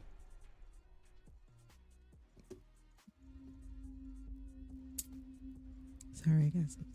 After being rammed into a roadside ditch with the full force of a pickup truck, the life comes into Michael Myers just a moment too late to attack Jamie, and instead, the police and the remaining Illinois boy. Oh my gosh, that is so creepy. I'm trying to remember. Did I turn? I am so sorry. I knew that music was. Oh my gosh, I went through this whole thing. The music on. Oh my God, did we go again? Jesus.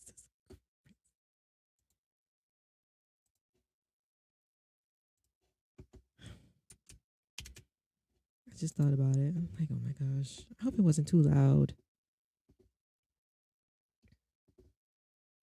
It's gonna ruin my editing. I gotta take all that shit out. Come on, Chrome close. I don't need you. I don't need you. You cannot leave me here. You cannot leave me here. Leave me. Yes. Ever after. My favorite. Boys all open fire on him. With 7 men all firing shots, Michael is knocked back into a hole. Michael Myers is not usually He's going to one hell. back away from a fight, but I think this time he realizes he's overmatched, and not wanting to end up back in a high-security Outmatched? mental hospital, he crawls away and finds an opening to wiggle through just before the Right. He's not like Jason. Like, okay, so they both, to me, okay, so Jason is literally a demon, right? I mean, there's no way that he's anything else but a demon because he was a child when he died.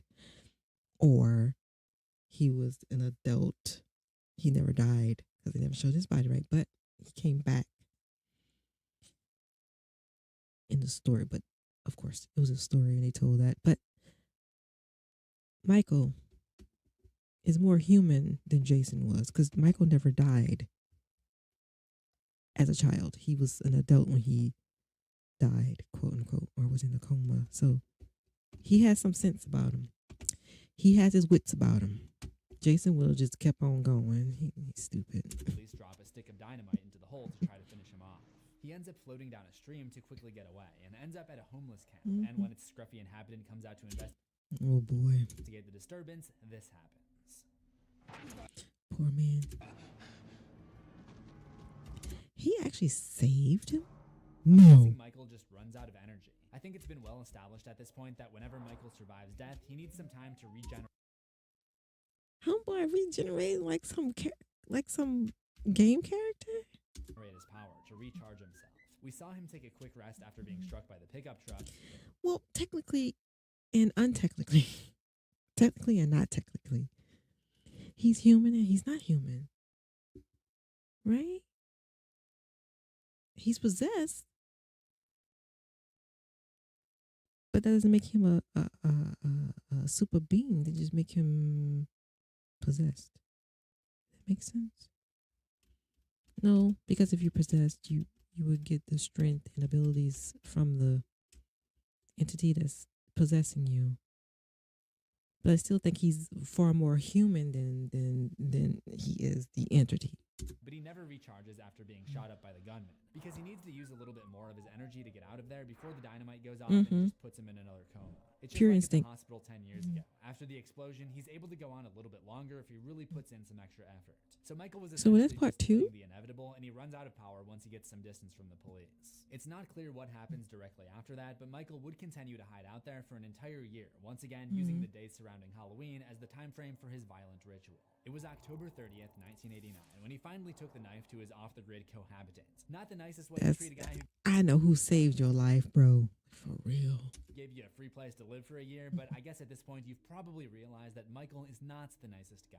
The next day he hides outside. Right. It's like he's an anti-hero.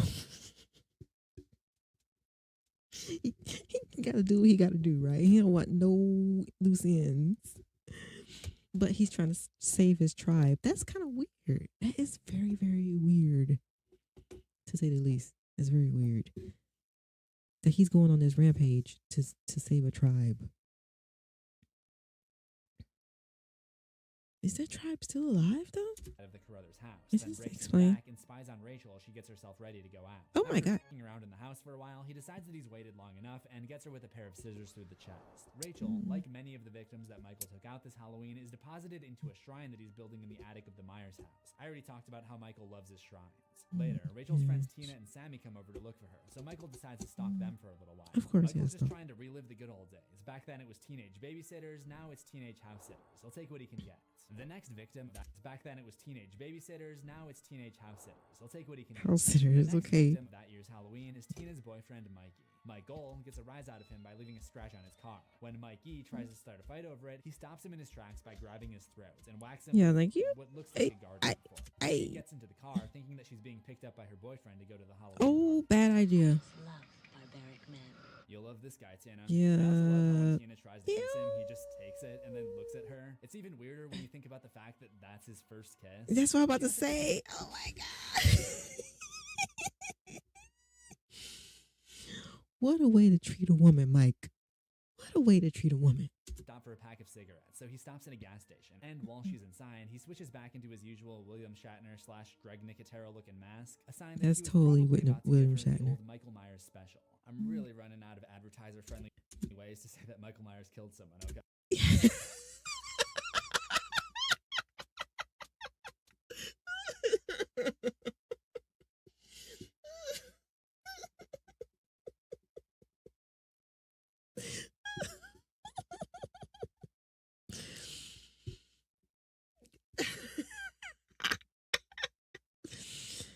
That's hilarious. He sure did. He was going all around loop de loops.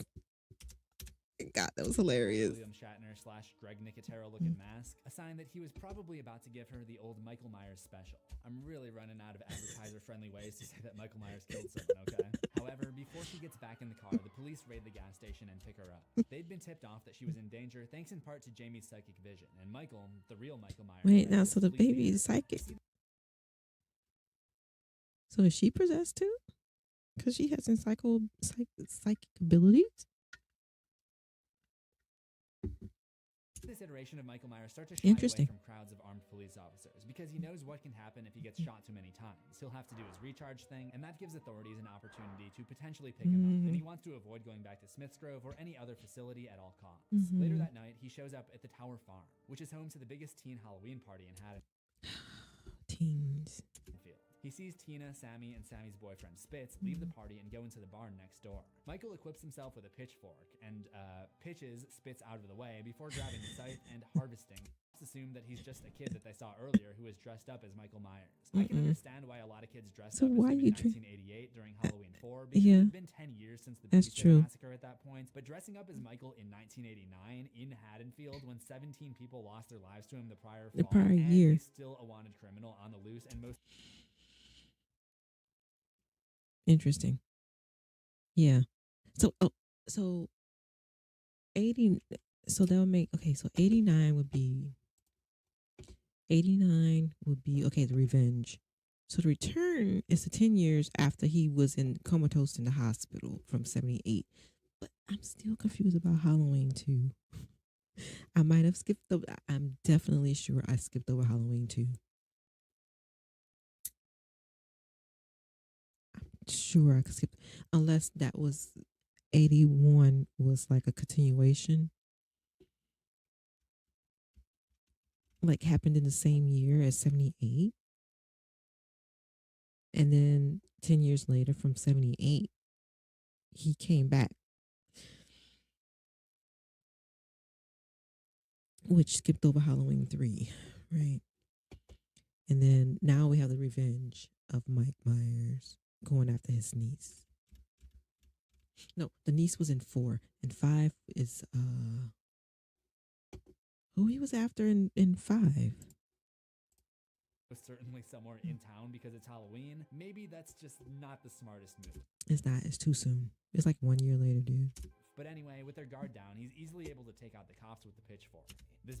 He starts by chasing down Tina by intentionally driving slowly after her. Jimmy and I talked about this in the Halloween 5 Things You Missed. Everyone knows that Michael Myers walks slow. We're never given a concrete reason for this, but I've always assumed that it ties into his curse. I talked about how he spent his first 15 years in Smith's Grove and Catatonia. He became known for being this creepy, unmoving shape, so he kept that aspect of his persona intact.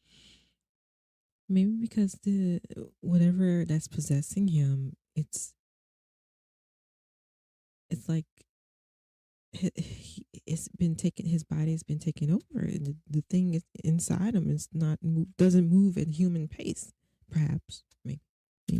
Packed by chasing his victims at a very slow and steady rate, which is more creepy. Relying more on power than speed. It doesn't often end up being a detriment to him because I was about to say because maybe he needs that energy. His victims are, but seeing Michael go slowly after someone in a car doesn't make a whole lot of sense, since we've seen in previous scenes that he is capable of driving fast. The only explanation even on the first time he gets in the car, Michael is savoring his kill. He's intentionally stretching it out the because predator. He enjoys being the predator, and maybe enjoys seeing the fear on his victims' faces and in their body language. Psychopath. Maybe this is also why Michael intentionally misses Lori with a knife so many times on that night in 78. Who knows? Yeah, he was like playing with her.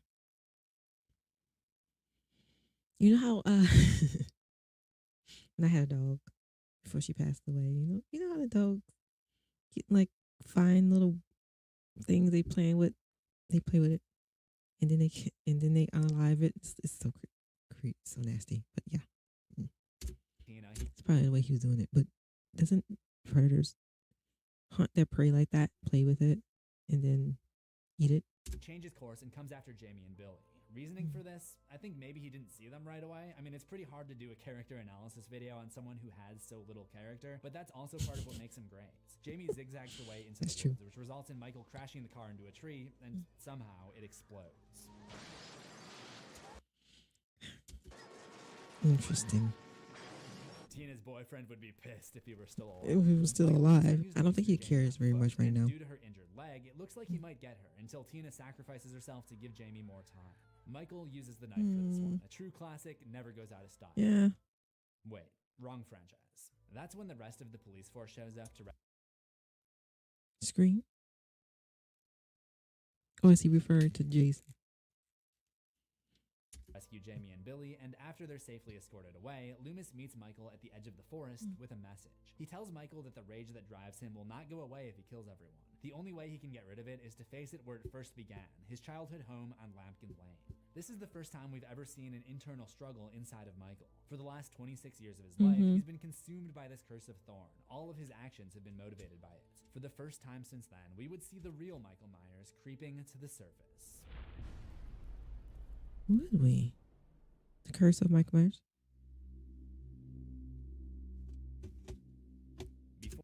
Hold on, y'all.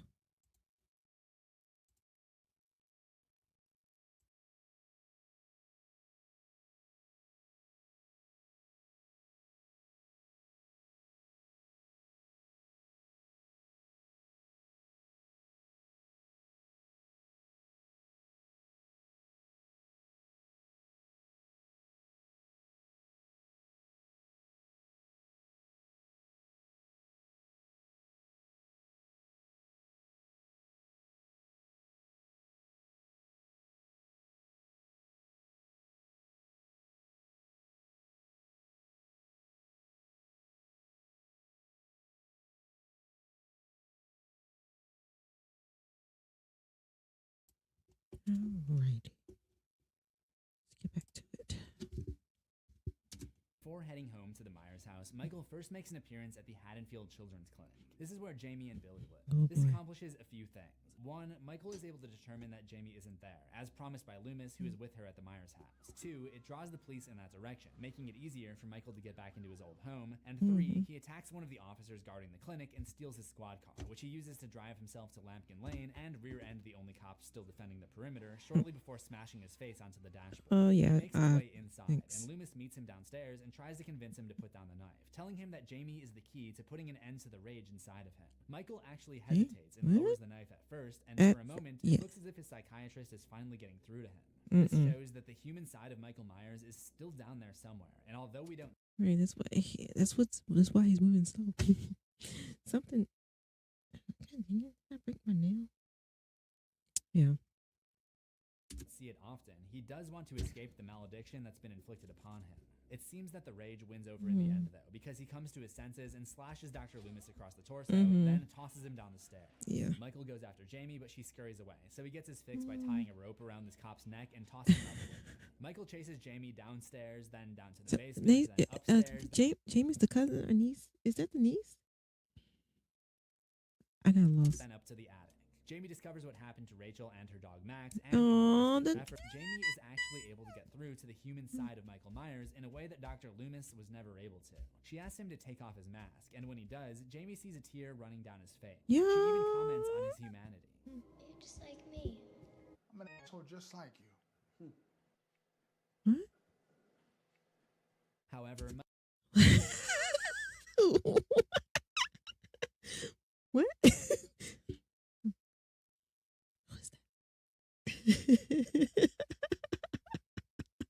That was hilarious. Takes back over. She runs downstairs, and when Michael comes down to find her, he finds Dr. Loomis offering. She runs downstairs, who is short-lived.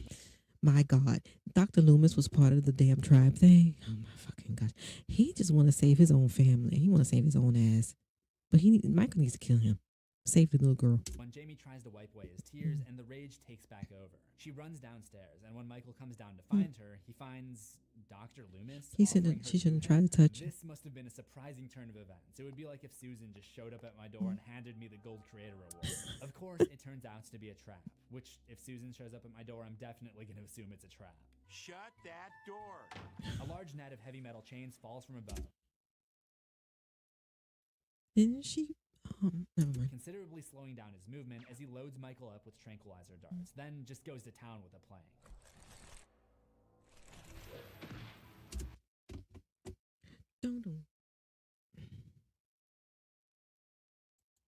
Two versions of this movie, the theatrical cut and the producer's cut, which was publicly released later. They're basically the same movie. The biggest difference is the endings, which is why you'll ride all the way into the station with us, no matter which one you choose. And your decision will really Wait, which one? We're moving on. Now, if you're riding along with us here on the Halloween Express, we've just finished Halloween 5, and we're moving on to the Curse of Michael Myers. There are two versions of this movie, the theatrical cut and the producer's cut, which was publicly released later. They're basically the same movie. The biggest difference is the endings, which is why you'll ride all the way into the station with us, no matter which one you choose. And your decision will really only dictate which platform you exit to. The theatrical cut is technically canon, so that's the direction I'll be heading in, but if you want to... Theoretical. Sorry, my microphone keeps going in and out. It's crackling in my ears. So I'm just trying to make sure it's. Oops. Just trying to make sure you guys can hear me.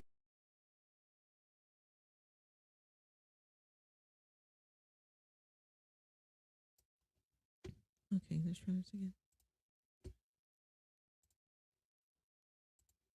See me talk about the producers. That is totally sucking my editing. Like, oh my god, did a whole stream with no microphone. What the fuck? Have to do some voiceover. I'm not a voiceover actor. Shit would be all fucked up.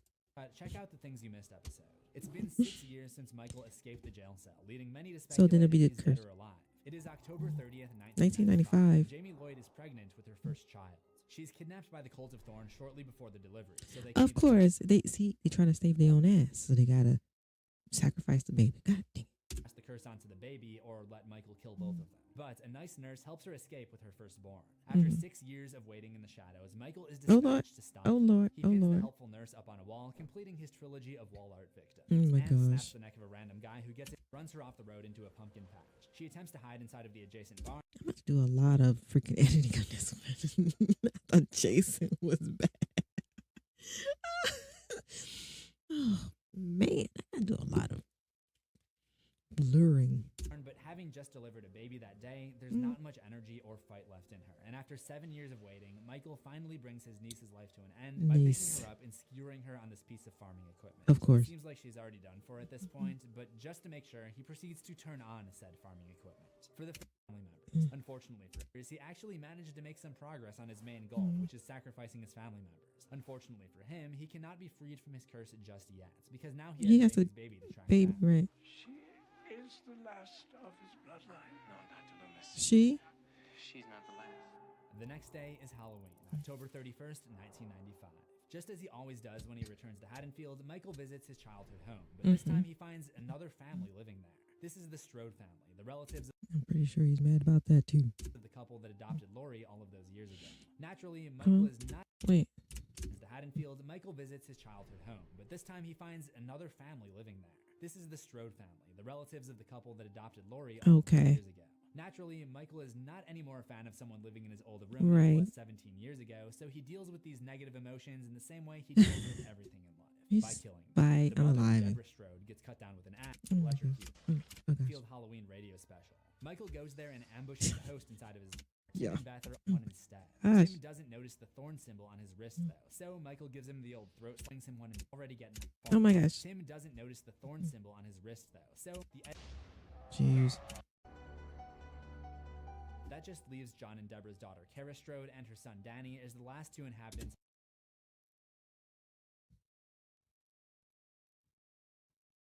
of the house. Kara manages to hide in a dark corner and knock Michael down the stairs, making her the first one to knock Michael out with her bare hands. He comes back and... What? Okay. grabs her ankle. She's trying to get Danny to safety, though, and she's only able to escape by whacking him with a fire poker. Because Chases he them needs back some across the energy. street to the boarding house, but Michael was born in 57.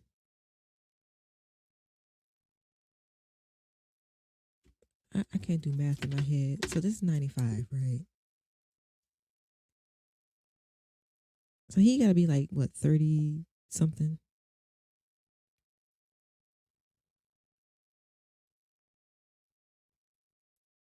$39. Yeah, so he's like 39, right? Oh, but like, he pushing it. Dr. Wynn and the other cult members are waiting for them there. So Michael is instructed to return to his home away from... The cult members are even... The cult members are more evil than Michael is. They're the one who set him out there to do their bidding, to do their job, to save their families. But they're more psycho than he is. From home, the Smiths Grove Sanitarium.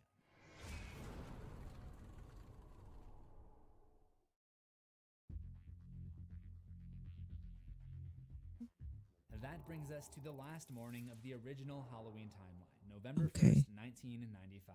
November 1st is one of the worst days of the year as it is, because it's the furthest day from Halloween on the calendar. Is one of the original Halloween timeline, November 1st, 1995. November 1st is one of the worst days of the year as it is, because it's the furthest day from Halloween on the calendar. I can right only after imagine that kind of whole year. A serial killer after you on that day doesn't make it any easier to swallow. Jamie's baby, who's been named Steven Strode, and Kara's son Danny Strode are captured. We have to do a little bit of guesswork to figure out. So they adopted Lori, right? Which is Jamie Curtis.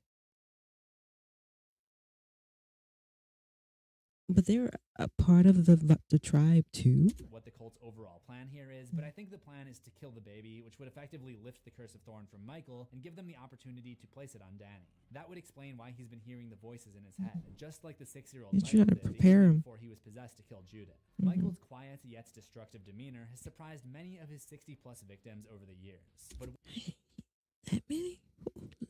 What he does next is a different kind of surprise. Michael turns against the cult of Thorn. This was what I was trying to figure out. Was he actually to the lab and starts cutting down doctors, nurses, and surgeons left and right. If you work in medicine in Haddonfield, just take the day off. Yeah, just don't even come to work. We're left yet again to wonder why Michael's behavior changes so suddenly. I've seen it suggested that he was just tired of obeying the cult. That's true. I think that makes no sense. Why would he turn on them when he was potentially so close to breaking the curse after 32? Perhaps he started feeling sorry. Maybe he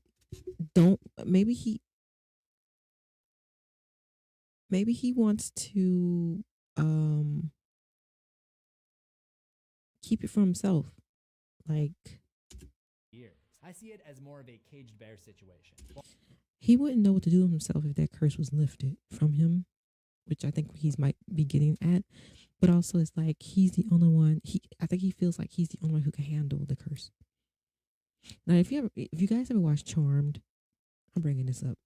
Watch Charmed. How Cole, he was a source, and the time there was a certain time in like I don't remember what season it was, but he lost the source.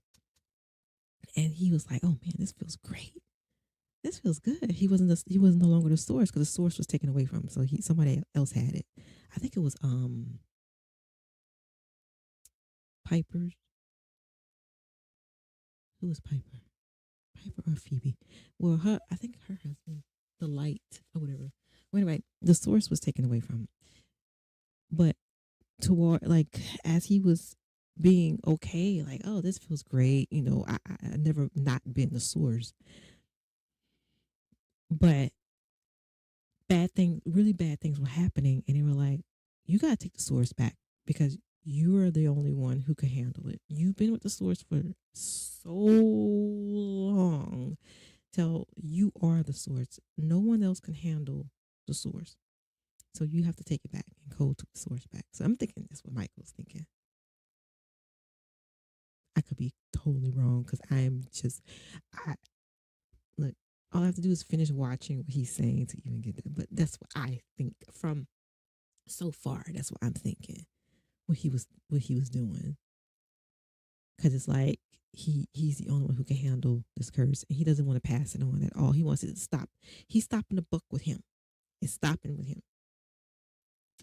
While Michael is possessed by Thorn, he's essentially like a wild animal. Anyone who gets too close is in danger of being killed by him. That's just his nature, what he does. He doesn't have any real allegiances, but he does still have the goal of killing off his next of kin.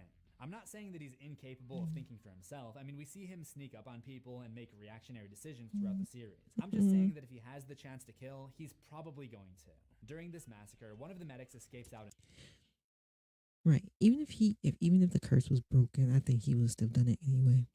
Into the hall, and that's when he sees Tommy and Kara trying to flee with the two young kids. This is the first time in a while that Michael is really close to completing his main task, that is wiping out his bloodline, so we see him actually walking faster than he's ever walked before. Tommy closes up this gate in order to create a barrier between them and Michael, which totally screws over this medic for no reason. Oh my Michael bashes the guy's face into the bar, gosh. so he's able to take some kind of shortcut to cut them off. They duck into a random lab filled with human embryos or babies growing to believe that this was a setup for a 7th Halloween film that never happened. I don't think either of those makes that much sense, because these embryos scene was actually added for the theatrical cut after the death of Donald Pleasance, who plays Loomis. It would have been an excellent opportunity to tie up any loose threads, not cast new ones. Feel free to share your own interpretations, though. Michael pushes through the door to get access to the lab, and Tommy seems to concede to him and offers up the baby. But of course, that was a lie. An empty bundle of blankets. Yeah. Tommy stabs 4 syringes into him, and then Kara hits him with a pipe over and over. He pins her to a lab table and chokes her, but he lets her go after Danny yells out and gives away his position. Michael realizes that Danny has the baby and attempts to seize him, but Tommy drugs him one. That is funny. Like, bro, you've been moving smart. You've been moving smart all this time. You gonna get stuck between the you gonna get stuck between the pipes. Last time, giving Kara and the kids a chance to make a run for it. Then Tommy beats him up with a pipe, Dr. Loomis style. Yeah, he's an iteration of Michael Myers. The theatrical cut, not, that is the last we ever see of the original iteration of Michael Myers. The theatrical cut ends with a suggestion of some kind of confrontation between Michael and Loomis, where Loomis managed to get his mask off, but judging by this sound, I am led to believe that Michael ultimately got the upper hand. The original continuity. So whose voice was that? Ended with a whimper in terms of box office revenue. 4, 5, and 6 represent 3 of the 4 lowest grossing Halloween movies as of 2021. I don't really care about that, but from a horror perspective, it makes sense why the series was falling out of favor. The Cult of Thorn storyline gives an explanation to Michael Myers' creepy and unpredictable behavior, he's still, and in a way, that demystifies the character. For years, I've been convinced there must be some reason, some method behind Michael's madness. But at the same time, as we've seen in this video, there is still a lot to speculate about. I think back to the sheer look of confusion when Laurie removes Michael's mask in 1978. Michael operates at his highest potential when he, the mysteries of his character, and his true intentions are properly masked. Right. Click that playlist on the left for my... Oh, that was it.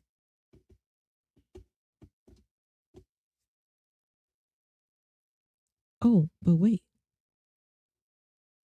There's more. What? Connell Cochran, the owner of the widely popular Silver Shamrock Novelties Halloween Mask Manufacturing Company in 1982, may have been born sometime around the 10th century in Celtic Ireland. While it's never made exactly clear just how old Cochran is, what is... Oh, he looks vastly different. When this was? 3 years ago. The same amount of years. Oh, he got a whole freaking... Okay, I see. He has a whole playlist of Mike Myers shit. Okay. I was just watching the original history of Mike Myers. Jamie Laurie. He got all of them on there. And then it got the complete history. Yeah, well, that's interesting. Like I said, he's really good. I wonder if he has Hellraiser. Let's see what he got.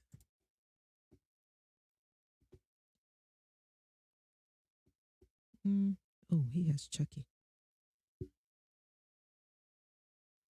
Let's see. He got Final Destination. I saw Final Destination 1. That was it. I heard the last one was closed some up, tied up some loose ends.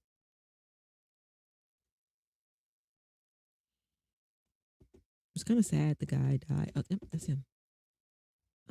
Todd. died in real life. The history of Smiley.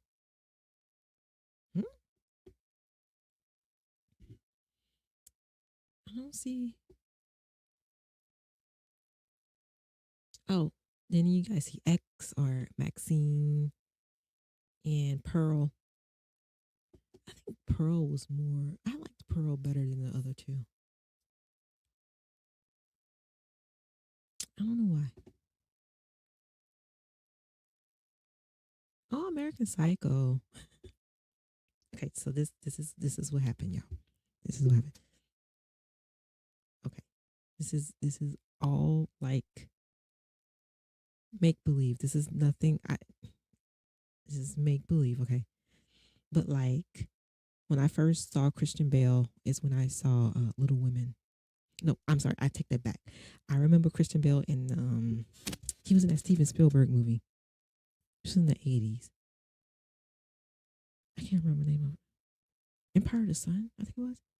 He was like a teenager then. Anyway. And then I went to see Little Women. That's my mom's favorite movie. Little Women, right? And he was Larry. He was like the friend of the family of the girls. And I was like, oh wow. He is really handsome. Oh my gosh. So it's like this is me in my head, in my stories, you know. And like, okay, so Christian Bale and I at that time, we were best friends. Right. It's like, oh, you're cute. He's someone you want to date. You know, you're getting to know you want to date, right? But then when he did Equilibrium and American Psycho, I was like, okay, so American Psycho, we're dating. Like we're in a relationship. And then he did Equilibrium, like, oh, yep, definitely. Yeah, we're gonna get married. When he became Batman, honey child, baby, we were married and had 5 kids.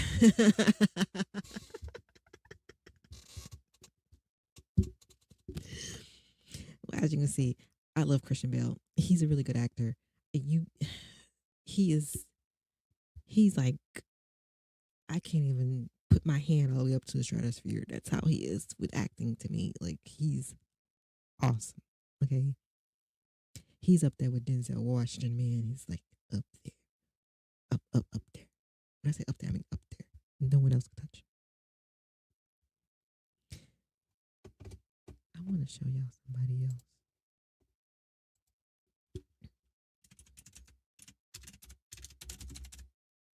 This one. This guy. Oh my goodness. When he was in Leverage. I want to go.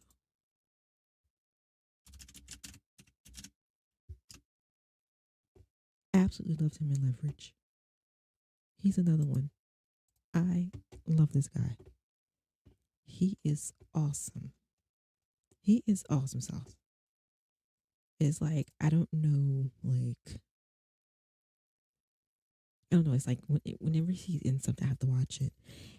Although I have not watched Alex Cross yet, and it's like, because I read the books, and you know how Morgan Freeman was actually Alex Cross in the 90s with Kiss the Girls and Along Came the Spider, and yeah. So now he's Alex Cross, and I think they got it right. I think they got it right. Oh my gosh, those books are awesome. James Patterson books. How the connections with him, they're really good. And I think he makes from previews and trailers, I think he makes a really good Alex Cross. He's handsome. He's handsome. I'm sorry. He's handsome. I can't. Oh my gosh. So now you know Christian Bale, Aldous Hodge, Idris Elba are my 3 guys. I'm sorry, 4 guys. Denzel Washington. But my favorite woman actor is, of course, 2 that's tied: Viola Davis, and Angela Bassett. You cannot tell me no different. Cannot tell me any different. And the close second would be Octavia Spencer. Love her. Okay, Love her. She is such a beautiful lady. Oh my gosh, she is so beautiful. She is very beautiful. But yeah, I don't know how we went from horror to talking about my favorite actors.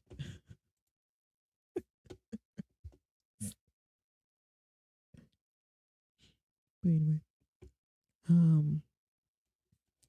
so that would be it. I was trying to see if he did Hellraiser.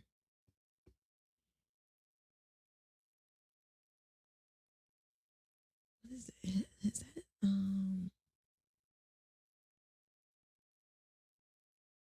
Is that? No, I thought that was Jeepers Creepers. He doesn't have Hellraiser. I would have thought that would be like let's see, not podcast, but playlist. Mask horror. I can't see. I knew I would. Well, I can see it. I have glasses on. Interesting that he doesn't have Pinhead. That's like a fucking classic. You cannot not have Pinhead. I mean, you did the whole Michael Myers and Jason. You gotta put Pinhead in that motherfucker. Did you guys see Pumpkinhead? That came out in the 80s too. To say that I didn't like horror movies, I sure watched a lot of fucking horror movies in the 80s. And in the early 90s, I remember during the summer months, my cousin and I would go to the video store. The video store with VHSs, and we would rent horror movies all the time. What I just named? Pumpkinhead. It was almost like Pet Cemetery, I guess you can say it was, but it's not.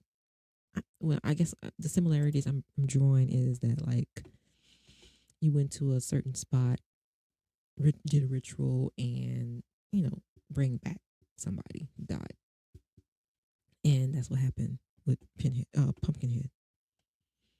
But yeah, you should watch that one. Pumpkinhead, Pet Cemetery, of course. Obviously, everybody has seen Pet Cemetery. Everybody knows about Pet Cemetery. I didn't read that book yet, though. To be honest, I was still trying to get through The Stand. The Stand, that book, that one, and it is long as fuck. But if I can get through Game of Thrones, I'm probably sure I can get through The Stand. I just can't. I don't know.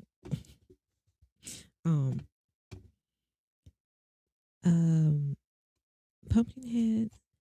What else did I go see when I was to scare myself? What else? What movies did we rent? Everybody's seen The Stupid Leprechaun. That movie was so dumb. That movie was so dumb. Chucky, obviously. Let's do like this. Let's do this. Oops. I didn't mean to do that. Okay. Yeah, we can do this. List of horror films. Let's start with the 80s. Oh, I don't need the... Oh my gosh, just give me the... Let me hold this. All right. Oh. Cannot forget Aliens. With the little girl.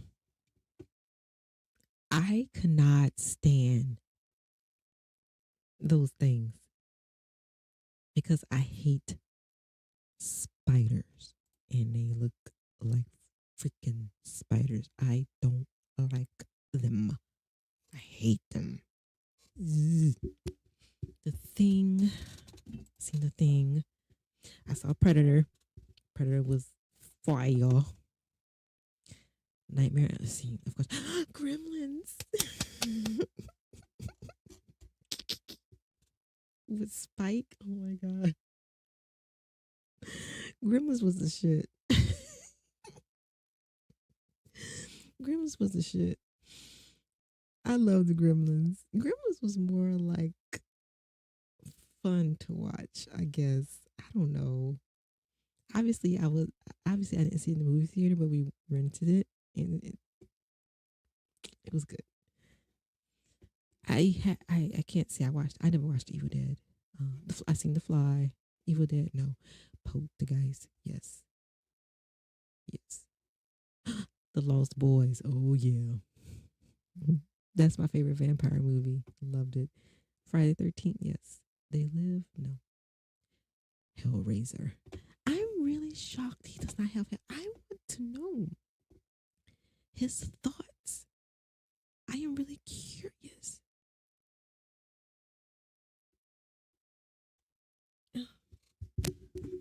Oh, shoot. I'm sort of disappointed that he doesn't have Hellraiser in here.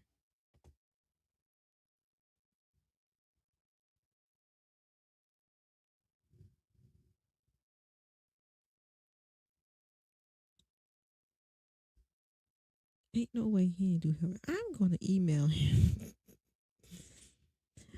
What's his business email? Say, hey, don't leave a comment like, bro, when are you going to do Hellraiser?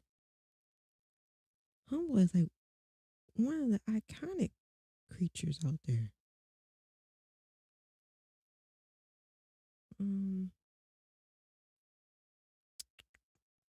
Shoto got a lot of Halloween though. Must be a Halloween fan. Oh, you got Stranger Things up there. He didn't do Alien. He didn't do Alien either. No Pumpkin. Oh, he got Gremlins. Okay, I'm gonna have to watch that one. Okay, he got the Gremlins, but no Hellraiser and no Pumpkinhead. I'm going through.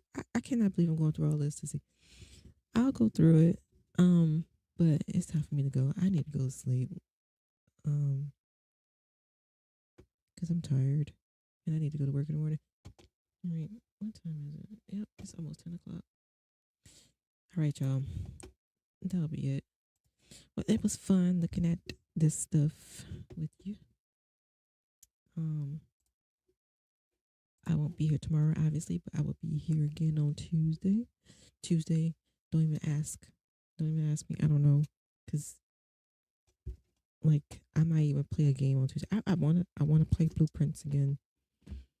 I want to figure that puzzle out because it's driving me crazy. I think I'm on like what day 20 something. I went in after I went in and played it. I went in and did it a couple more times offline, but I want to try it again. So blueprints. I want to try that again. So that'll be all for today, and thank you for joining me. And to you guys on YouTube, like and subscribe. Thank you guys. And you know what I do? Audi 5,000.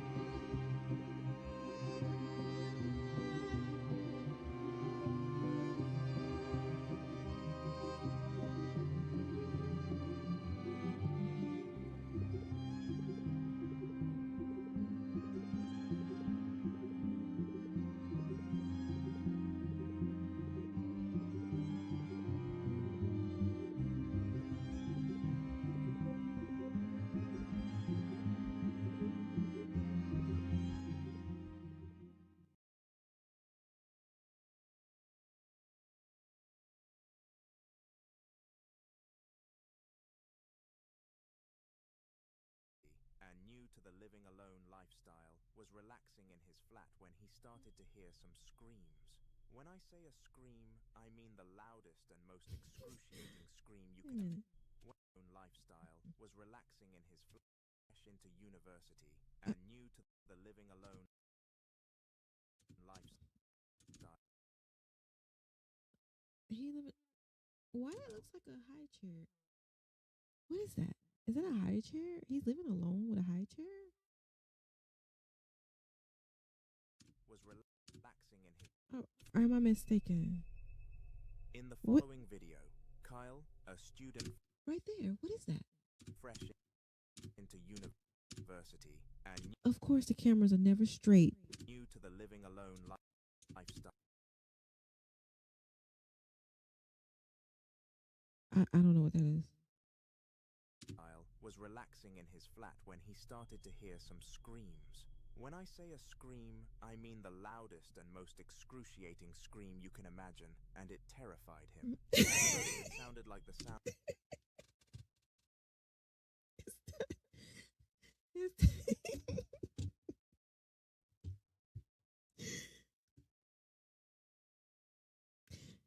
Is that him shaking?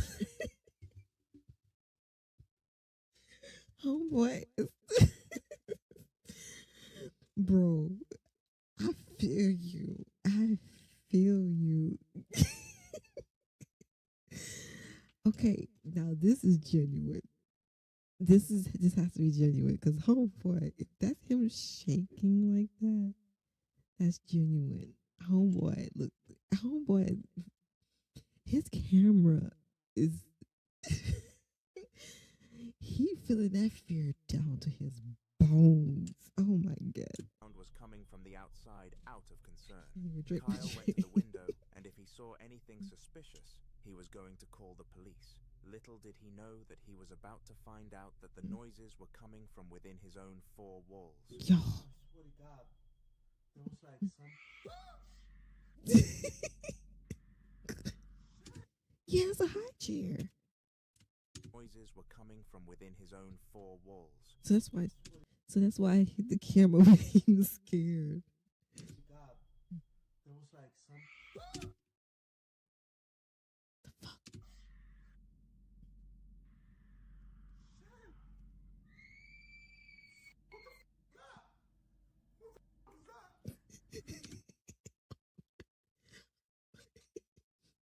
Oh my. This man is frightened. He is frightened. He's telling the entity to shut. Dude, oh my god.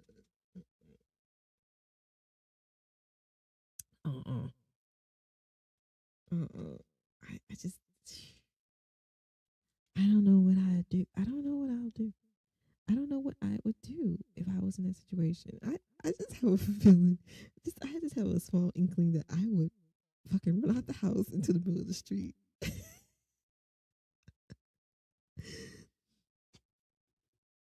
Oh my god. I feel like, oh, it's the one. I just felt like the camera went off. Not the camera, the microphone went off.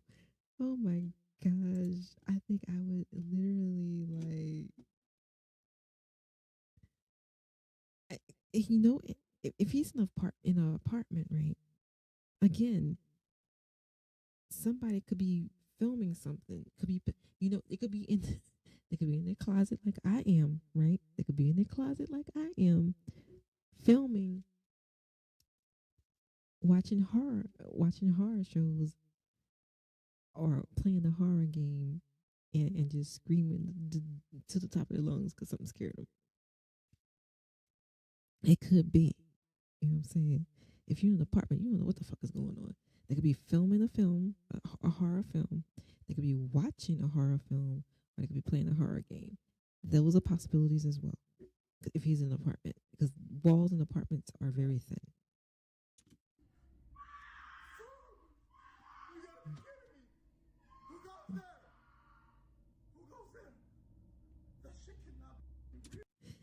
Who goes there?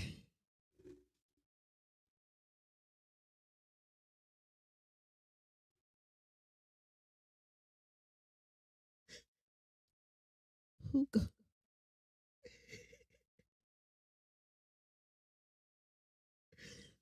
This man generally, I'm so sorry. This man.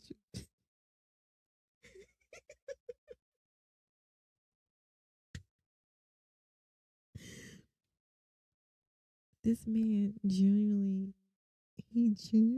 sounds scared, and I don't mean to laugh. I do not mean to laugh at him. He genuinely sounds scared. But he said, who goes there?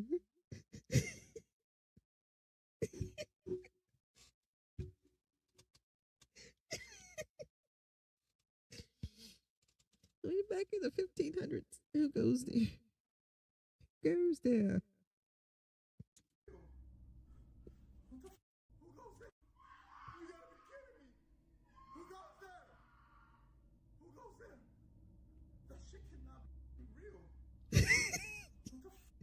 He's scared. You gotta be kidding me. He's scared shitless. What the was that? You gotta be.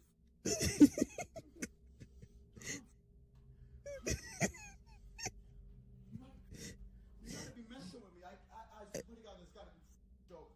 Whoever's in here, I command you to leave in the name of Jesus Christ. There you go. I ask you to leave now. There you go. There you go. You better say his name louder. Say his name louder. Right through my body. It looks like it because he's. What's that?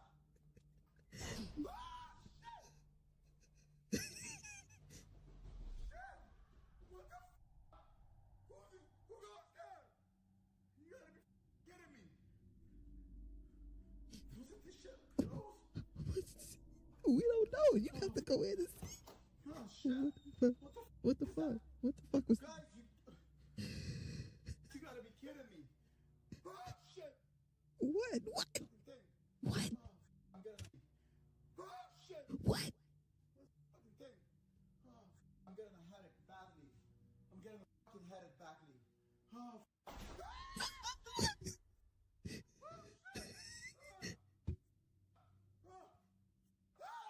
What? you gotta be kidding me. Oh, shit. No. Holy crap. Fuck, I'm turning around.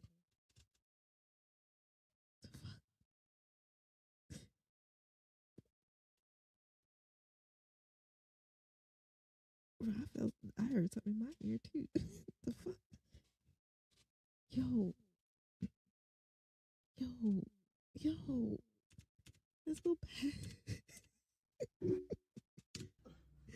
You gotta be kidding me. Oh, shit.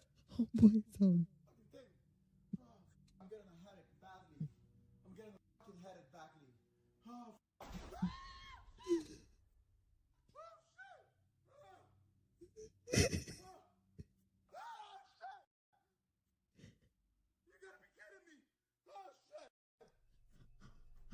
There is absolutely How? Okay. So I was trying to see any cuts. I wanted to see any cuts in the camera movement, right? So he did a couple times when he screamed. Hold on.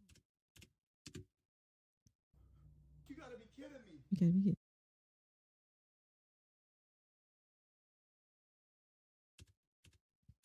When he was going around, right? Who goes there? Who goes there? That shit cannot be real. You gotta be kidding me. What the was that? You gotta be kidding me. So he went around the house. So those red things. He already went into the kitchen. So, Who goes there? Who goes there? That shit cannot be real. so we got the key. Okay. You gotta be kidding me. What the was that? You gotta be kidding me. He has floor vents. That shit cannot be real. What the You gotta be kidding me. Yeah, he has floor vents. Somebody could be underneath the house too.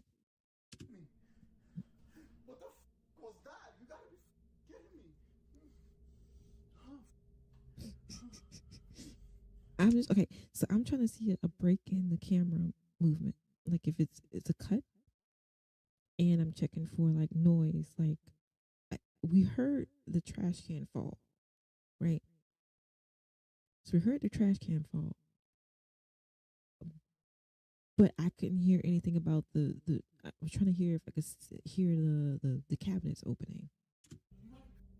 You gotta be messing with me. I swear to God, this gotta be dope. Whoever's in here, I command you to leave in the name of Jesus Christ. I ask you to leave. So he's passing by the kitchen again. Nothing. I got adrenaline going right through my body. What the is that? Wait. Well, hello. Hey, hi, hello. I am Ryan. Yeah, your movie trailer for the next few minutes. I know. I am buku early and buku late. I was supposed to be on here yesterday at 7:00 p.m. Eastern time, but it's just so happened to be 1:40 Eastern time Wednesday, which makes me buku late, but also buku early because I'm going to be on again tomorrow, Thursday at 7 p.m.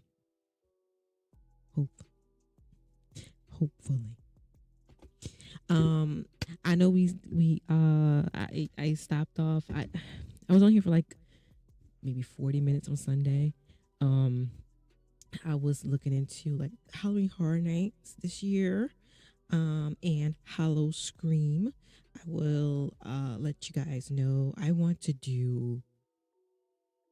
I'll probably do the Tampa Hallow Scream at Busch Gardens, and then I really want to do the Halloween Horror Nights in Orlando.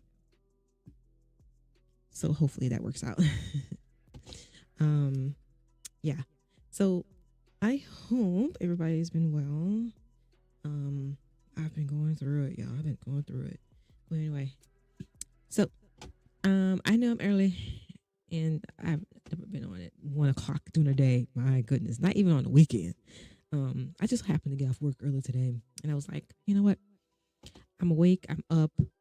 I just changed clothes real quick and sat down because I know that once my keys hit the table and my shoes come off, I'm done.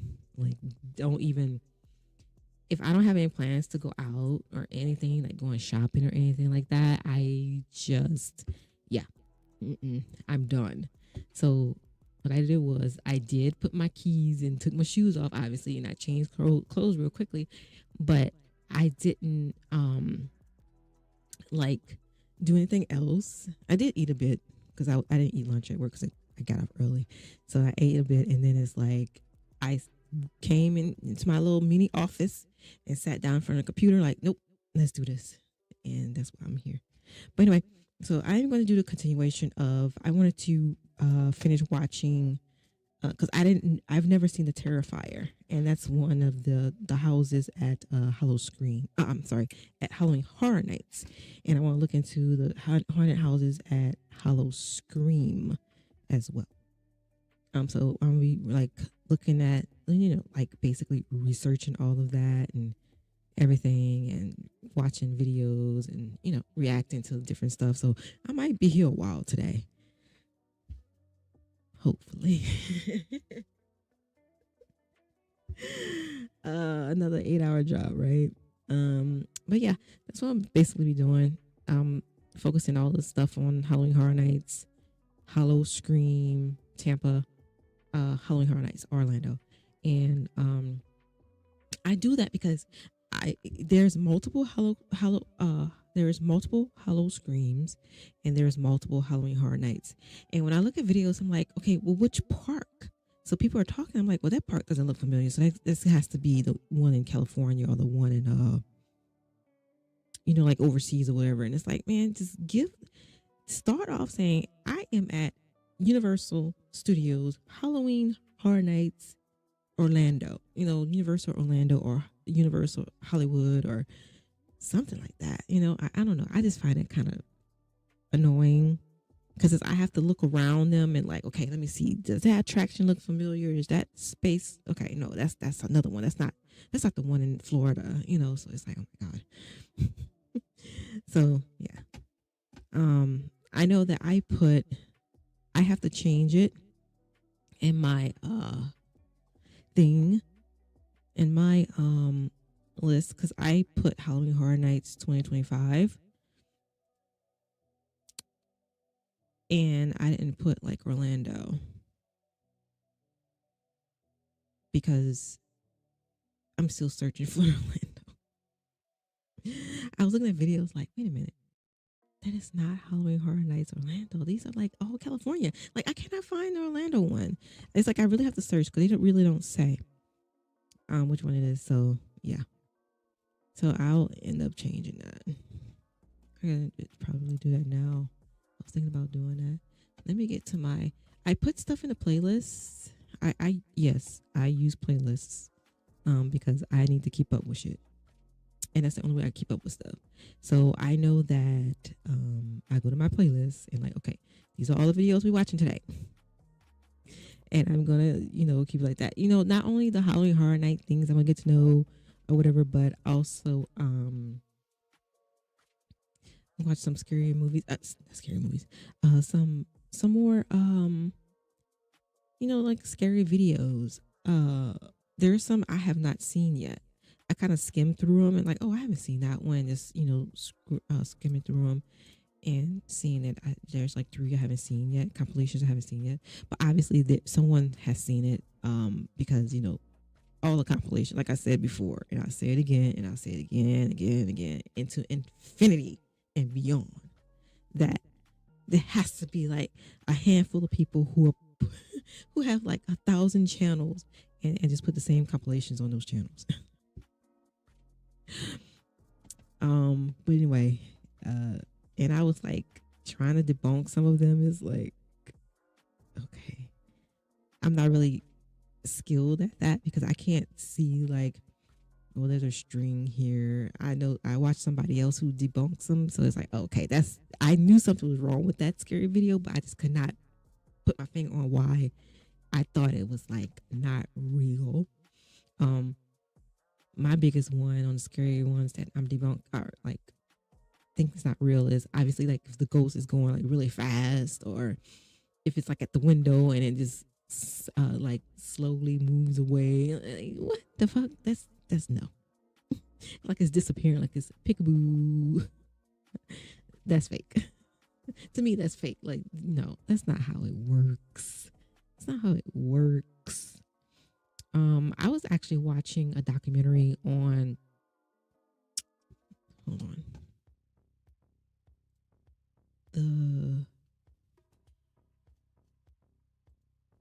Let's see.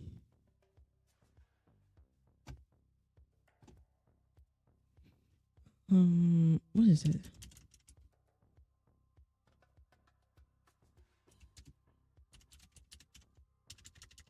It was actually on like Ghost Hunters. The Zach thingy. What is it? Ghost Adventures, and how they felt that Ghost Adventures did not do them any justice. And when I was looking at it, it was like, yeah, these people only spent like 5 hours at the house, and they really just made it seem like they were lying, but they were so disrespectful with it. And I don't know, I was like deep diving into it, like, man, the fuck. But then they actually had some real paranormal investigators come through there and say, yes, this house has some activity. And they found out that the house was like, spoiler alert, found out that the house is a bit, was built on top of a older house that was there for like 100 years ago. So yeah. Let me get my little spoiler alert thingy on here. And let's see. I want to make sure I got all my stuff together before we start viewing. I wonder if I keep it right there. Because I was like, you know what? I was gonna lose like the little spoiler alert at the bottom. Like, you know, it's out of the way and it's right to the thing. But I don't know. When I be editing and like putting, let me see how that looks though. Let's take this off. And then, oops, let me move this up here. And like, let me do this. Let me see what it looks like. It's like maybe, yeah, I might put them back at the bottom. I might put it back at the bottom because it might be in the way of other things that get on here and stuff. So yeah, I need you to go. I need you to be right there. And then let's put you back here. Maybe a little smaller. It'll look better. Yeah, let's do it smaller. Just put it right there.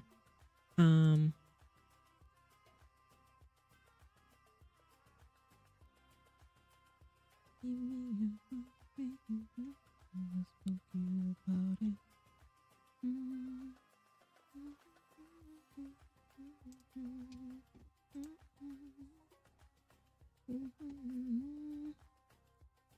Because you're so smooth. Give me your heart, make it real, or let's forget about it.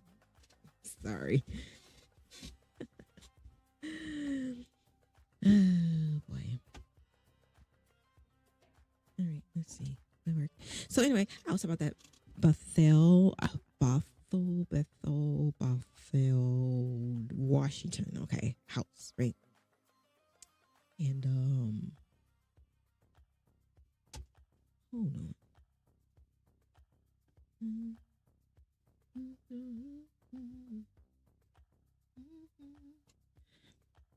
You can't see that, can you?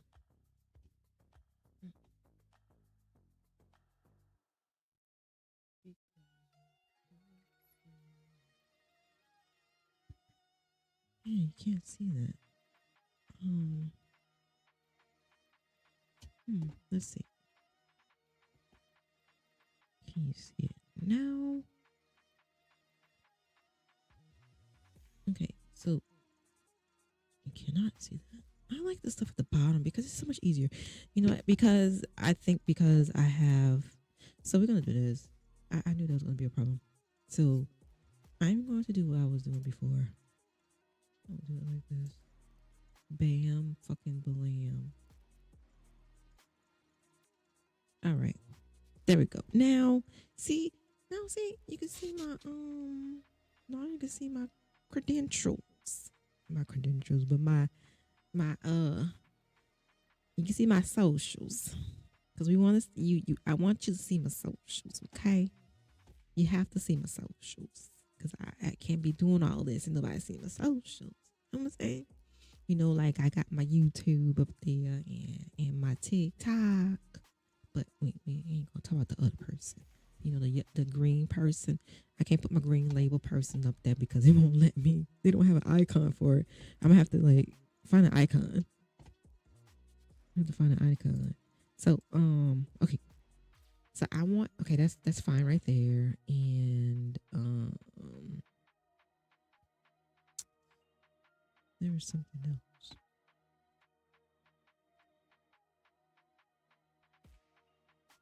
I don't want that. Well, you know, let's see. Because you're so smooth. I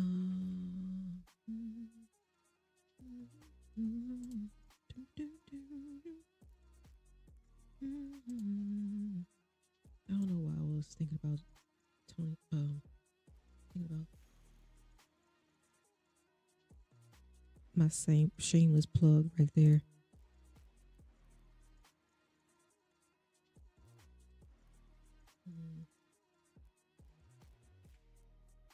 Because you're so smooth.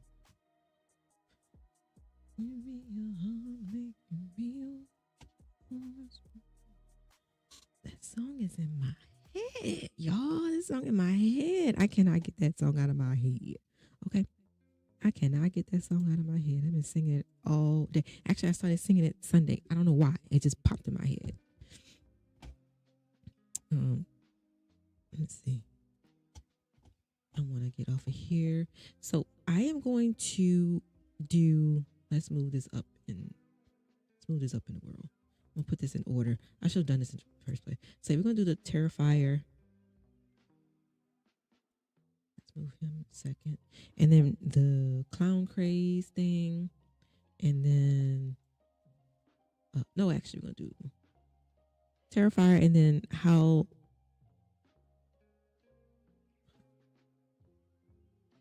Wait, so Terrifier is that?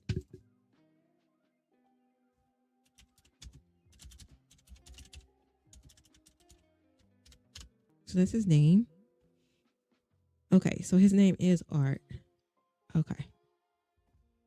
All right, so we're gonna do that, and then that, and then the craze, and then Five Nights at Freddy. So I've seen the first movie. I did not see this. There's two movies, right? I only seen the first one. I did not play the game,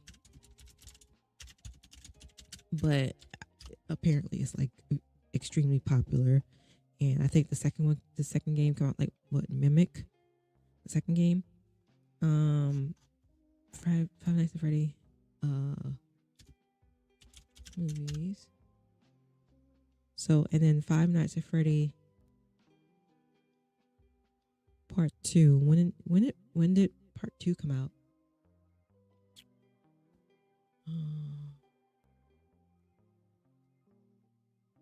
Did it come out yet?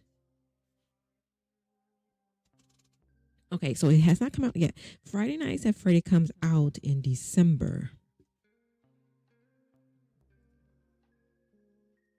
So the second Friday Nights at Freddy.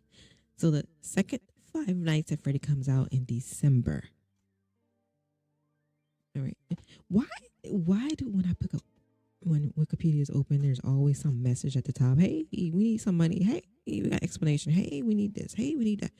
God, I know it's like a volunteer thing, and half the information don't be that much. Don't be accurate. Anyway, you know what? I should include. Let me take this off of here. Hold on. I thought I was ready. I'm not. I wanted to include. I was watching something. Of course, watching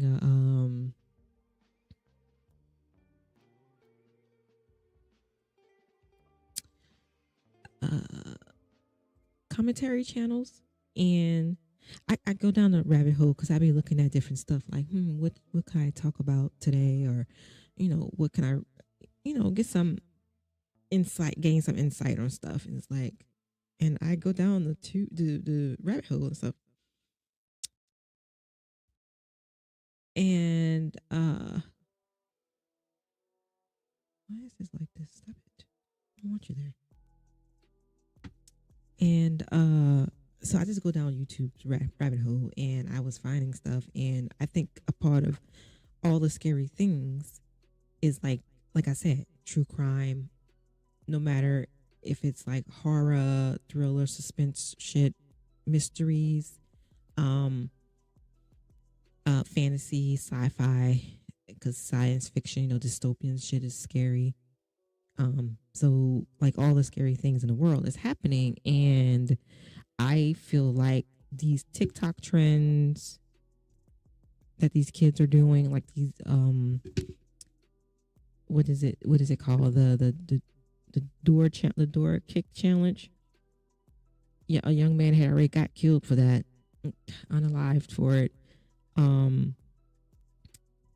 There's another one. I know these trends was like years ago, not too far ago, but still years ago, when they were doing like I forgot what it was called, but like you get somebody standing in the middle and you two jump, but the third person in the middle jump after you do, and you trip them, and it's like they fall back. Like, I don't know who the fuck came up with that dumb ass trend. Like, you really don't have any brain cells to think that was okay to just trip somebody in the air. This is not the movies or a video game where you just press, rewind or press pause or just restart something, and everything will be okay. No, this person could fall and hit their heads, which happened. Paralyzed a student. A young boy got paralyzed, and other people had injuries. Like, what makes you think that's okay? Sometimes I think TikTok and these trends and stuff like that should just. This is not gonna be a very popular thing to say, but they really should have banned TikTok because nothing but stupid trends come out of it. You know what I'm saying? I don't know. It just it really bothered me. Like, oh my God. And then there was another one. I also watch a lot of anti-MLM creator channels. And oh boy, it's quite funny because I remember in the early 2000s, I was in college. I was like last year's in college, and I was like trying to supplement because I was working full time and going to night school, right? And I was like, I need to supplement my income, so I need something on the side to do. Hell, people been hustling for years, y'all. So, I was like, I'm gonna sell. So I was talking to this lady. She was in my class, and it was like she sells Avon. It was like, oh, what the fuck, Avon. So I signed up to start helping her sell Avon. I'm like, this don't sound right. Like, it really didn't sound right. Like the things that I was doing, and she wasn't. And years and years later, I come to find out what Avon is, and it's like, oh, this is a big goddamn Ponzi scheme. There's no way that you can make money just by selling those products, because you still have to buy the products from like your what is it? What's it called? Your up thing, your upline or whatever it is, like that. You have to you still have to buy it, at a price. Whereas you can go on, well, right now it's easier, but you can go on and find like different products from manufacturers for a little cheaper than that, buying wholesale, you buying the products cheaper. And and if you get the products cheaper at the wholesaler, you are selling it with your business, right? So you don't have to like give your money to this franchise person or whatever like that. You're not paying like a percentage to them. So I don't know. I think that's a scary thing too, how MLMs work, how influencers who are out of touch. You know what? I actually want to finish watching that. I was watching half of it, and it's like, what's her name? I think her name was Kiki Chanel. I was watching one of her videos, but you know who I really, really like, who explains this very, very well? Let's go to her. Let's go to her channel. I'm going to show you her. She does true crime, but she is, she has two channels. But the second channel, she focuses on cesspool, like people who doing stupid TikTok trends, or people who are on TikTok and do like some questionable stuff, like you suspicious, you lying and stuff like that. But she's a filmmaker. I wish I could do all the films and stuff I want to do. It's just so hard, y'all. I know it's an excuse, but I just find it so hard to do by myself. You really do have to build up a team to do this. But anyway, so this is her, and she didn't do the one on the out of touch TikTokers, but I still like her stuff, and I am trying to get to my display. There it is. Okay, and her name is Swoop. And Swoop 2 is the one that's focused on the cesspool. She has another channel. It is Swoop. I wonder if she has it at the bottom. Let's go. Let's look it up again, and then the other channel might pop up. Yeah, Swoop. So she does true crimes as well. And her true crimes are like lengthy. You know, it's she does a lot of them that's like over hour or two. And then Swoop 2 is just mostly focused on like TikTok things. It's not like a deep dive into like crime, like she did when she did the case on what's her name, Frankie, with the kids, and that lady who got arrested. Anyway, yeah, okay, here it is. Her channel on his Swoop. Yeah. I wonder, let's go to videos. Let's see what she got. Let's see. I was watching this one in the background entitled Influencer Quits Job After 4 Days and Crashes Out. That's scary too. I was watching that in the background, so it was like I was listening, but I was not listening to it. It was just in the background. I want to watch that again. Let's see. It was another entitled one. Oh my god. Skincare scams. Yes. Oh gosh. And that's another one too. Fitness TikTokers are fitness gurus, period. On YouTube, Instagram, what's the other one? Facebook. Come on now. They be scaring people out of everything. And another person brought up another point. It's like when I go scrolling through this shit, it's like, why is everybody selling a course? But coming to find out, like I found this out a while ago because I was about to sign up for a course. And I was like, wait a minute. They're teaching me how to sell a course. So basically, you go. They training. They're having you sign up for this course to make money, right? You trying to make money. You're doing a side hustle. You know, it's a remote job. You know, they're like, oh, this is gonna be great. Make passive income. Passive income is half truth. You have to work hard to get to it, for it to be passive. A bit, just a tiny bit. It's maybe 30% passive because you work at it and then it starts making money for you in the back end, but you still have to keep up maintenance of that work that you've done, right? You could write a book and be done with it and people buy it. That's passive, sort of, because you still have to sell that book. You know what I'm saying? You still have to market it. You just can't, you're not a James Patterson, or you're not a Stephen King. You know, you're not one of them. So it's not like you could put a book out and be like, oh, you didn't even have to advertise it, but people are going to buy the book anyway. Anyway, what was I getting at?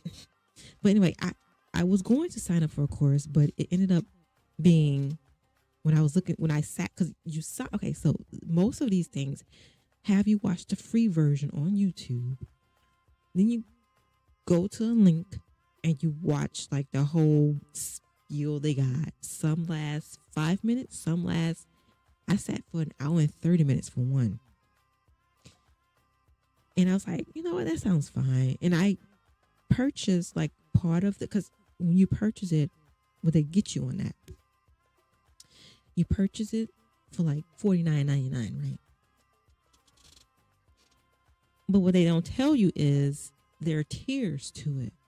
So it's like if you wanted to continue that course, you had to pay $199, and then it went up to $599, and then it went up to $1,000. It's like, what the fuck? I stopped at $49. Excuse me. I stopped at $49.99 because I'm like, this is some motherfucking bullshit. I thought I was getting the course for $49.99. I fell for the okie doke. Okay. I fell for the okie doke. This was like fucking 2013, 2014. I mean, courses were out back then, but it's like right now, it's like everybody has a fucking course, you know, because back then it's like, oh, it was just getting started with the whole online courses thing. Like nobody really wanted to do it, but now fuck everybody fucking doing a course. And I kind of peeped that like this is not right. And it's like at the end of it, and then you start seeing these reviews that people who went through the whole course and like it's just teaching you how to sell a course. It teaching you how to do the modules and to teach somebody how to do something. But it's basically mostly to sell that course you were actually buying. That's so fucking like that's scary. Okay, that should be a part of all the scary things. I actually want to do my podcast that I want to start, vodcast I want to start with all the scary things. That will be included. Like all these scams and stuff like that is fucking. It's just ridiculous. Okay, it's crazy. Let's see. There was one on here. I seen this one. About the bakery scam after they said that she needed some licenses or something like that, I believe, because she was putting the cookies in like a little thing. It's a little. It was like a armoire, whatever you want to call it. A bakery shelf, but she put it outside in front of her parents' house or somebody like that, and she wrapped the cookies and stuff in it, and she put it in the thing for people to pass by in the neighborhood to get it. But in the beginning, it sounded like she was selling the products, but they were like, "You need a permit for this, and you need a permit for that, and a license." I mean, you're selling food. I mean, you can't just be selling food to people without getting a permit and license and stuff like that, because it's dangerous. You can get somebody get food poison. But at the end she was like, oh, it was I just put it out. It was like a micro bakery, and I was just putting things outside. People would just drive by and grab it, if they wanted it. But in the beginning it was like portrayed as a business, as a micro bakery business. Like she was out here doing her shit with micro bakery. Like, oh, that's a really good fucking idea. But hold on. Yeah. Let's see. How far that's now? I'm trying to. I want to go down too far. I don't want y'all to be seeing my ugly shirts I be wearing. Today I'm wearing my Nirvana.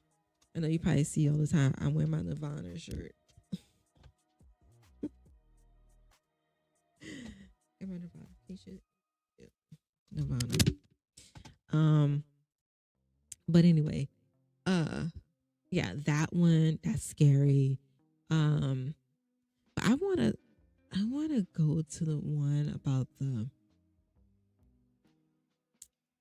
I wonder if she did one. Oh, there's another lady who I watch about the MLM scandals or whatever. Is like she's a very outspoken person about MLMs. And it's crazy too, because I know in my community a long time ago they used to buy I don't wear makeup, and I personally don't wear makeup. Only time I bought makeup is when I was in film school, when we were learning makeup based mostly for like, showing injuries and, like fake makeup, like for movies. But people used to buy Mary Kay all the time. And I'd be like, who is this fucking lady coming to our house selling some makeup? The fuck is this shit? I believe MLMs were, I don't know if it was easier for people to do it because we didn't really have that much. They didn't have much options, maybe. Because online, I mean, fuck, everybody can sell makeup online. You have all these stores that are online. You have all these options. But with the MLM, if you couldn't make it to the store, you don't buy shit online. You buy it from the next door neighbor who has the makeup in her house. But I don't know. I wanted to find the influencer thing because I find that very scary. How out of touch influencers are. You know, I'm just gonna put it in here. I was hoping she did it because I love her. I love the way she talks. I just love the way she does her documentaries and stuff. Let's see. Out of touch influencers compilations. Oh my gosh.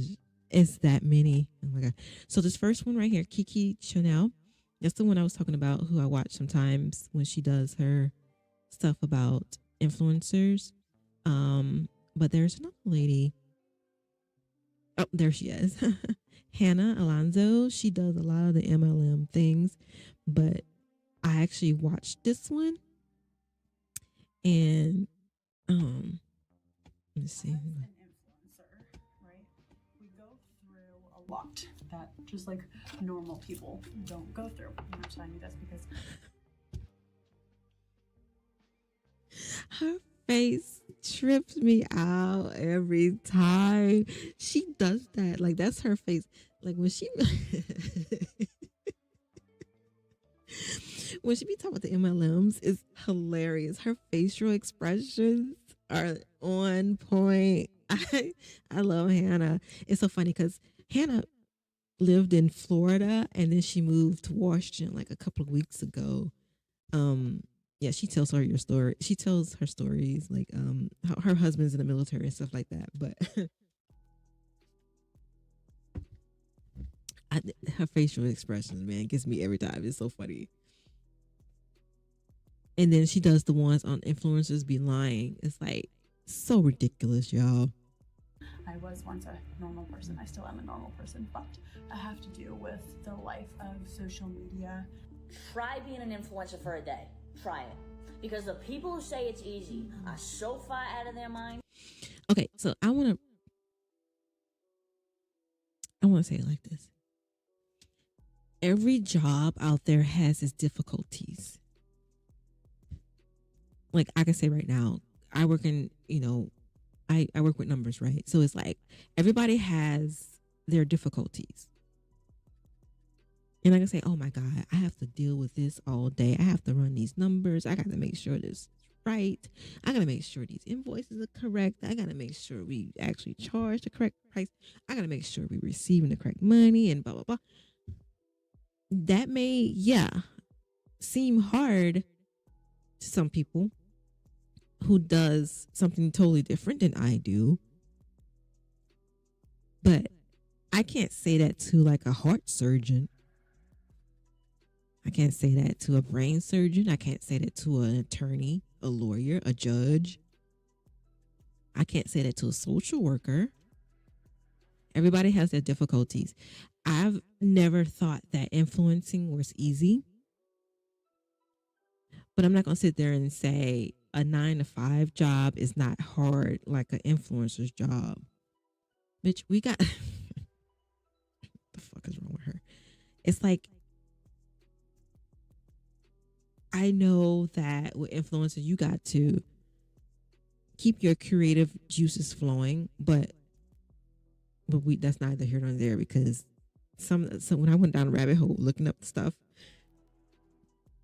excuse me, I'm so sorry, about the influencers, and it's like they all look the same. They all look the same. Somebody's selling makeup. I'm just saying, they're all wearing makeup. They're all doing Pilates. They're all drinking the same tea. They're all doing the same morning routine. They're all doing the same. Oh, look, I'm traveling to this store. How many hauls can you do from one store in like a week? They're all doing the same fucking thing. And I know I'm going to catch flack for that, but I'm just saying, you all doing the same thing. You're not selling into. I'm absolutely not your target audience, because majority of the stuff they do, I don't fucking do. You know what I'm saying? So I'm not going to bash them for that. I'm just saying that they all do the same thing and they all look the same in mannerisms and stuff like that. But for her to say that try influencing for the day is saying to me that I don't have difficulties in my job. I do have difficulties in my job. And I could easily tell her that you sit in front of a computer all fucking day. You could turn off your negative comments. I can't do that. Why? I have to deal with customers all day. I have to answer the phones. I have to make sure people's accounts are together. I deal with people's accounts. So basically, I'm in accounting, right? So I'm basically dealing with people's money all day. So it's like, I could tell this bitch, look, you just sitting in front of your computer and coming up with ideas to market something, which you probably make more money in that sponsorship in that one sitting than I do in a month's pay, right? And you fucking complaining about that.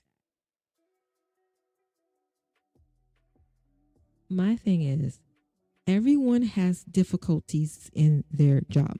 There's a certain aspect of a job that is difficult. I acknowledge that I'm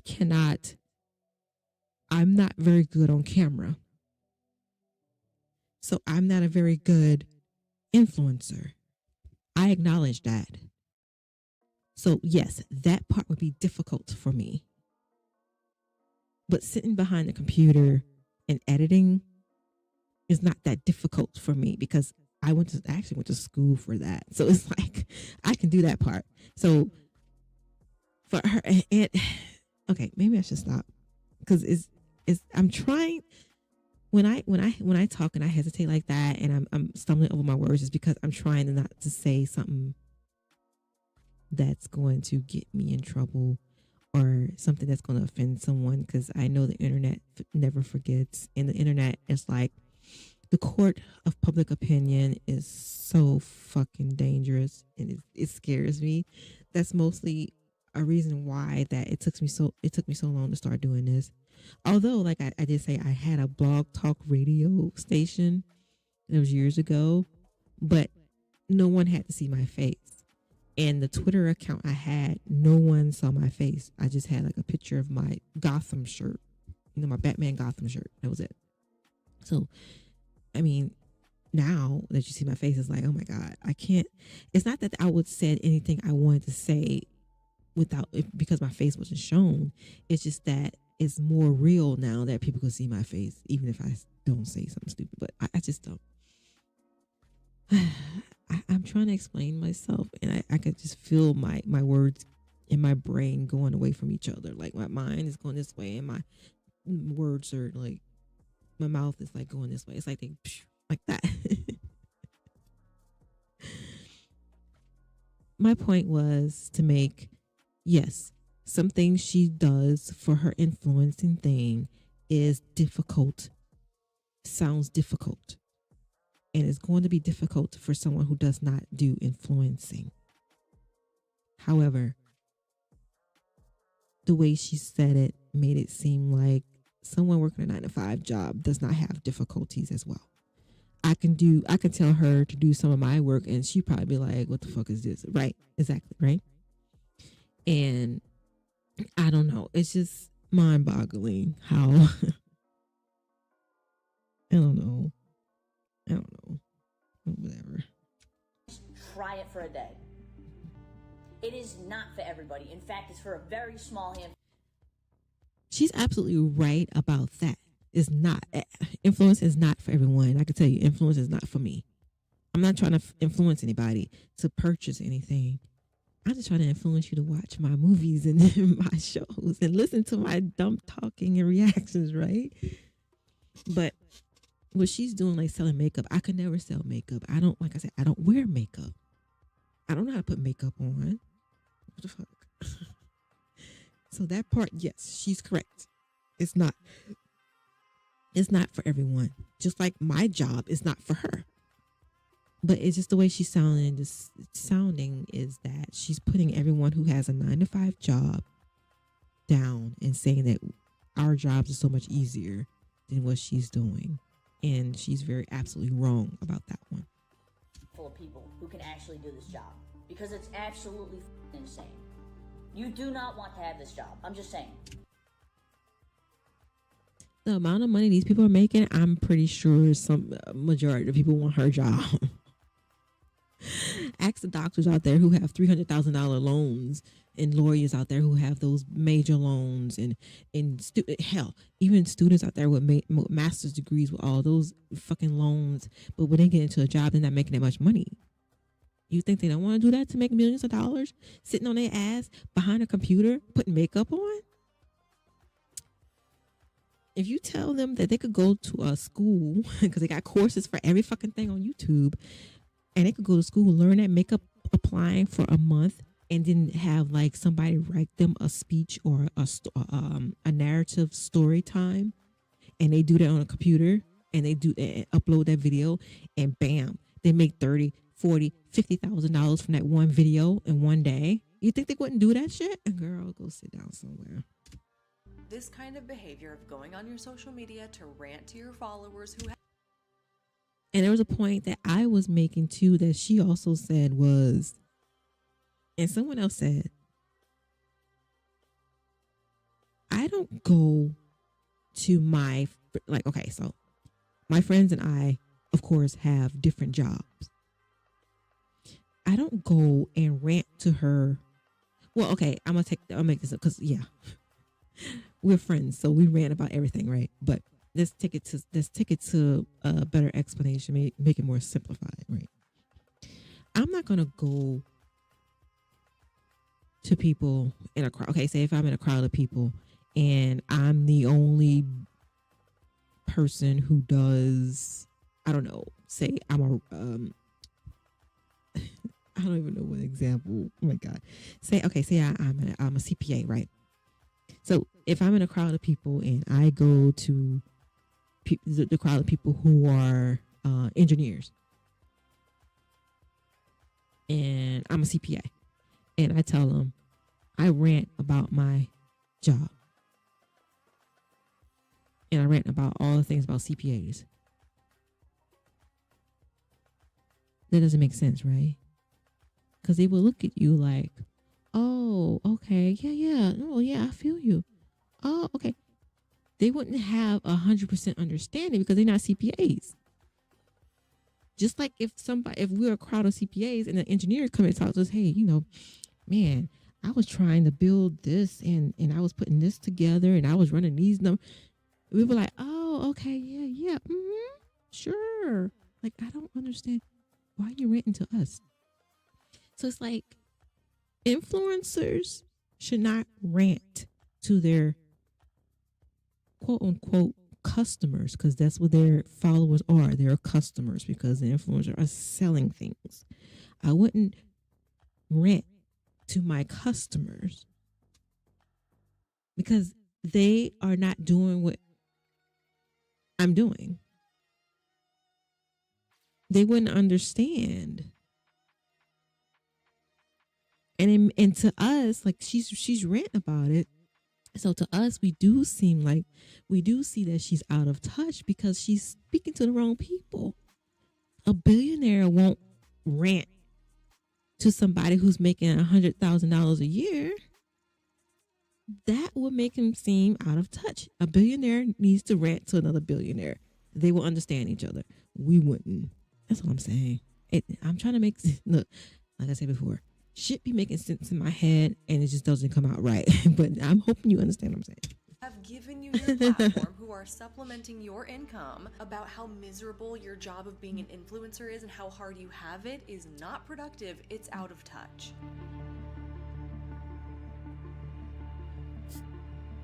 Get ready to have your jaw on the floor in disgust and disbelief this entire video, because these probably not, officially. If everybody goes down the YouTube rabbit hole like I do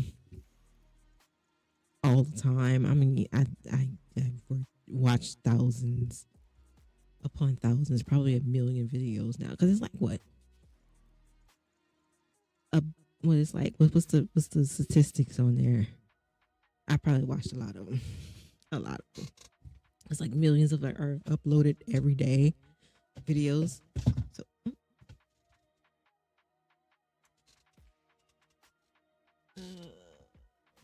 kick something. It's my notebook. But yeah, I watch a lot of shit. lost the plot, and they love to find ways to complain about how rich they are and how hard their lives have become as a result of their extremely difficult job of being an influencer. Hello, my name's Hannah, and welcome back to another episode of Influencer Insanity, where we debrief all things influencer and social media culture. So I'm skipping around. I've seen this video before, but I just want you guys to see a little bit of it. Out of touch influencers for you today, and no better place to start than the thing that I saw that inspired this entire video topic. The straw that broke the camel's back, if you will. The thing that finally sent me over the edge to be like, nah, this is getting out of hand. We have got to address pretty much too overconsumption. I know that we're a capitalist country and people are buying too much shit that they can't even use. Like, it's ridiculous. How out of touch influencers have become, because it's truly sickening. Here's what I mean. Can we talk about how much makeup shopping I've done recently? I'm not a makeup person. I don't wear makeup, but even I think that's way too much fucking makeup. There's no way, even if she wears makeup every day, I'm pretty sure she's not gonna wear all of those different makeups every day. Her face will be so damaged. I find, not everyone, but I find that when I was watching some of these beauty influencers, and maybe 2 or 3 years later, their face is starting to look wrinkled, older. The makeup, I don't know if there's a science behind it, but the makeup make them look so much older than what they are. And you could tell, you can see it. It's like it ages them faster, if that makes sense. Like it ages them faster because they wear all this makeup and they all wear all these different brands. It's like they don't stick to one skincare routine, because if they do, then it becomes boring and it's not influencing because they're not selling anything. So they have to, I don't know. It's just mind-boggling and it's crazy. Like just ridiculous. This is all there's just so many good new. Maybe eyelashes, because you could wear different eyelashes, different styles of eyelashes, different lengths and stuff like that, eyelashes. But the actual makeup, I don't know. Maybe lip gloss. You could change out the lip gloss every day. But like the foundation, I don't even know what that is. Is that, it's like lipsticks? Products I've recently discovered. I had a MAC blackout, if you will. 1, 2, 3 trips to MAC. In one day. This is literally all just. She literally have a problem. The last couple weeks. But I've just been sitting in here because I don't because I want to do a haul, but it's so massive that I'm like, this is an hour and a half.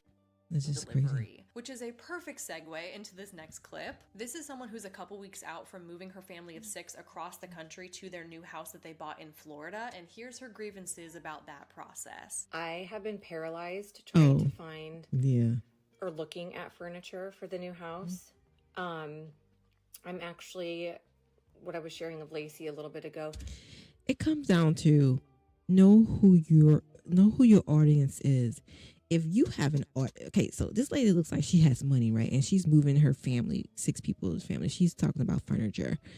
If her audience is the type of people who cannot move cities like that, who can afford to buy furniture before they get there, or have the house, renovated to what she wants it to be and stuff like that, know your audience. Now, if her audience was like, the Housewives or OC or something like that, like all of them are like that, then yeah, you ran about it. But she's talking to her audience who she's selling to, who can't afford none of it. So we are going back to Florida next Thursday because the boys will have basketball and baseball tryouts on Friday and Saturday, I think. So I'm going to go and measure for things, but I'm looking at like a couch. God, what the fuck are my kids doing? Hold on. Back to the furniture. That was funny. I am totally fine. Slowly. Oh, you can hear. You can hear.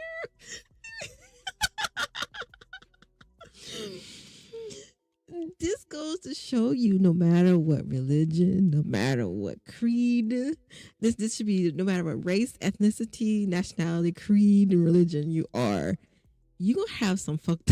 Your kids gonna be so. Your kids gonna be a fucking mess. Okay, they all are a fucking mess.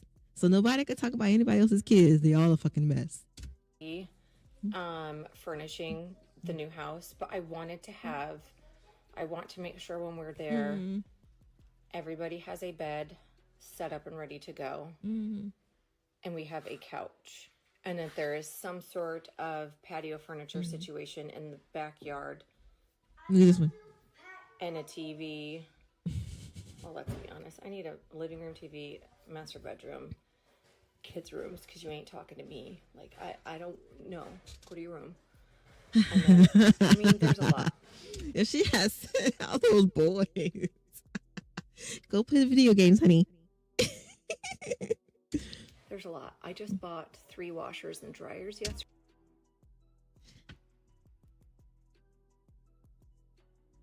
See what I'm saying? Know your fucking audience. Somebody's washer and dryer is probably broken right now and they can't afford to even fix it.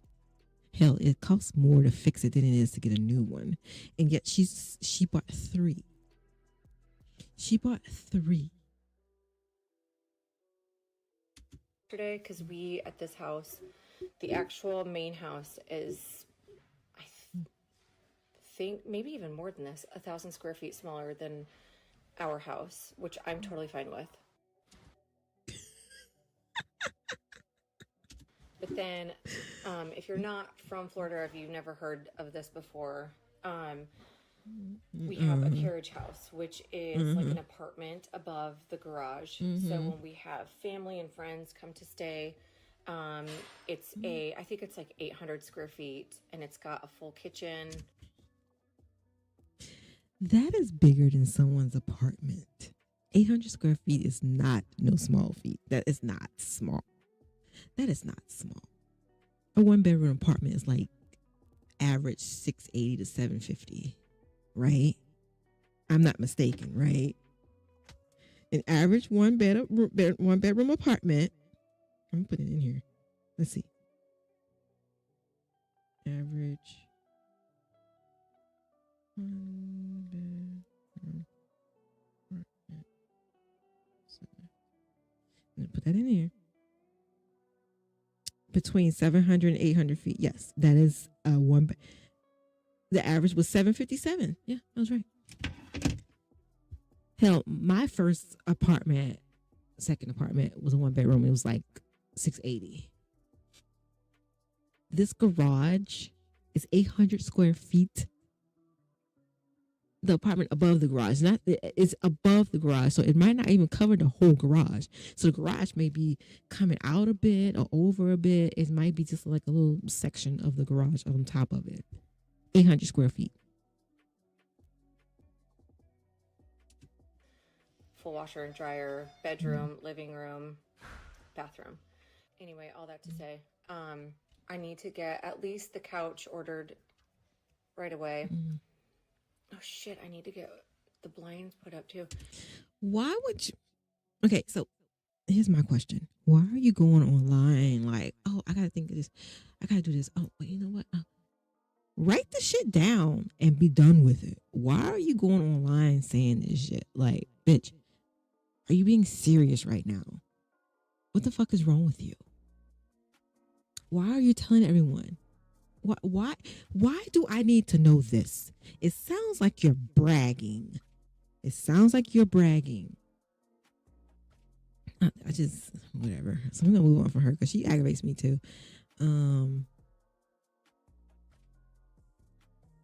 Let's get from the viewer perspective, as does this video, which is definitely not as bad, but some more entitled behavior from the same influencer. So I'll just throw it in right here. Oh, you know what she said? Playing complaining about how stressed she is about this move, which, you know, valid. My husband's in the military. We do a cross-country move every few years, and the moving process is extremely unenjoyable. I empathize with that. But all this business about how stressful it is to go buy all new furniture and how she's got to prioritize getting 3 washers and dryers and 6 TVs for both her main house and the carriage house, and how stressful that is to have to go online and place all of these orders. Meanwhile, I'm over here like, you've got room for 3 washers and dryers and 6 TVs in your new place? This is what I mean by out of touch. I don't doubt that these feel like really big problems in her life right now, but have a little perspective. In her life, and in someone who's moving to a 15,000 square foot house life too. You know what I'm saying? Of course, it'll be more stressful for her. They got more room to fill. They got more spaces to fill. You got to fill all that space up, right? What the fuck? Do you hear the words coming out of your mouth? No, Have you she considered doesn't. how this is going to be received by your viewers? Right. What would life look like if you approached it from the mindset of how fortunate am I to Yes. be able to move my whole family to our To a dream new- house yes. on the beach and provide them with a safe and comfortable home with necessities and Right. luxuries And 3 combined. washers and Instead dryers. of, oh, I'm so stressed, I have too many nice things to get ordered. Yeah. Then she goes on to share a commissionable link for this washer and dryer Always selling stuff that she bought, so of course the curiosity killed me. I had to see for myself. This washer and dryer set is $1,600, and God. she bought It's a 3 of them. Samsung. She dropped It's nearly a $5 Samsung. grand on these things, and she Jesus just Christ. threw it in there casually like it was Nothing. which Sure again did. is fine. But you have to question, why did she even bring this up at all? What's the point of this Instagram story? Because it's like she's sitting there like, oh, wait, you know what? I need to buy. Bitch, please get off the fucking computer. You didn't have to say that. You didn't have to slip this into the conversation. Right. Was it to not so humbly brag? Was it an So opportunity it's to like she was post this bragging. commissionable link so she could make a little money? Mhm. Is it like a sneaky little sales pitch? Whatever it is, it feels gross to watch from the viewer perspective. it As does. does this video, which is definitely not as bad, but it's some more entitled behavior from the same influencer, so I'll just throw it in right here. Hi, Karen here. So I just Chipotle. stood in line forever. We do Chipotle every single. The more expensive Taco Bell. However, I do like Chipotle. Their rice is really good. I love Chipotle's rice. Oh my god. Single Friday night for dinner. We have since our kids were like 2 years old. Chipotle, literally, I need somebody corporate to see this, to hear this, because anytime I talk about this, everyone's like, yes, every time. Why are you guys not prepping more salad dressing? It is. So ridiculous. When I was just in there at 6:20 p.m. So ridiculous. So ridiculous. Zero self-awareness. Here's another one that None. probably takes the cake for lack of self-awareness. You guys, I went to Erewhon today. So I didn't know what the fuck Aaron was until I saw this. And I'm like, you gotta be kidding me. Like what? I never even heard of this place. Like I don't even think there's even let's see. Is there one here?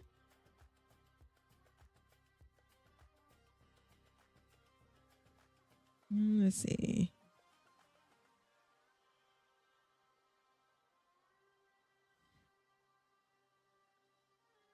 Let's see. Here. EREWN.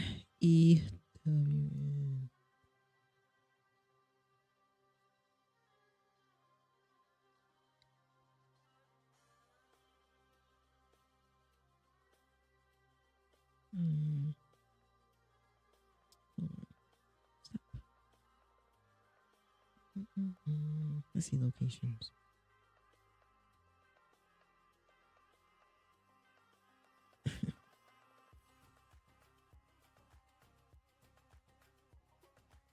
So they got one in Beverly Hills, Calabasas, Culver City, Grove, Pasadena, Santa Monica, Silver Lake, Studio City, Venice, Manhattan Beach, Palisades, West Hollywood, so this is all in California, Glendale. So this is a California store. And it looks like it's focused on those type of neighborhoods. To get groceries because it's a grocery store. The amount of people, it has just fully turned into like a tourist attraction. Like it is literally insane. Never mind. I was gonna say something, but let her tell you what Erewhon is. Can't park. There's like 40 people waiting to take photos of their like Sophia Richie smoothie. I'm just like, you guys, it's a grocery store. Like, am I missing something? Yeah, you're missing that it's a high-end specialty health food store that sells things like camel milk, sea moss gel, and $18 smoothies. I found an article on Business Insider that compared prices between Erewhon and Whole Foods. This is astonishing. And even Whole Food is out of my price range. I used to shop at Whole Foods and like, man, you know what? Let me just go down.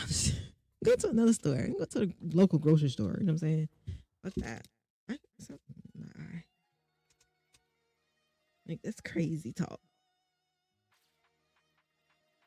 It's like you notice people who only live in their own bubble. Either they're rage baiting or they've never been outside of their bubble and outside of their people who they hang out with. And then they go online thinking that everyone else is inside their bubble. Or if they're that arrogant, they know no one else is inside their bubble, so they want to complain to everyone to make it like they're talking down to other people, like they're better than someone else because it's a problem. Like this bitch. Bananas are $1.29 per pound at Erewhon and 79 cents per pound at Whole Foods. About 10 cents cheaper at the regular grocery store too. 69 cents. Avocados are $4 each at Erewhon, or you can get 4 for $5 at Whole Foods. Oat milk is $7 at Erewhon, or for the exact same kind at Whole Foods, you could get it for $5.49. Same thing with black beans. It's $6.49 a can at Erewhon. Same brand is $5 at Whole Foods. And remember, they're just trying to make you buying the same fucking product. Even. Okay, so like so like the black beans, let's take black beans for example. You buying the black beans, that might come from the same manufacturer, but they're just putting their label on it. So it's like white labeling, right? You're buying the same fucking thing from the same manufacturer. Sometimes, yes, there's a different flavor. A different taste to it, especially like if TGI Friday and Rallies and Idaho potatoes make their own French fries, then yeah, they're gonna have a different taste because it's their recipe. But all this other stuff, nope, same fucking manufacturer. remember that Whole Foods in itself is like a higher end, more expensive. It is Whole Foods. So Whole Foods is fucking expensive, and their hot bar, I couldn't believe I walked out of there less than a pound of food cost me like $20, and I couldn't. I just like what? Like, why? This food is expensive for no reason. You just want to be expensive to be expensive. It's like there's no reason. I'm sorry. The fact that Erewhon is a step above Whole Foods is crazy. If you're doing your regular grocery shopping at Erewhon, I'm sorry. My opinion of you is that you are extremely... I mean, they're in Beverly Hills. ...financially irresponsible and you don't know how to manage your money. Or you're just too wealthy that you simply don't care and you don't care, and it's like you want... They're pricing it. They're pricing it to make you feel more special to stay in your bubble. So if you're from that certain place or that certain bubble, you're inside that certain thing, and they want to keep you there. You want to keep you there, make you feel exclusive, because it's the same product you could get from another store. But they're pricing it to make you feel like you are better than everyone. And if you're already in that bubble, you're gonna stay in that bubble. You're not gonna explore outside that bubble. They can make a fool out of you because you think, oh well, I'm gonna go to Erewhon to buy this black beans, not knowing that you go down the street to your local Winn-Dixie, Piggly Wiggly, Lion, or fucking Publix grocery store and get the damn thing for like 99 cents. It's crazy.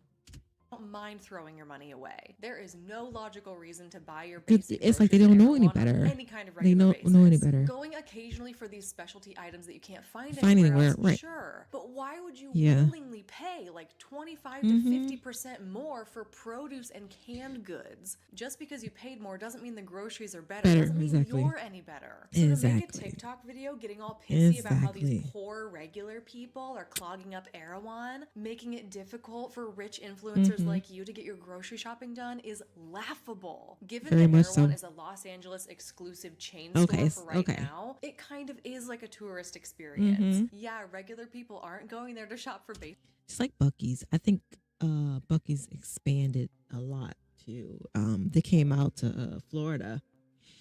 Buc-ee's came out to Florida, so everybody's like clamoring over there too. Groceries, that would be stupid. They're going there to gawk at the experience and to indulge in the country's most expensive smoothie.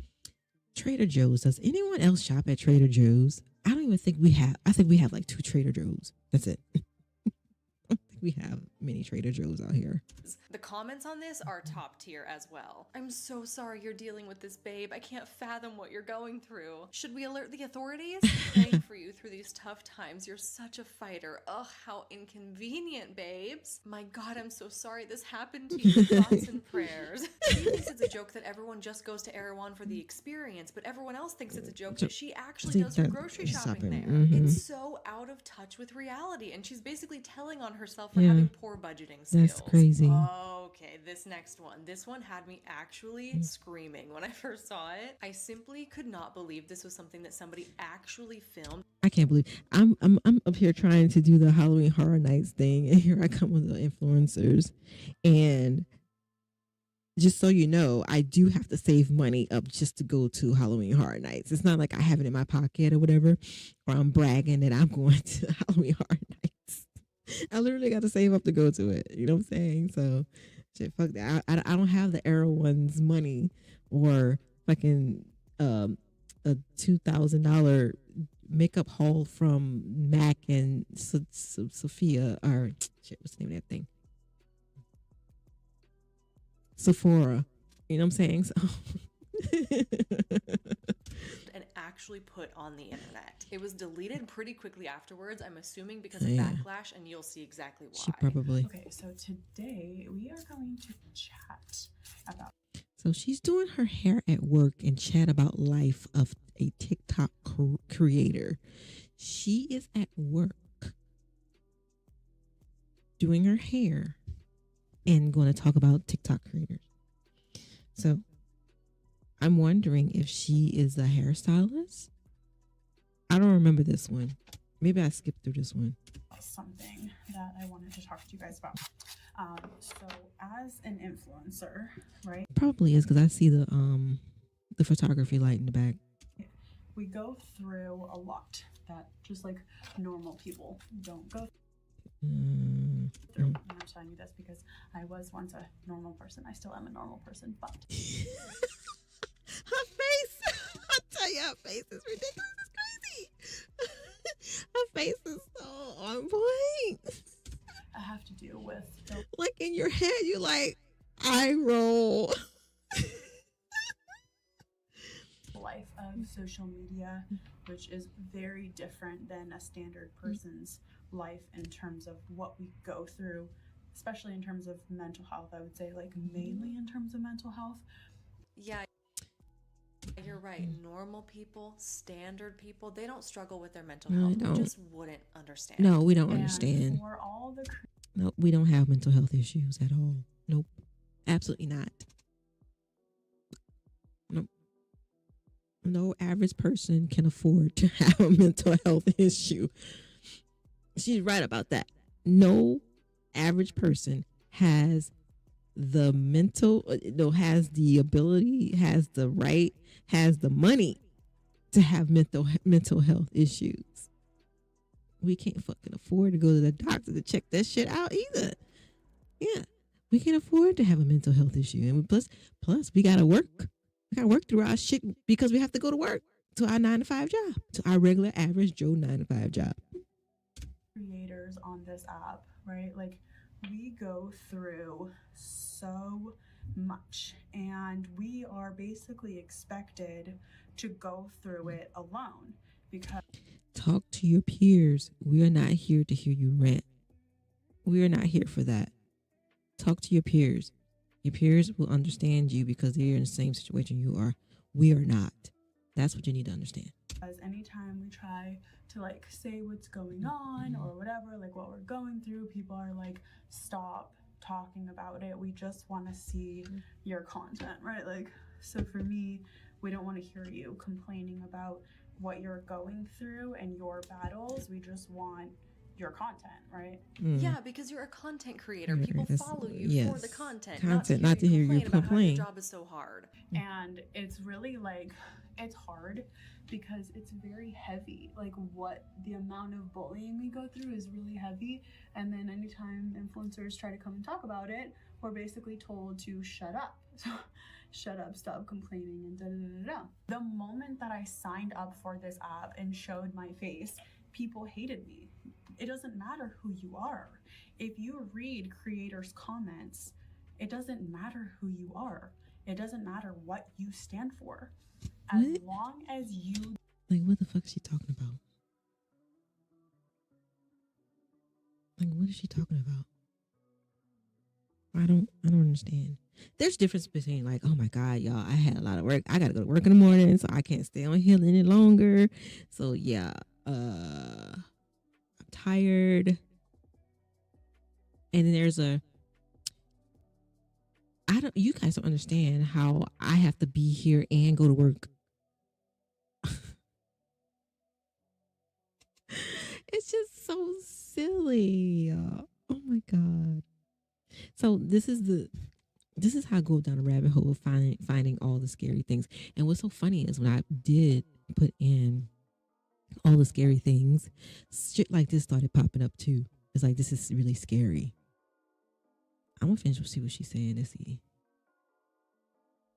Decide to share your life publicly. You don't share your... Try not to share too much of your life. If you don't want somebody to scrutinize, talk about you, or give an opinion about an aspect of your life, don't tell them. Just don't tell them. Plain and simple. It's that easy. Just don't tell them. Why are we telling everybody everything online?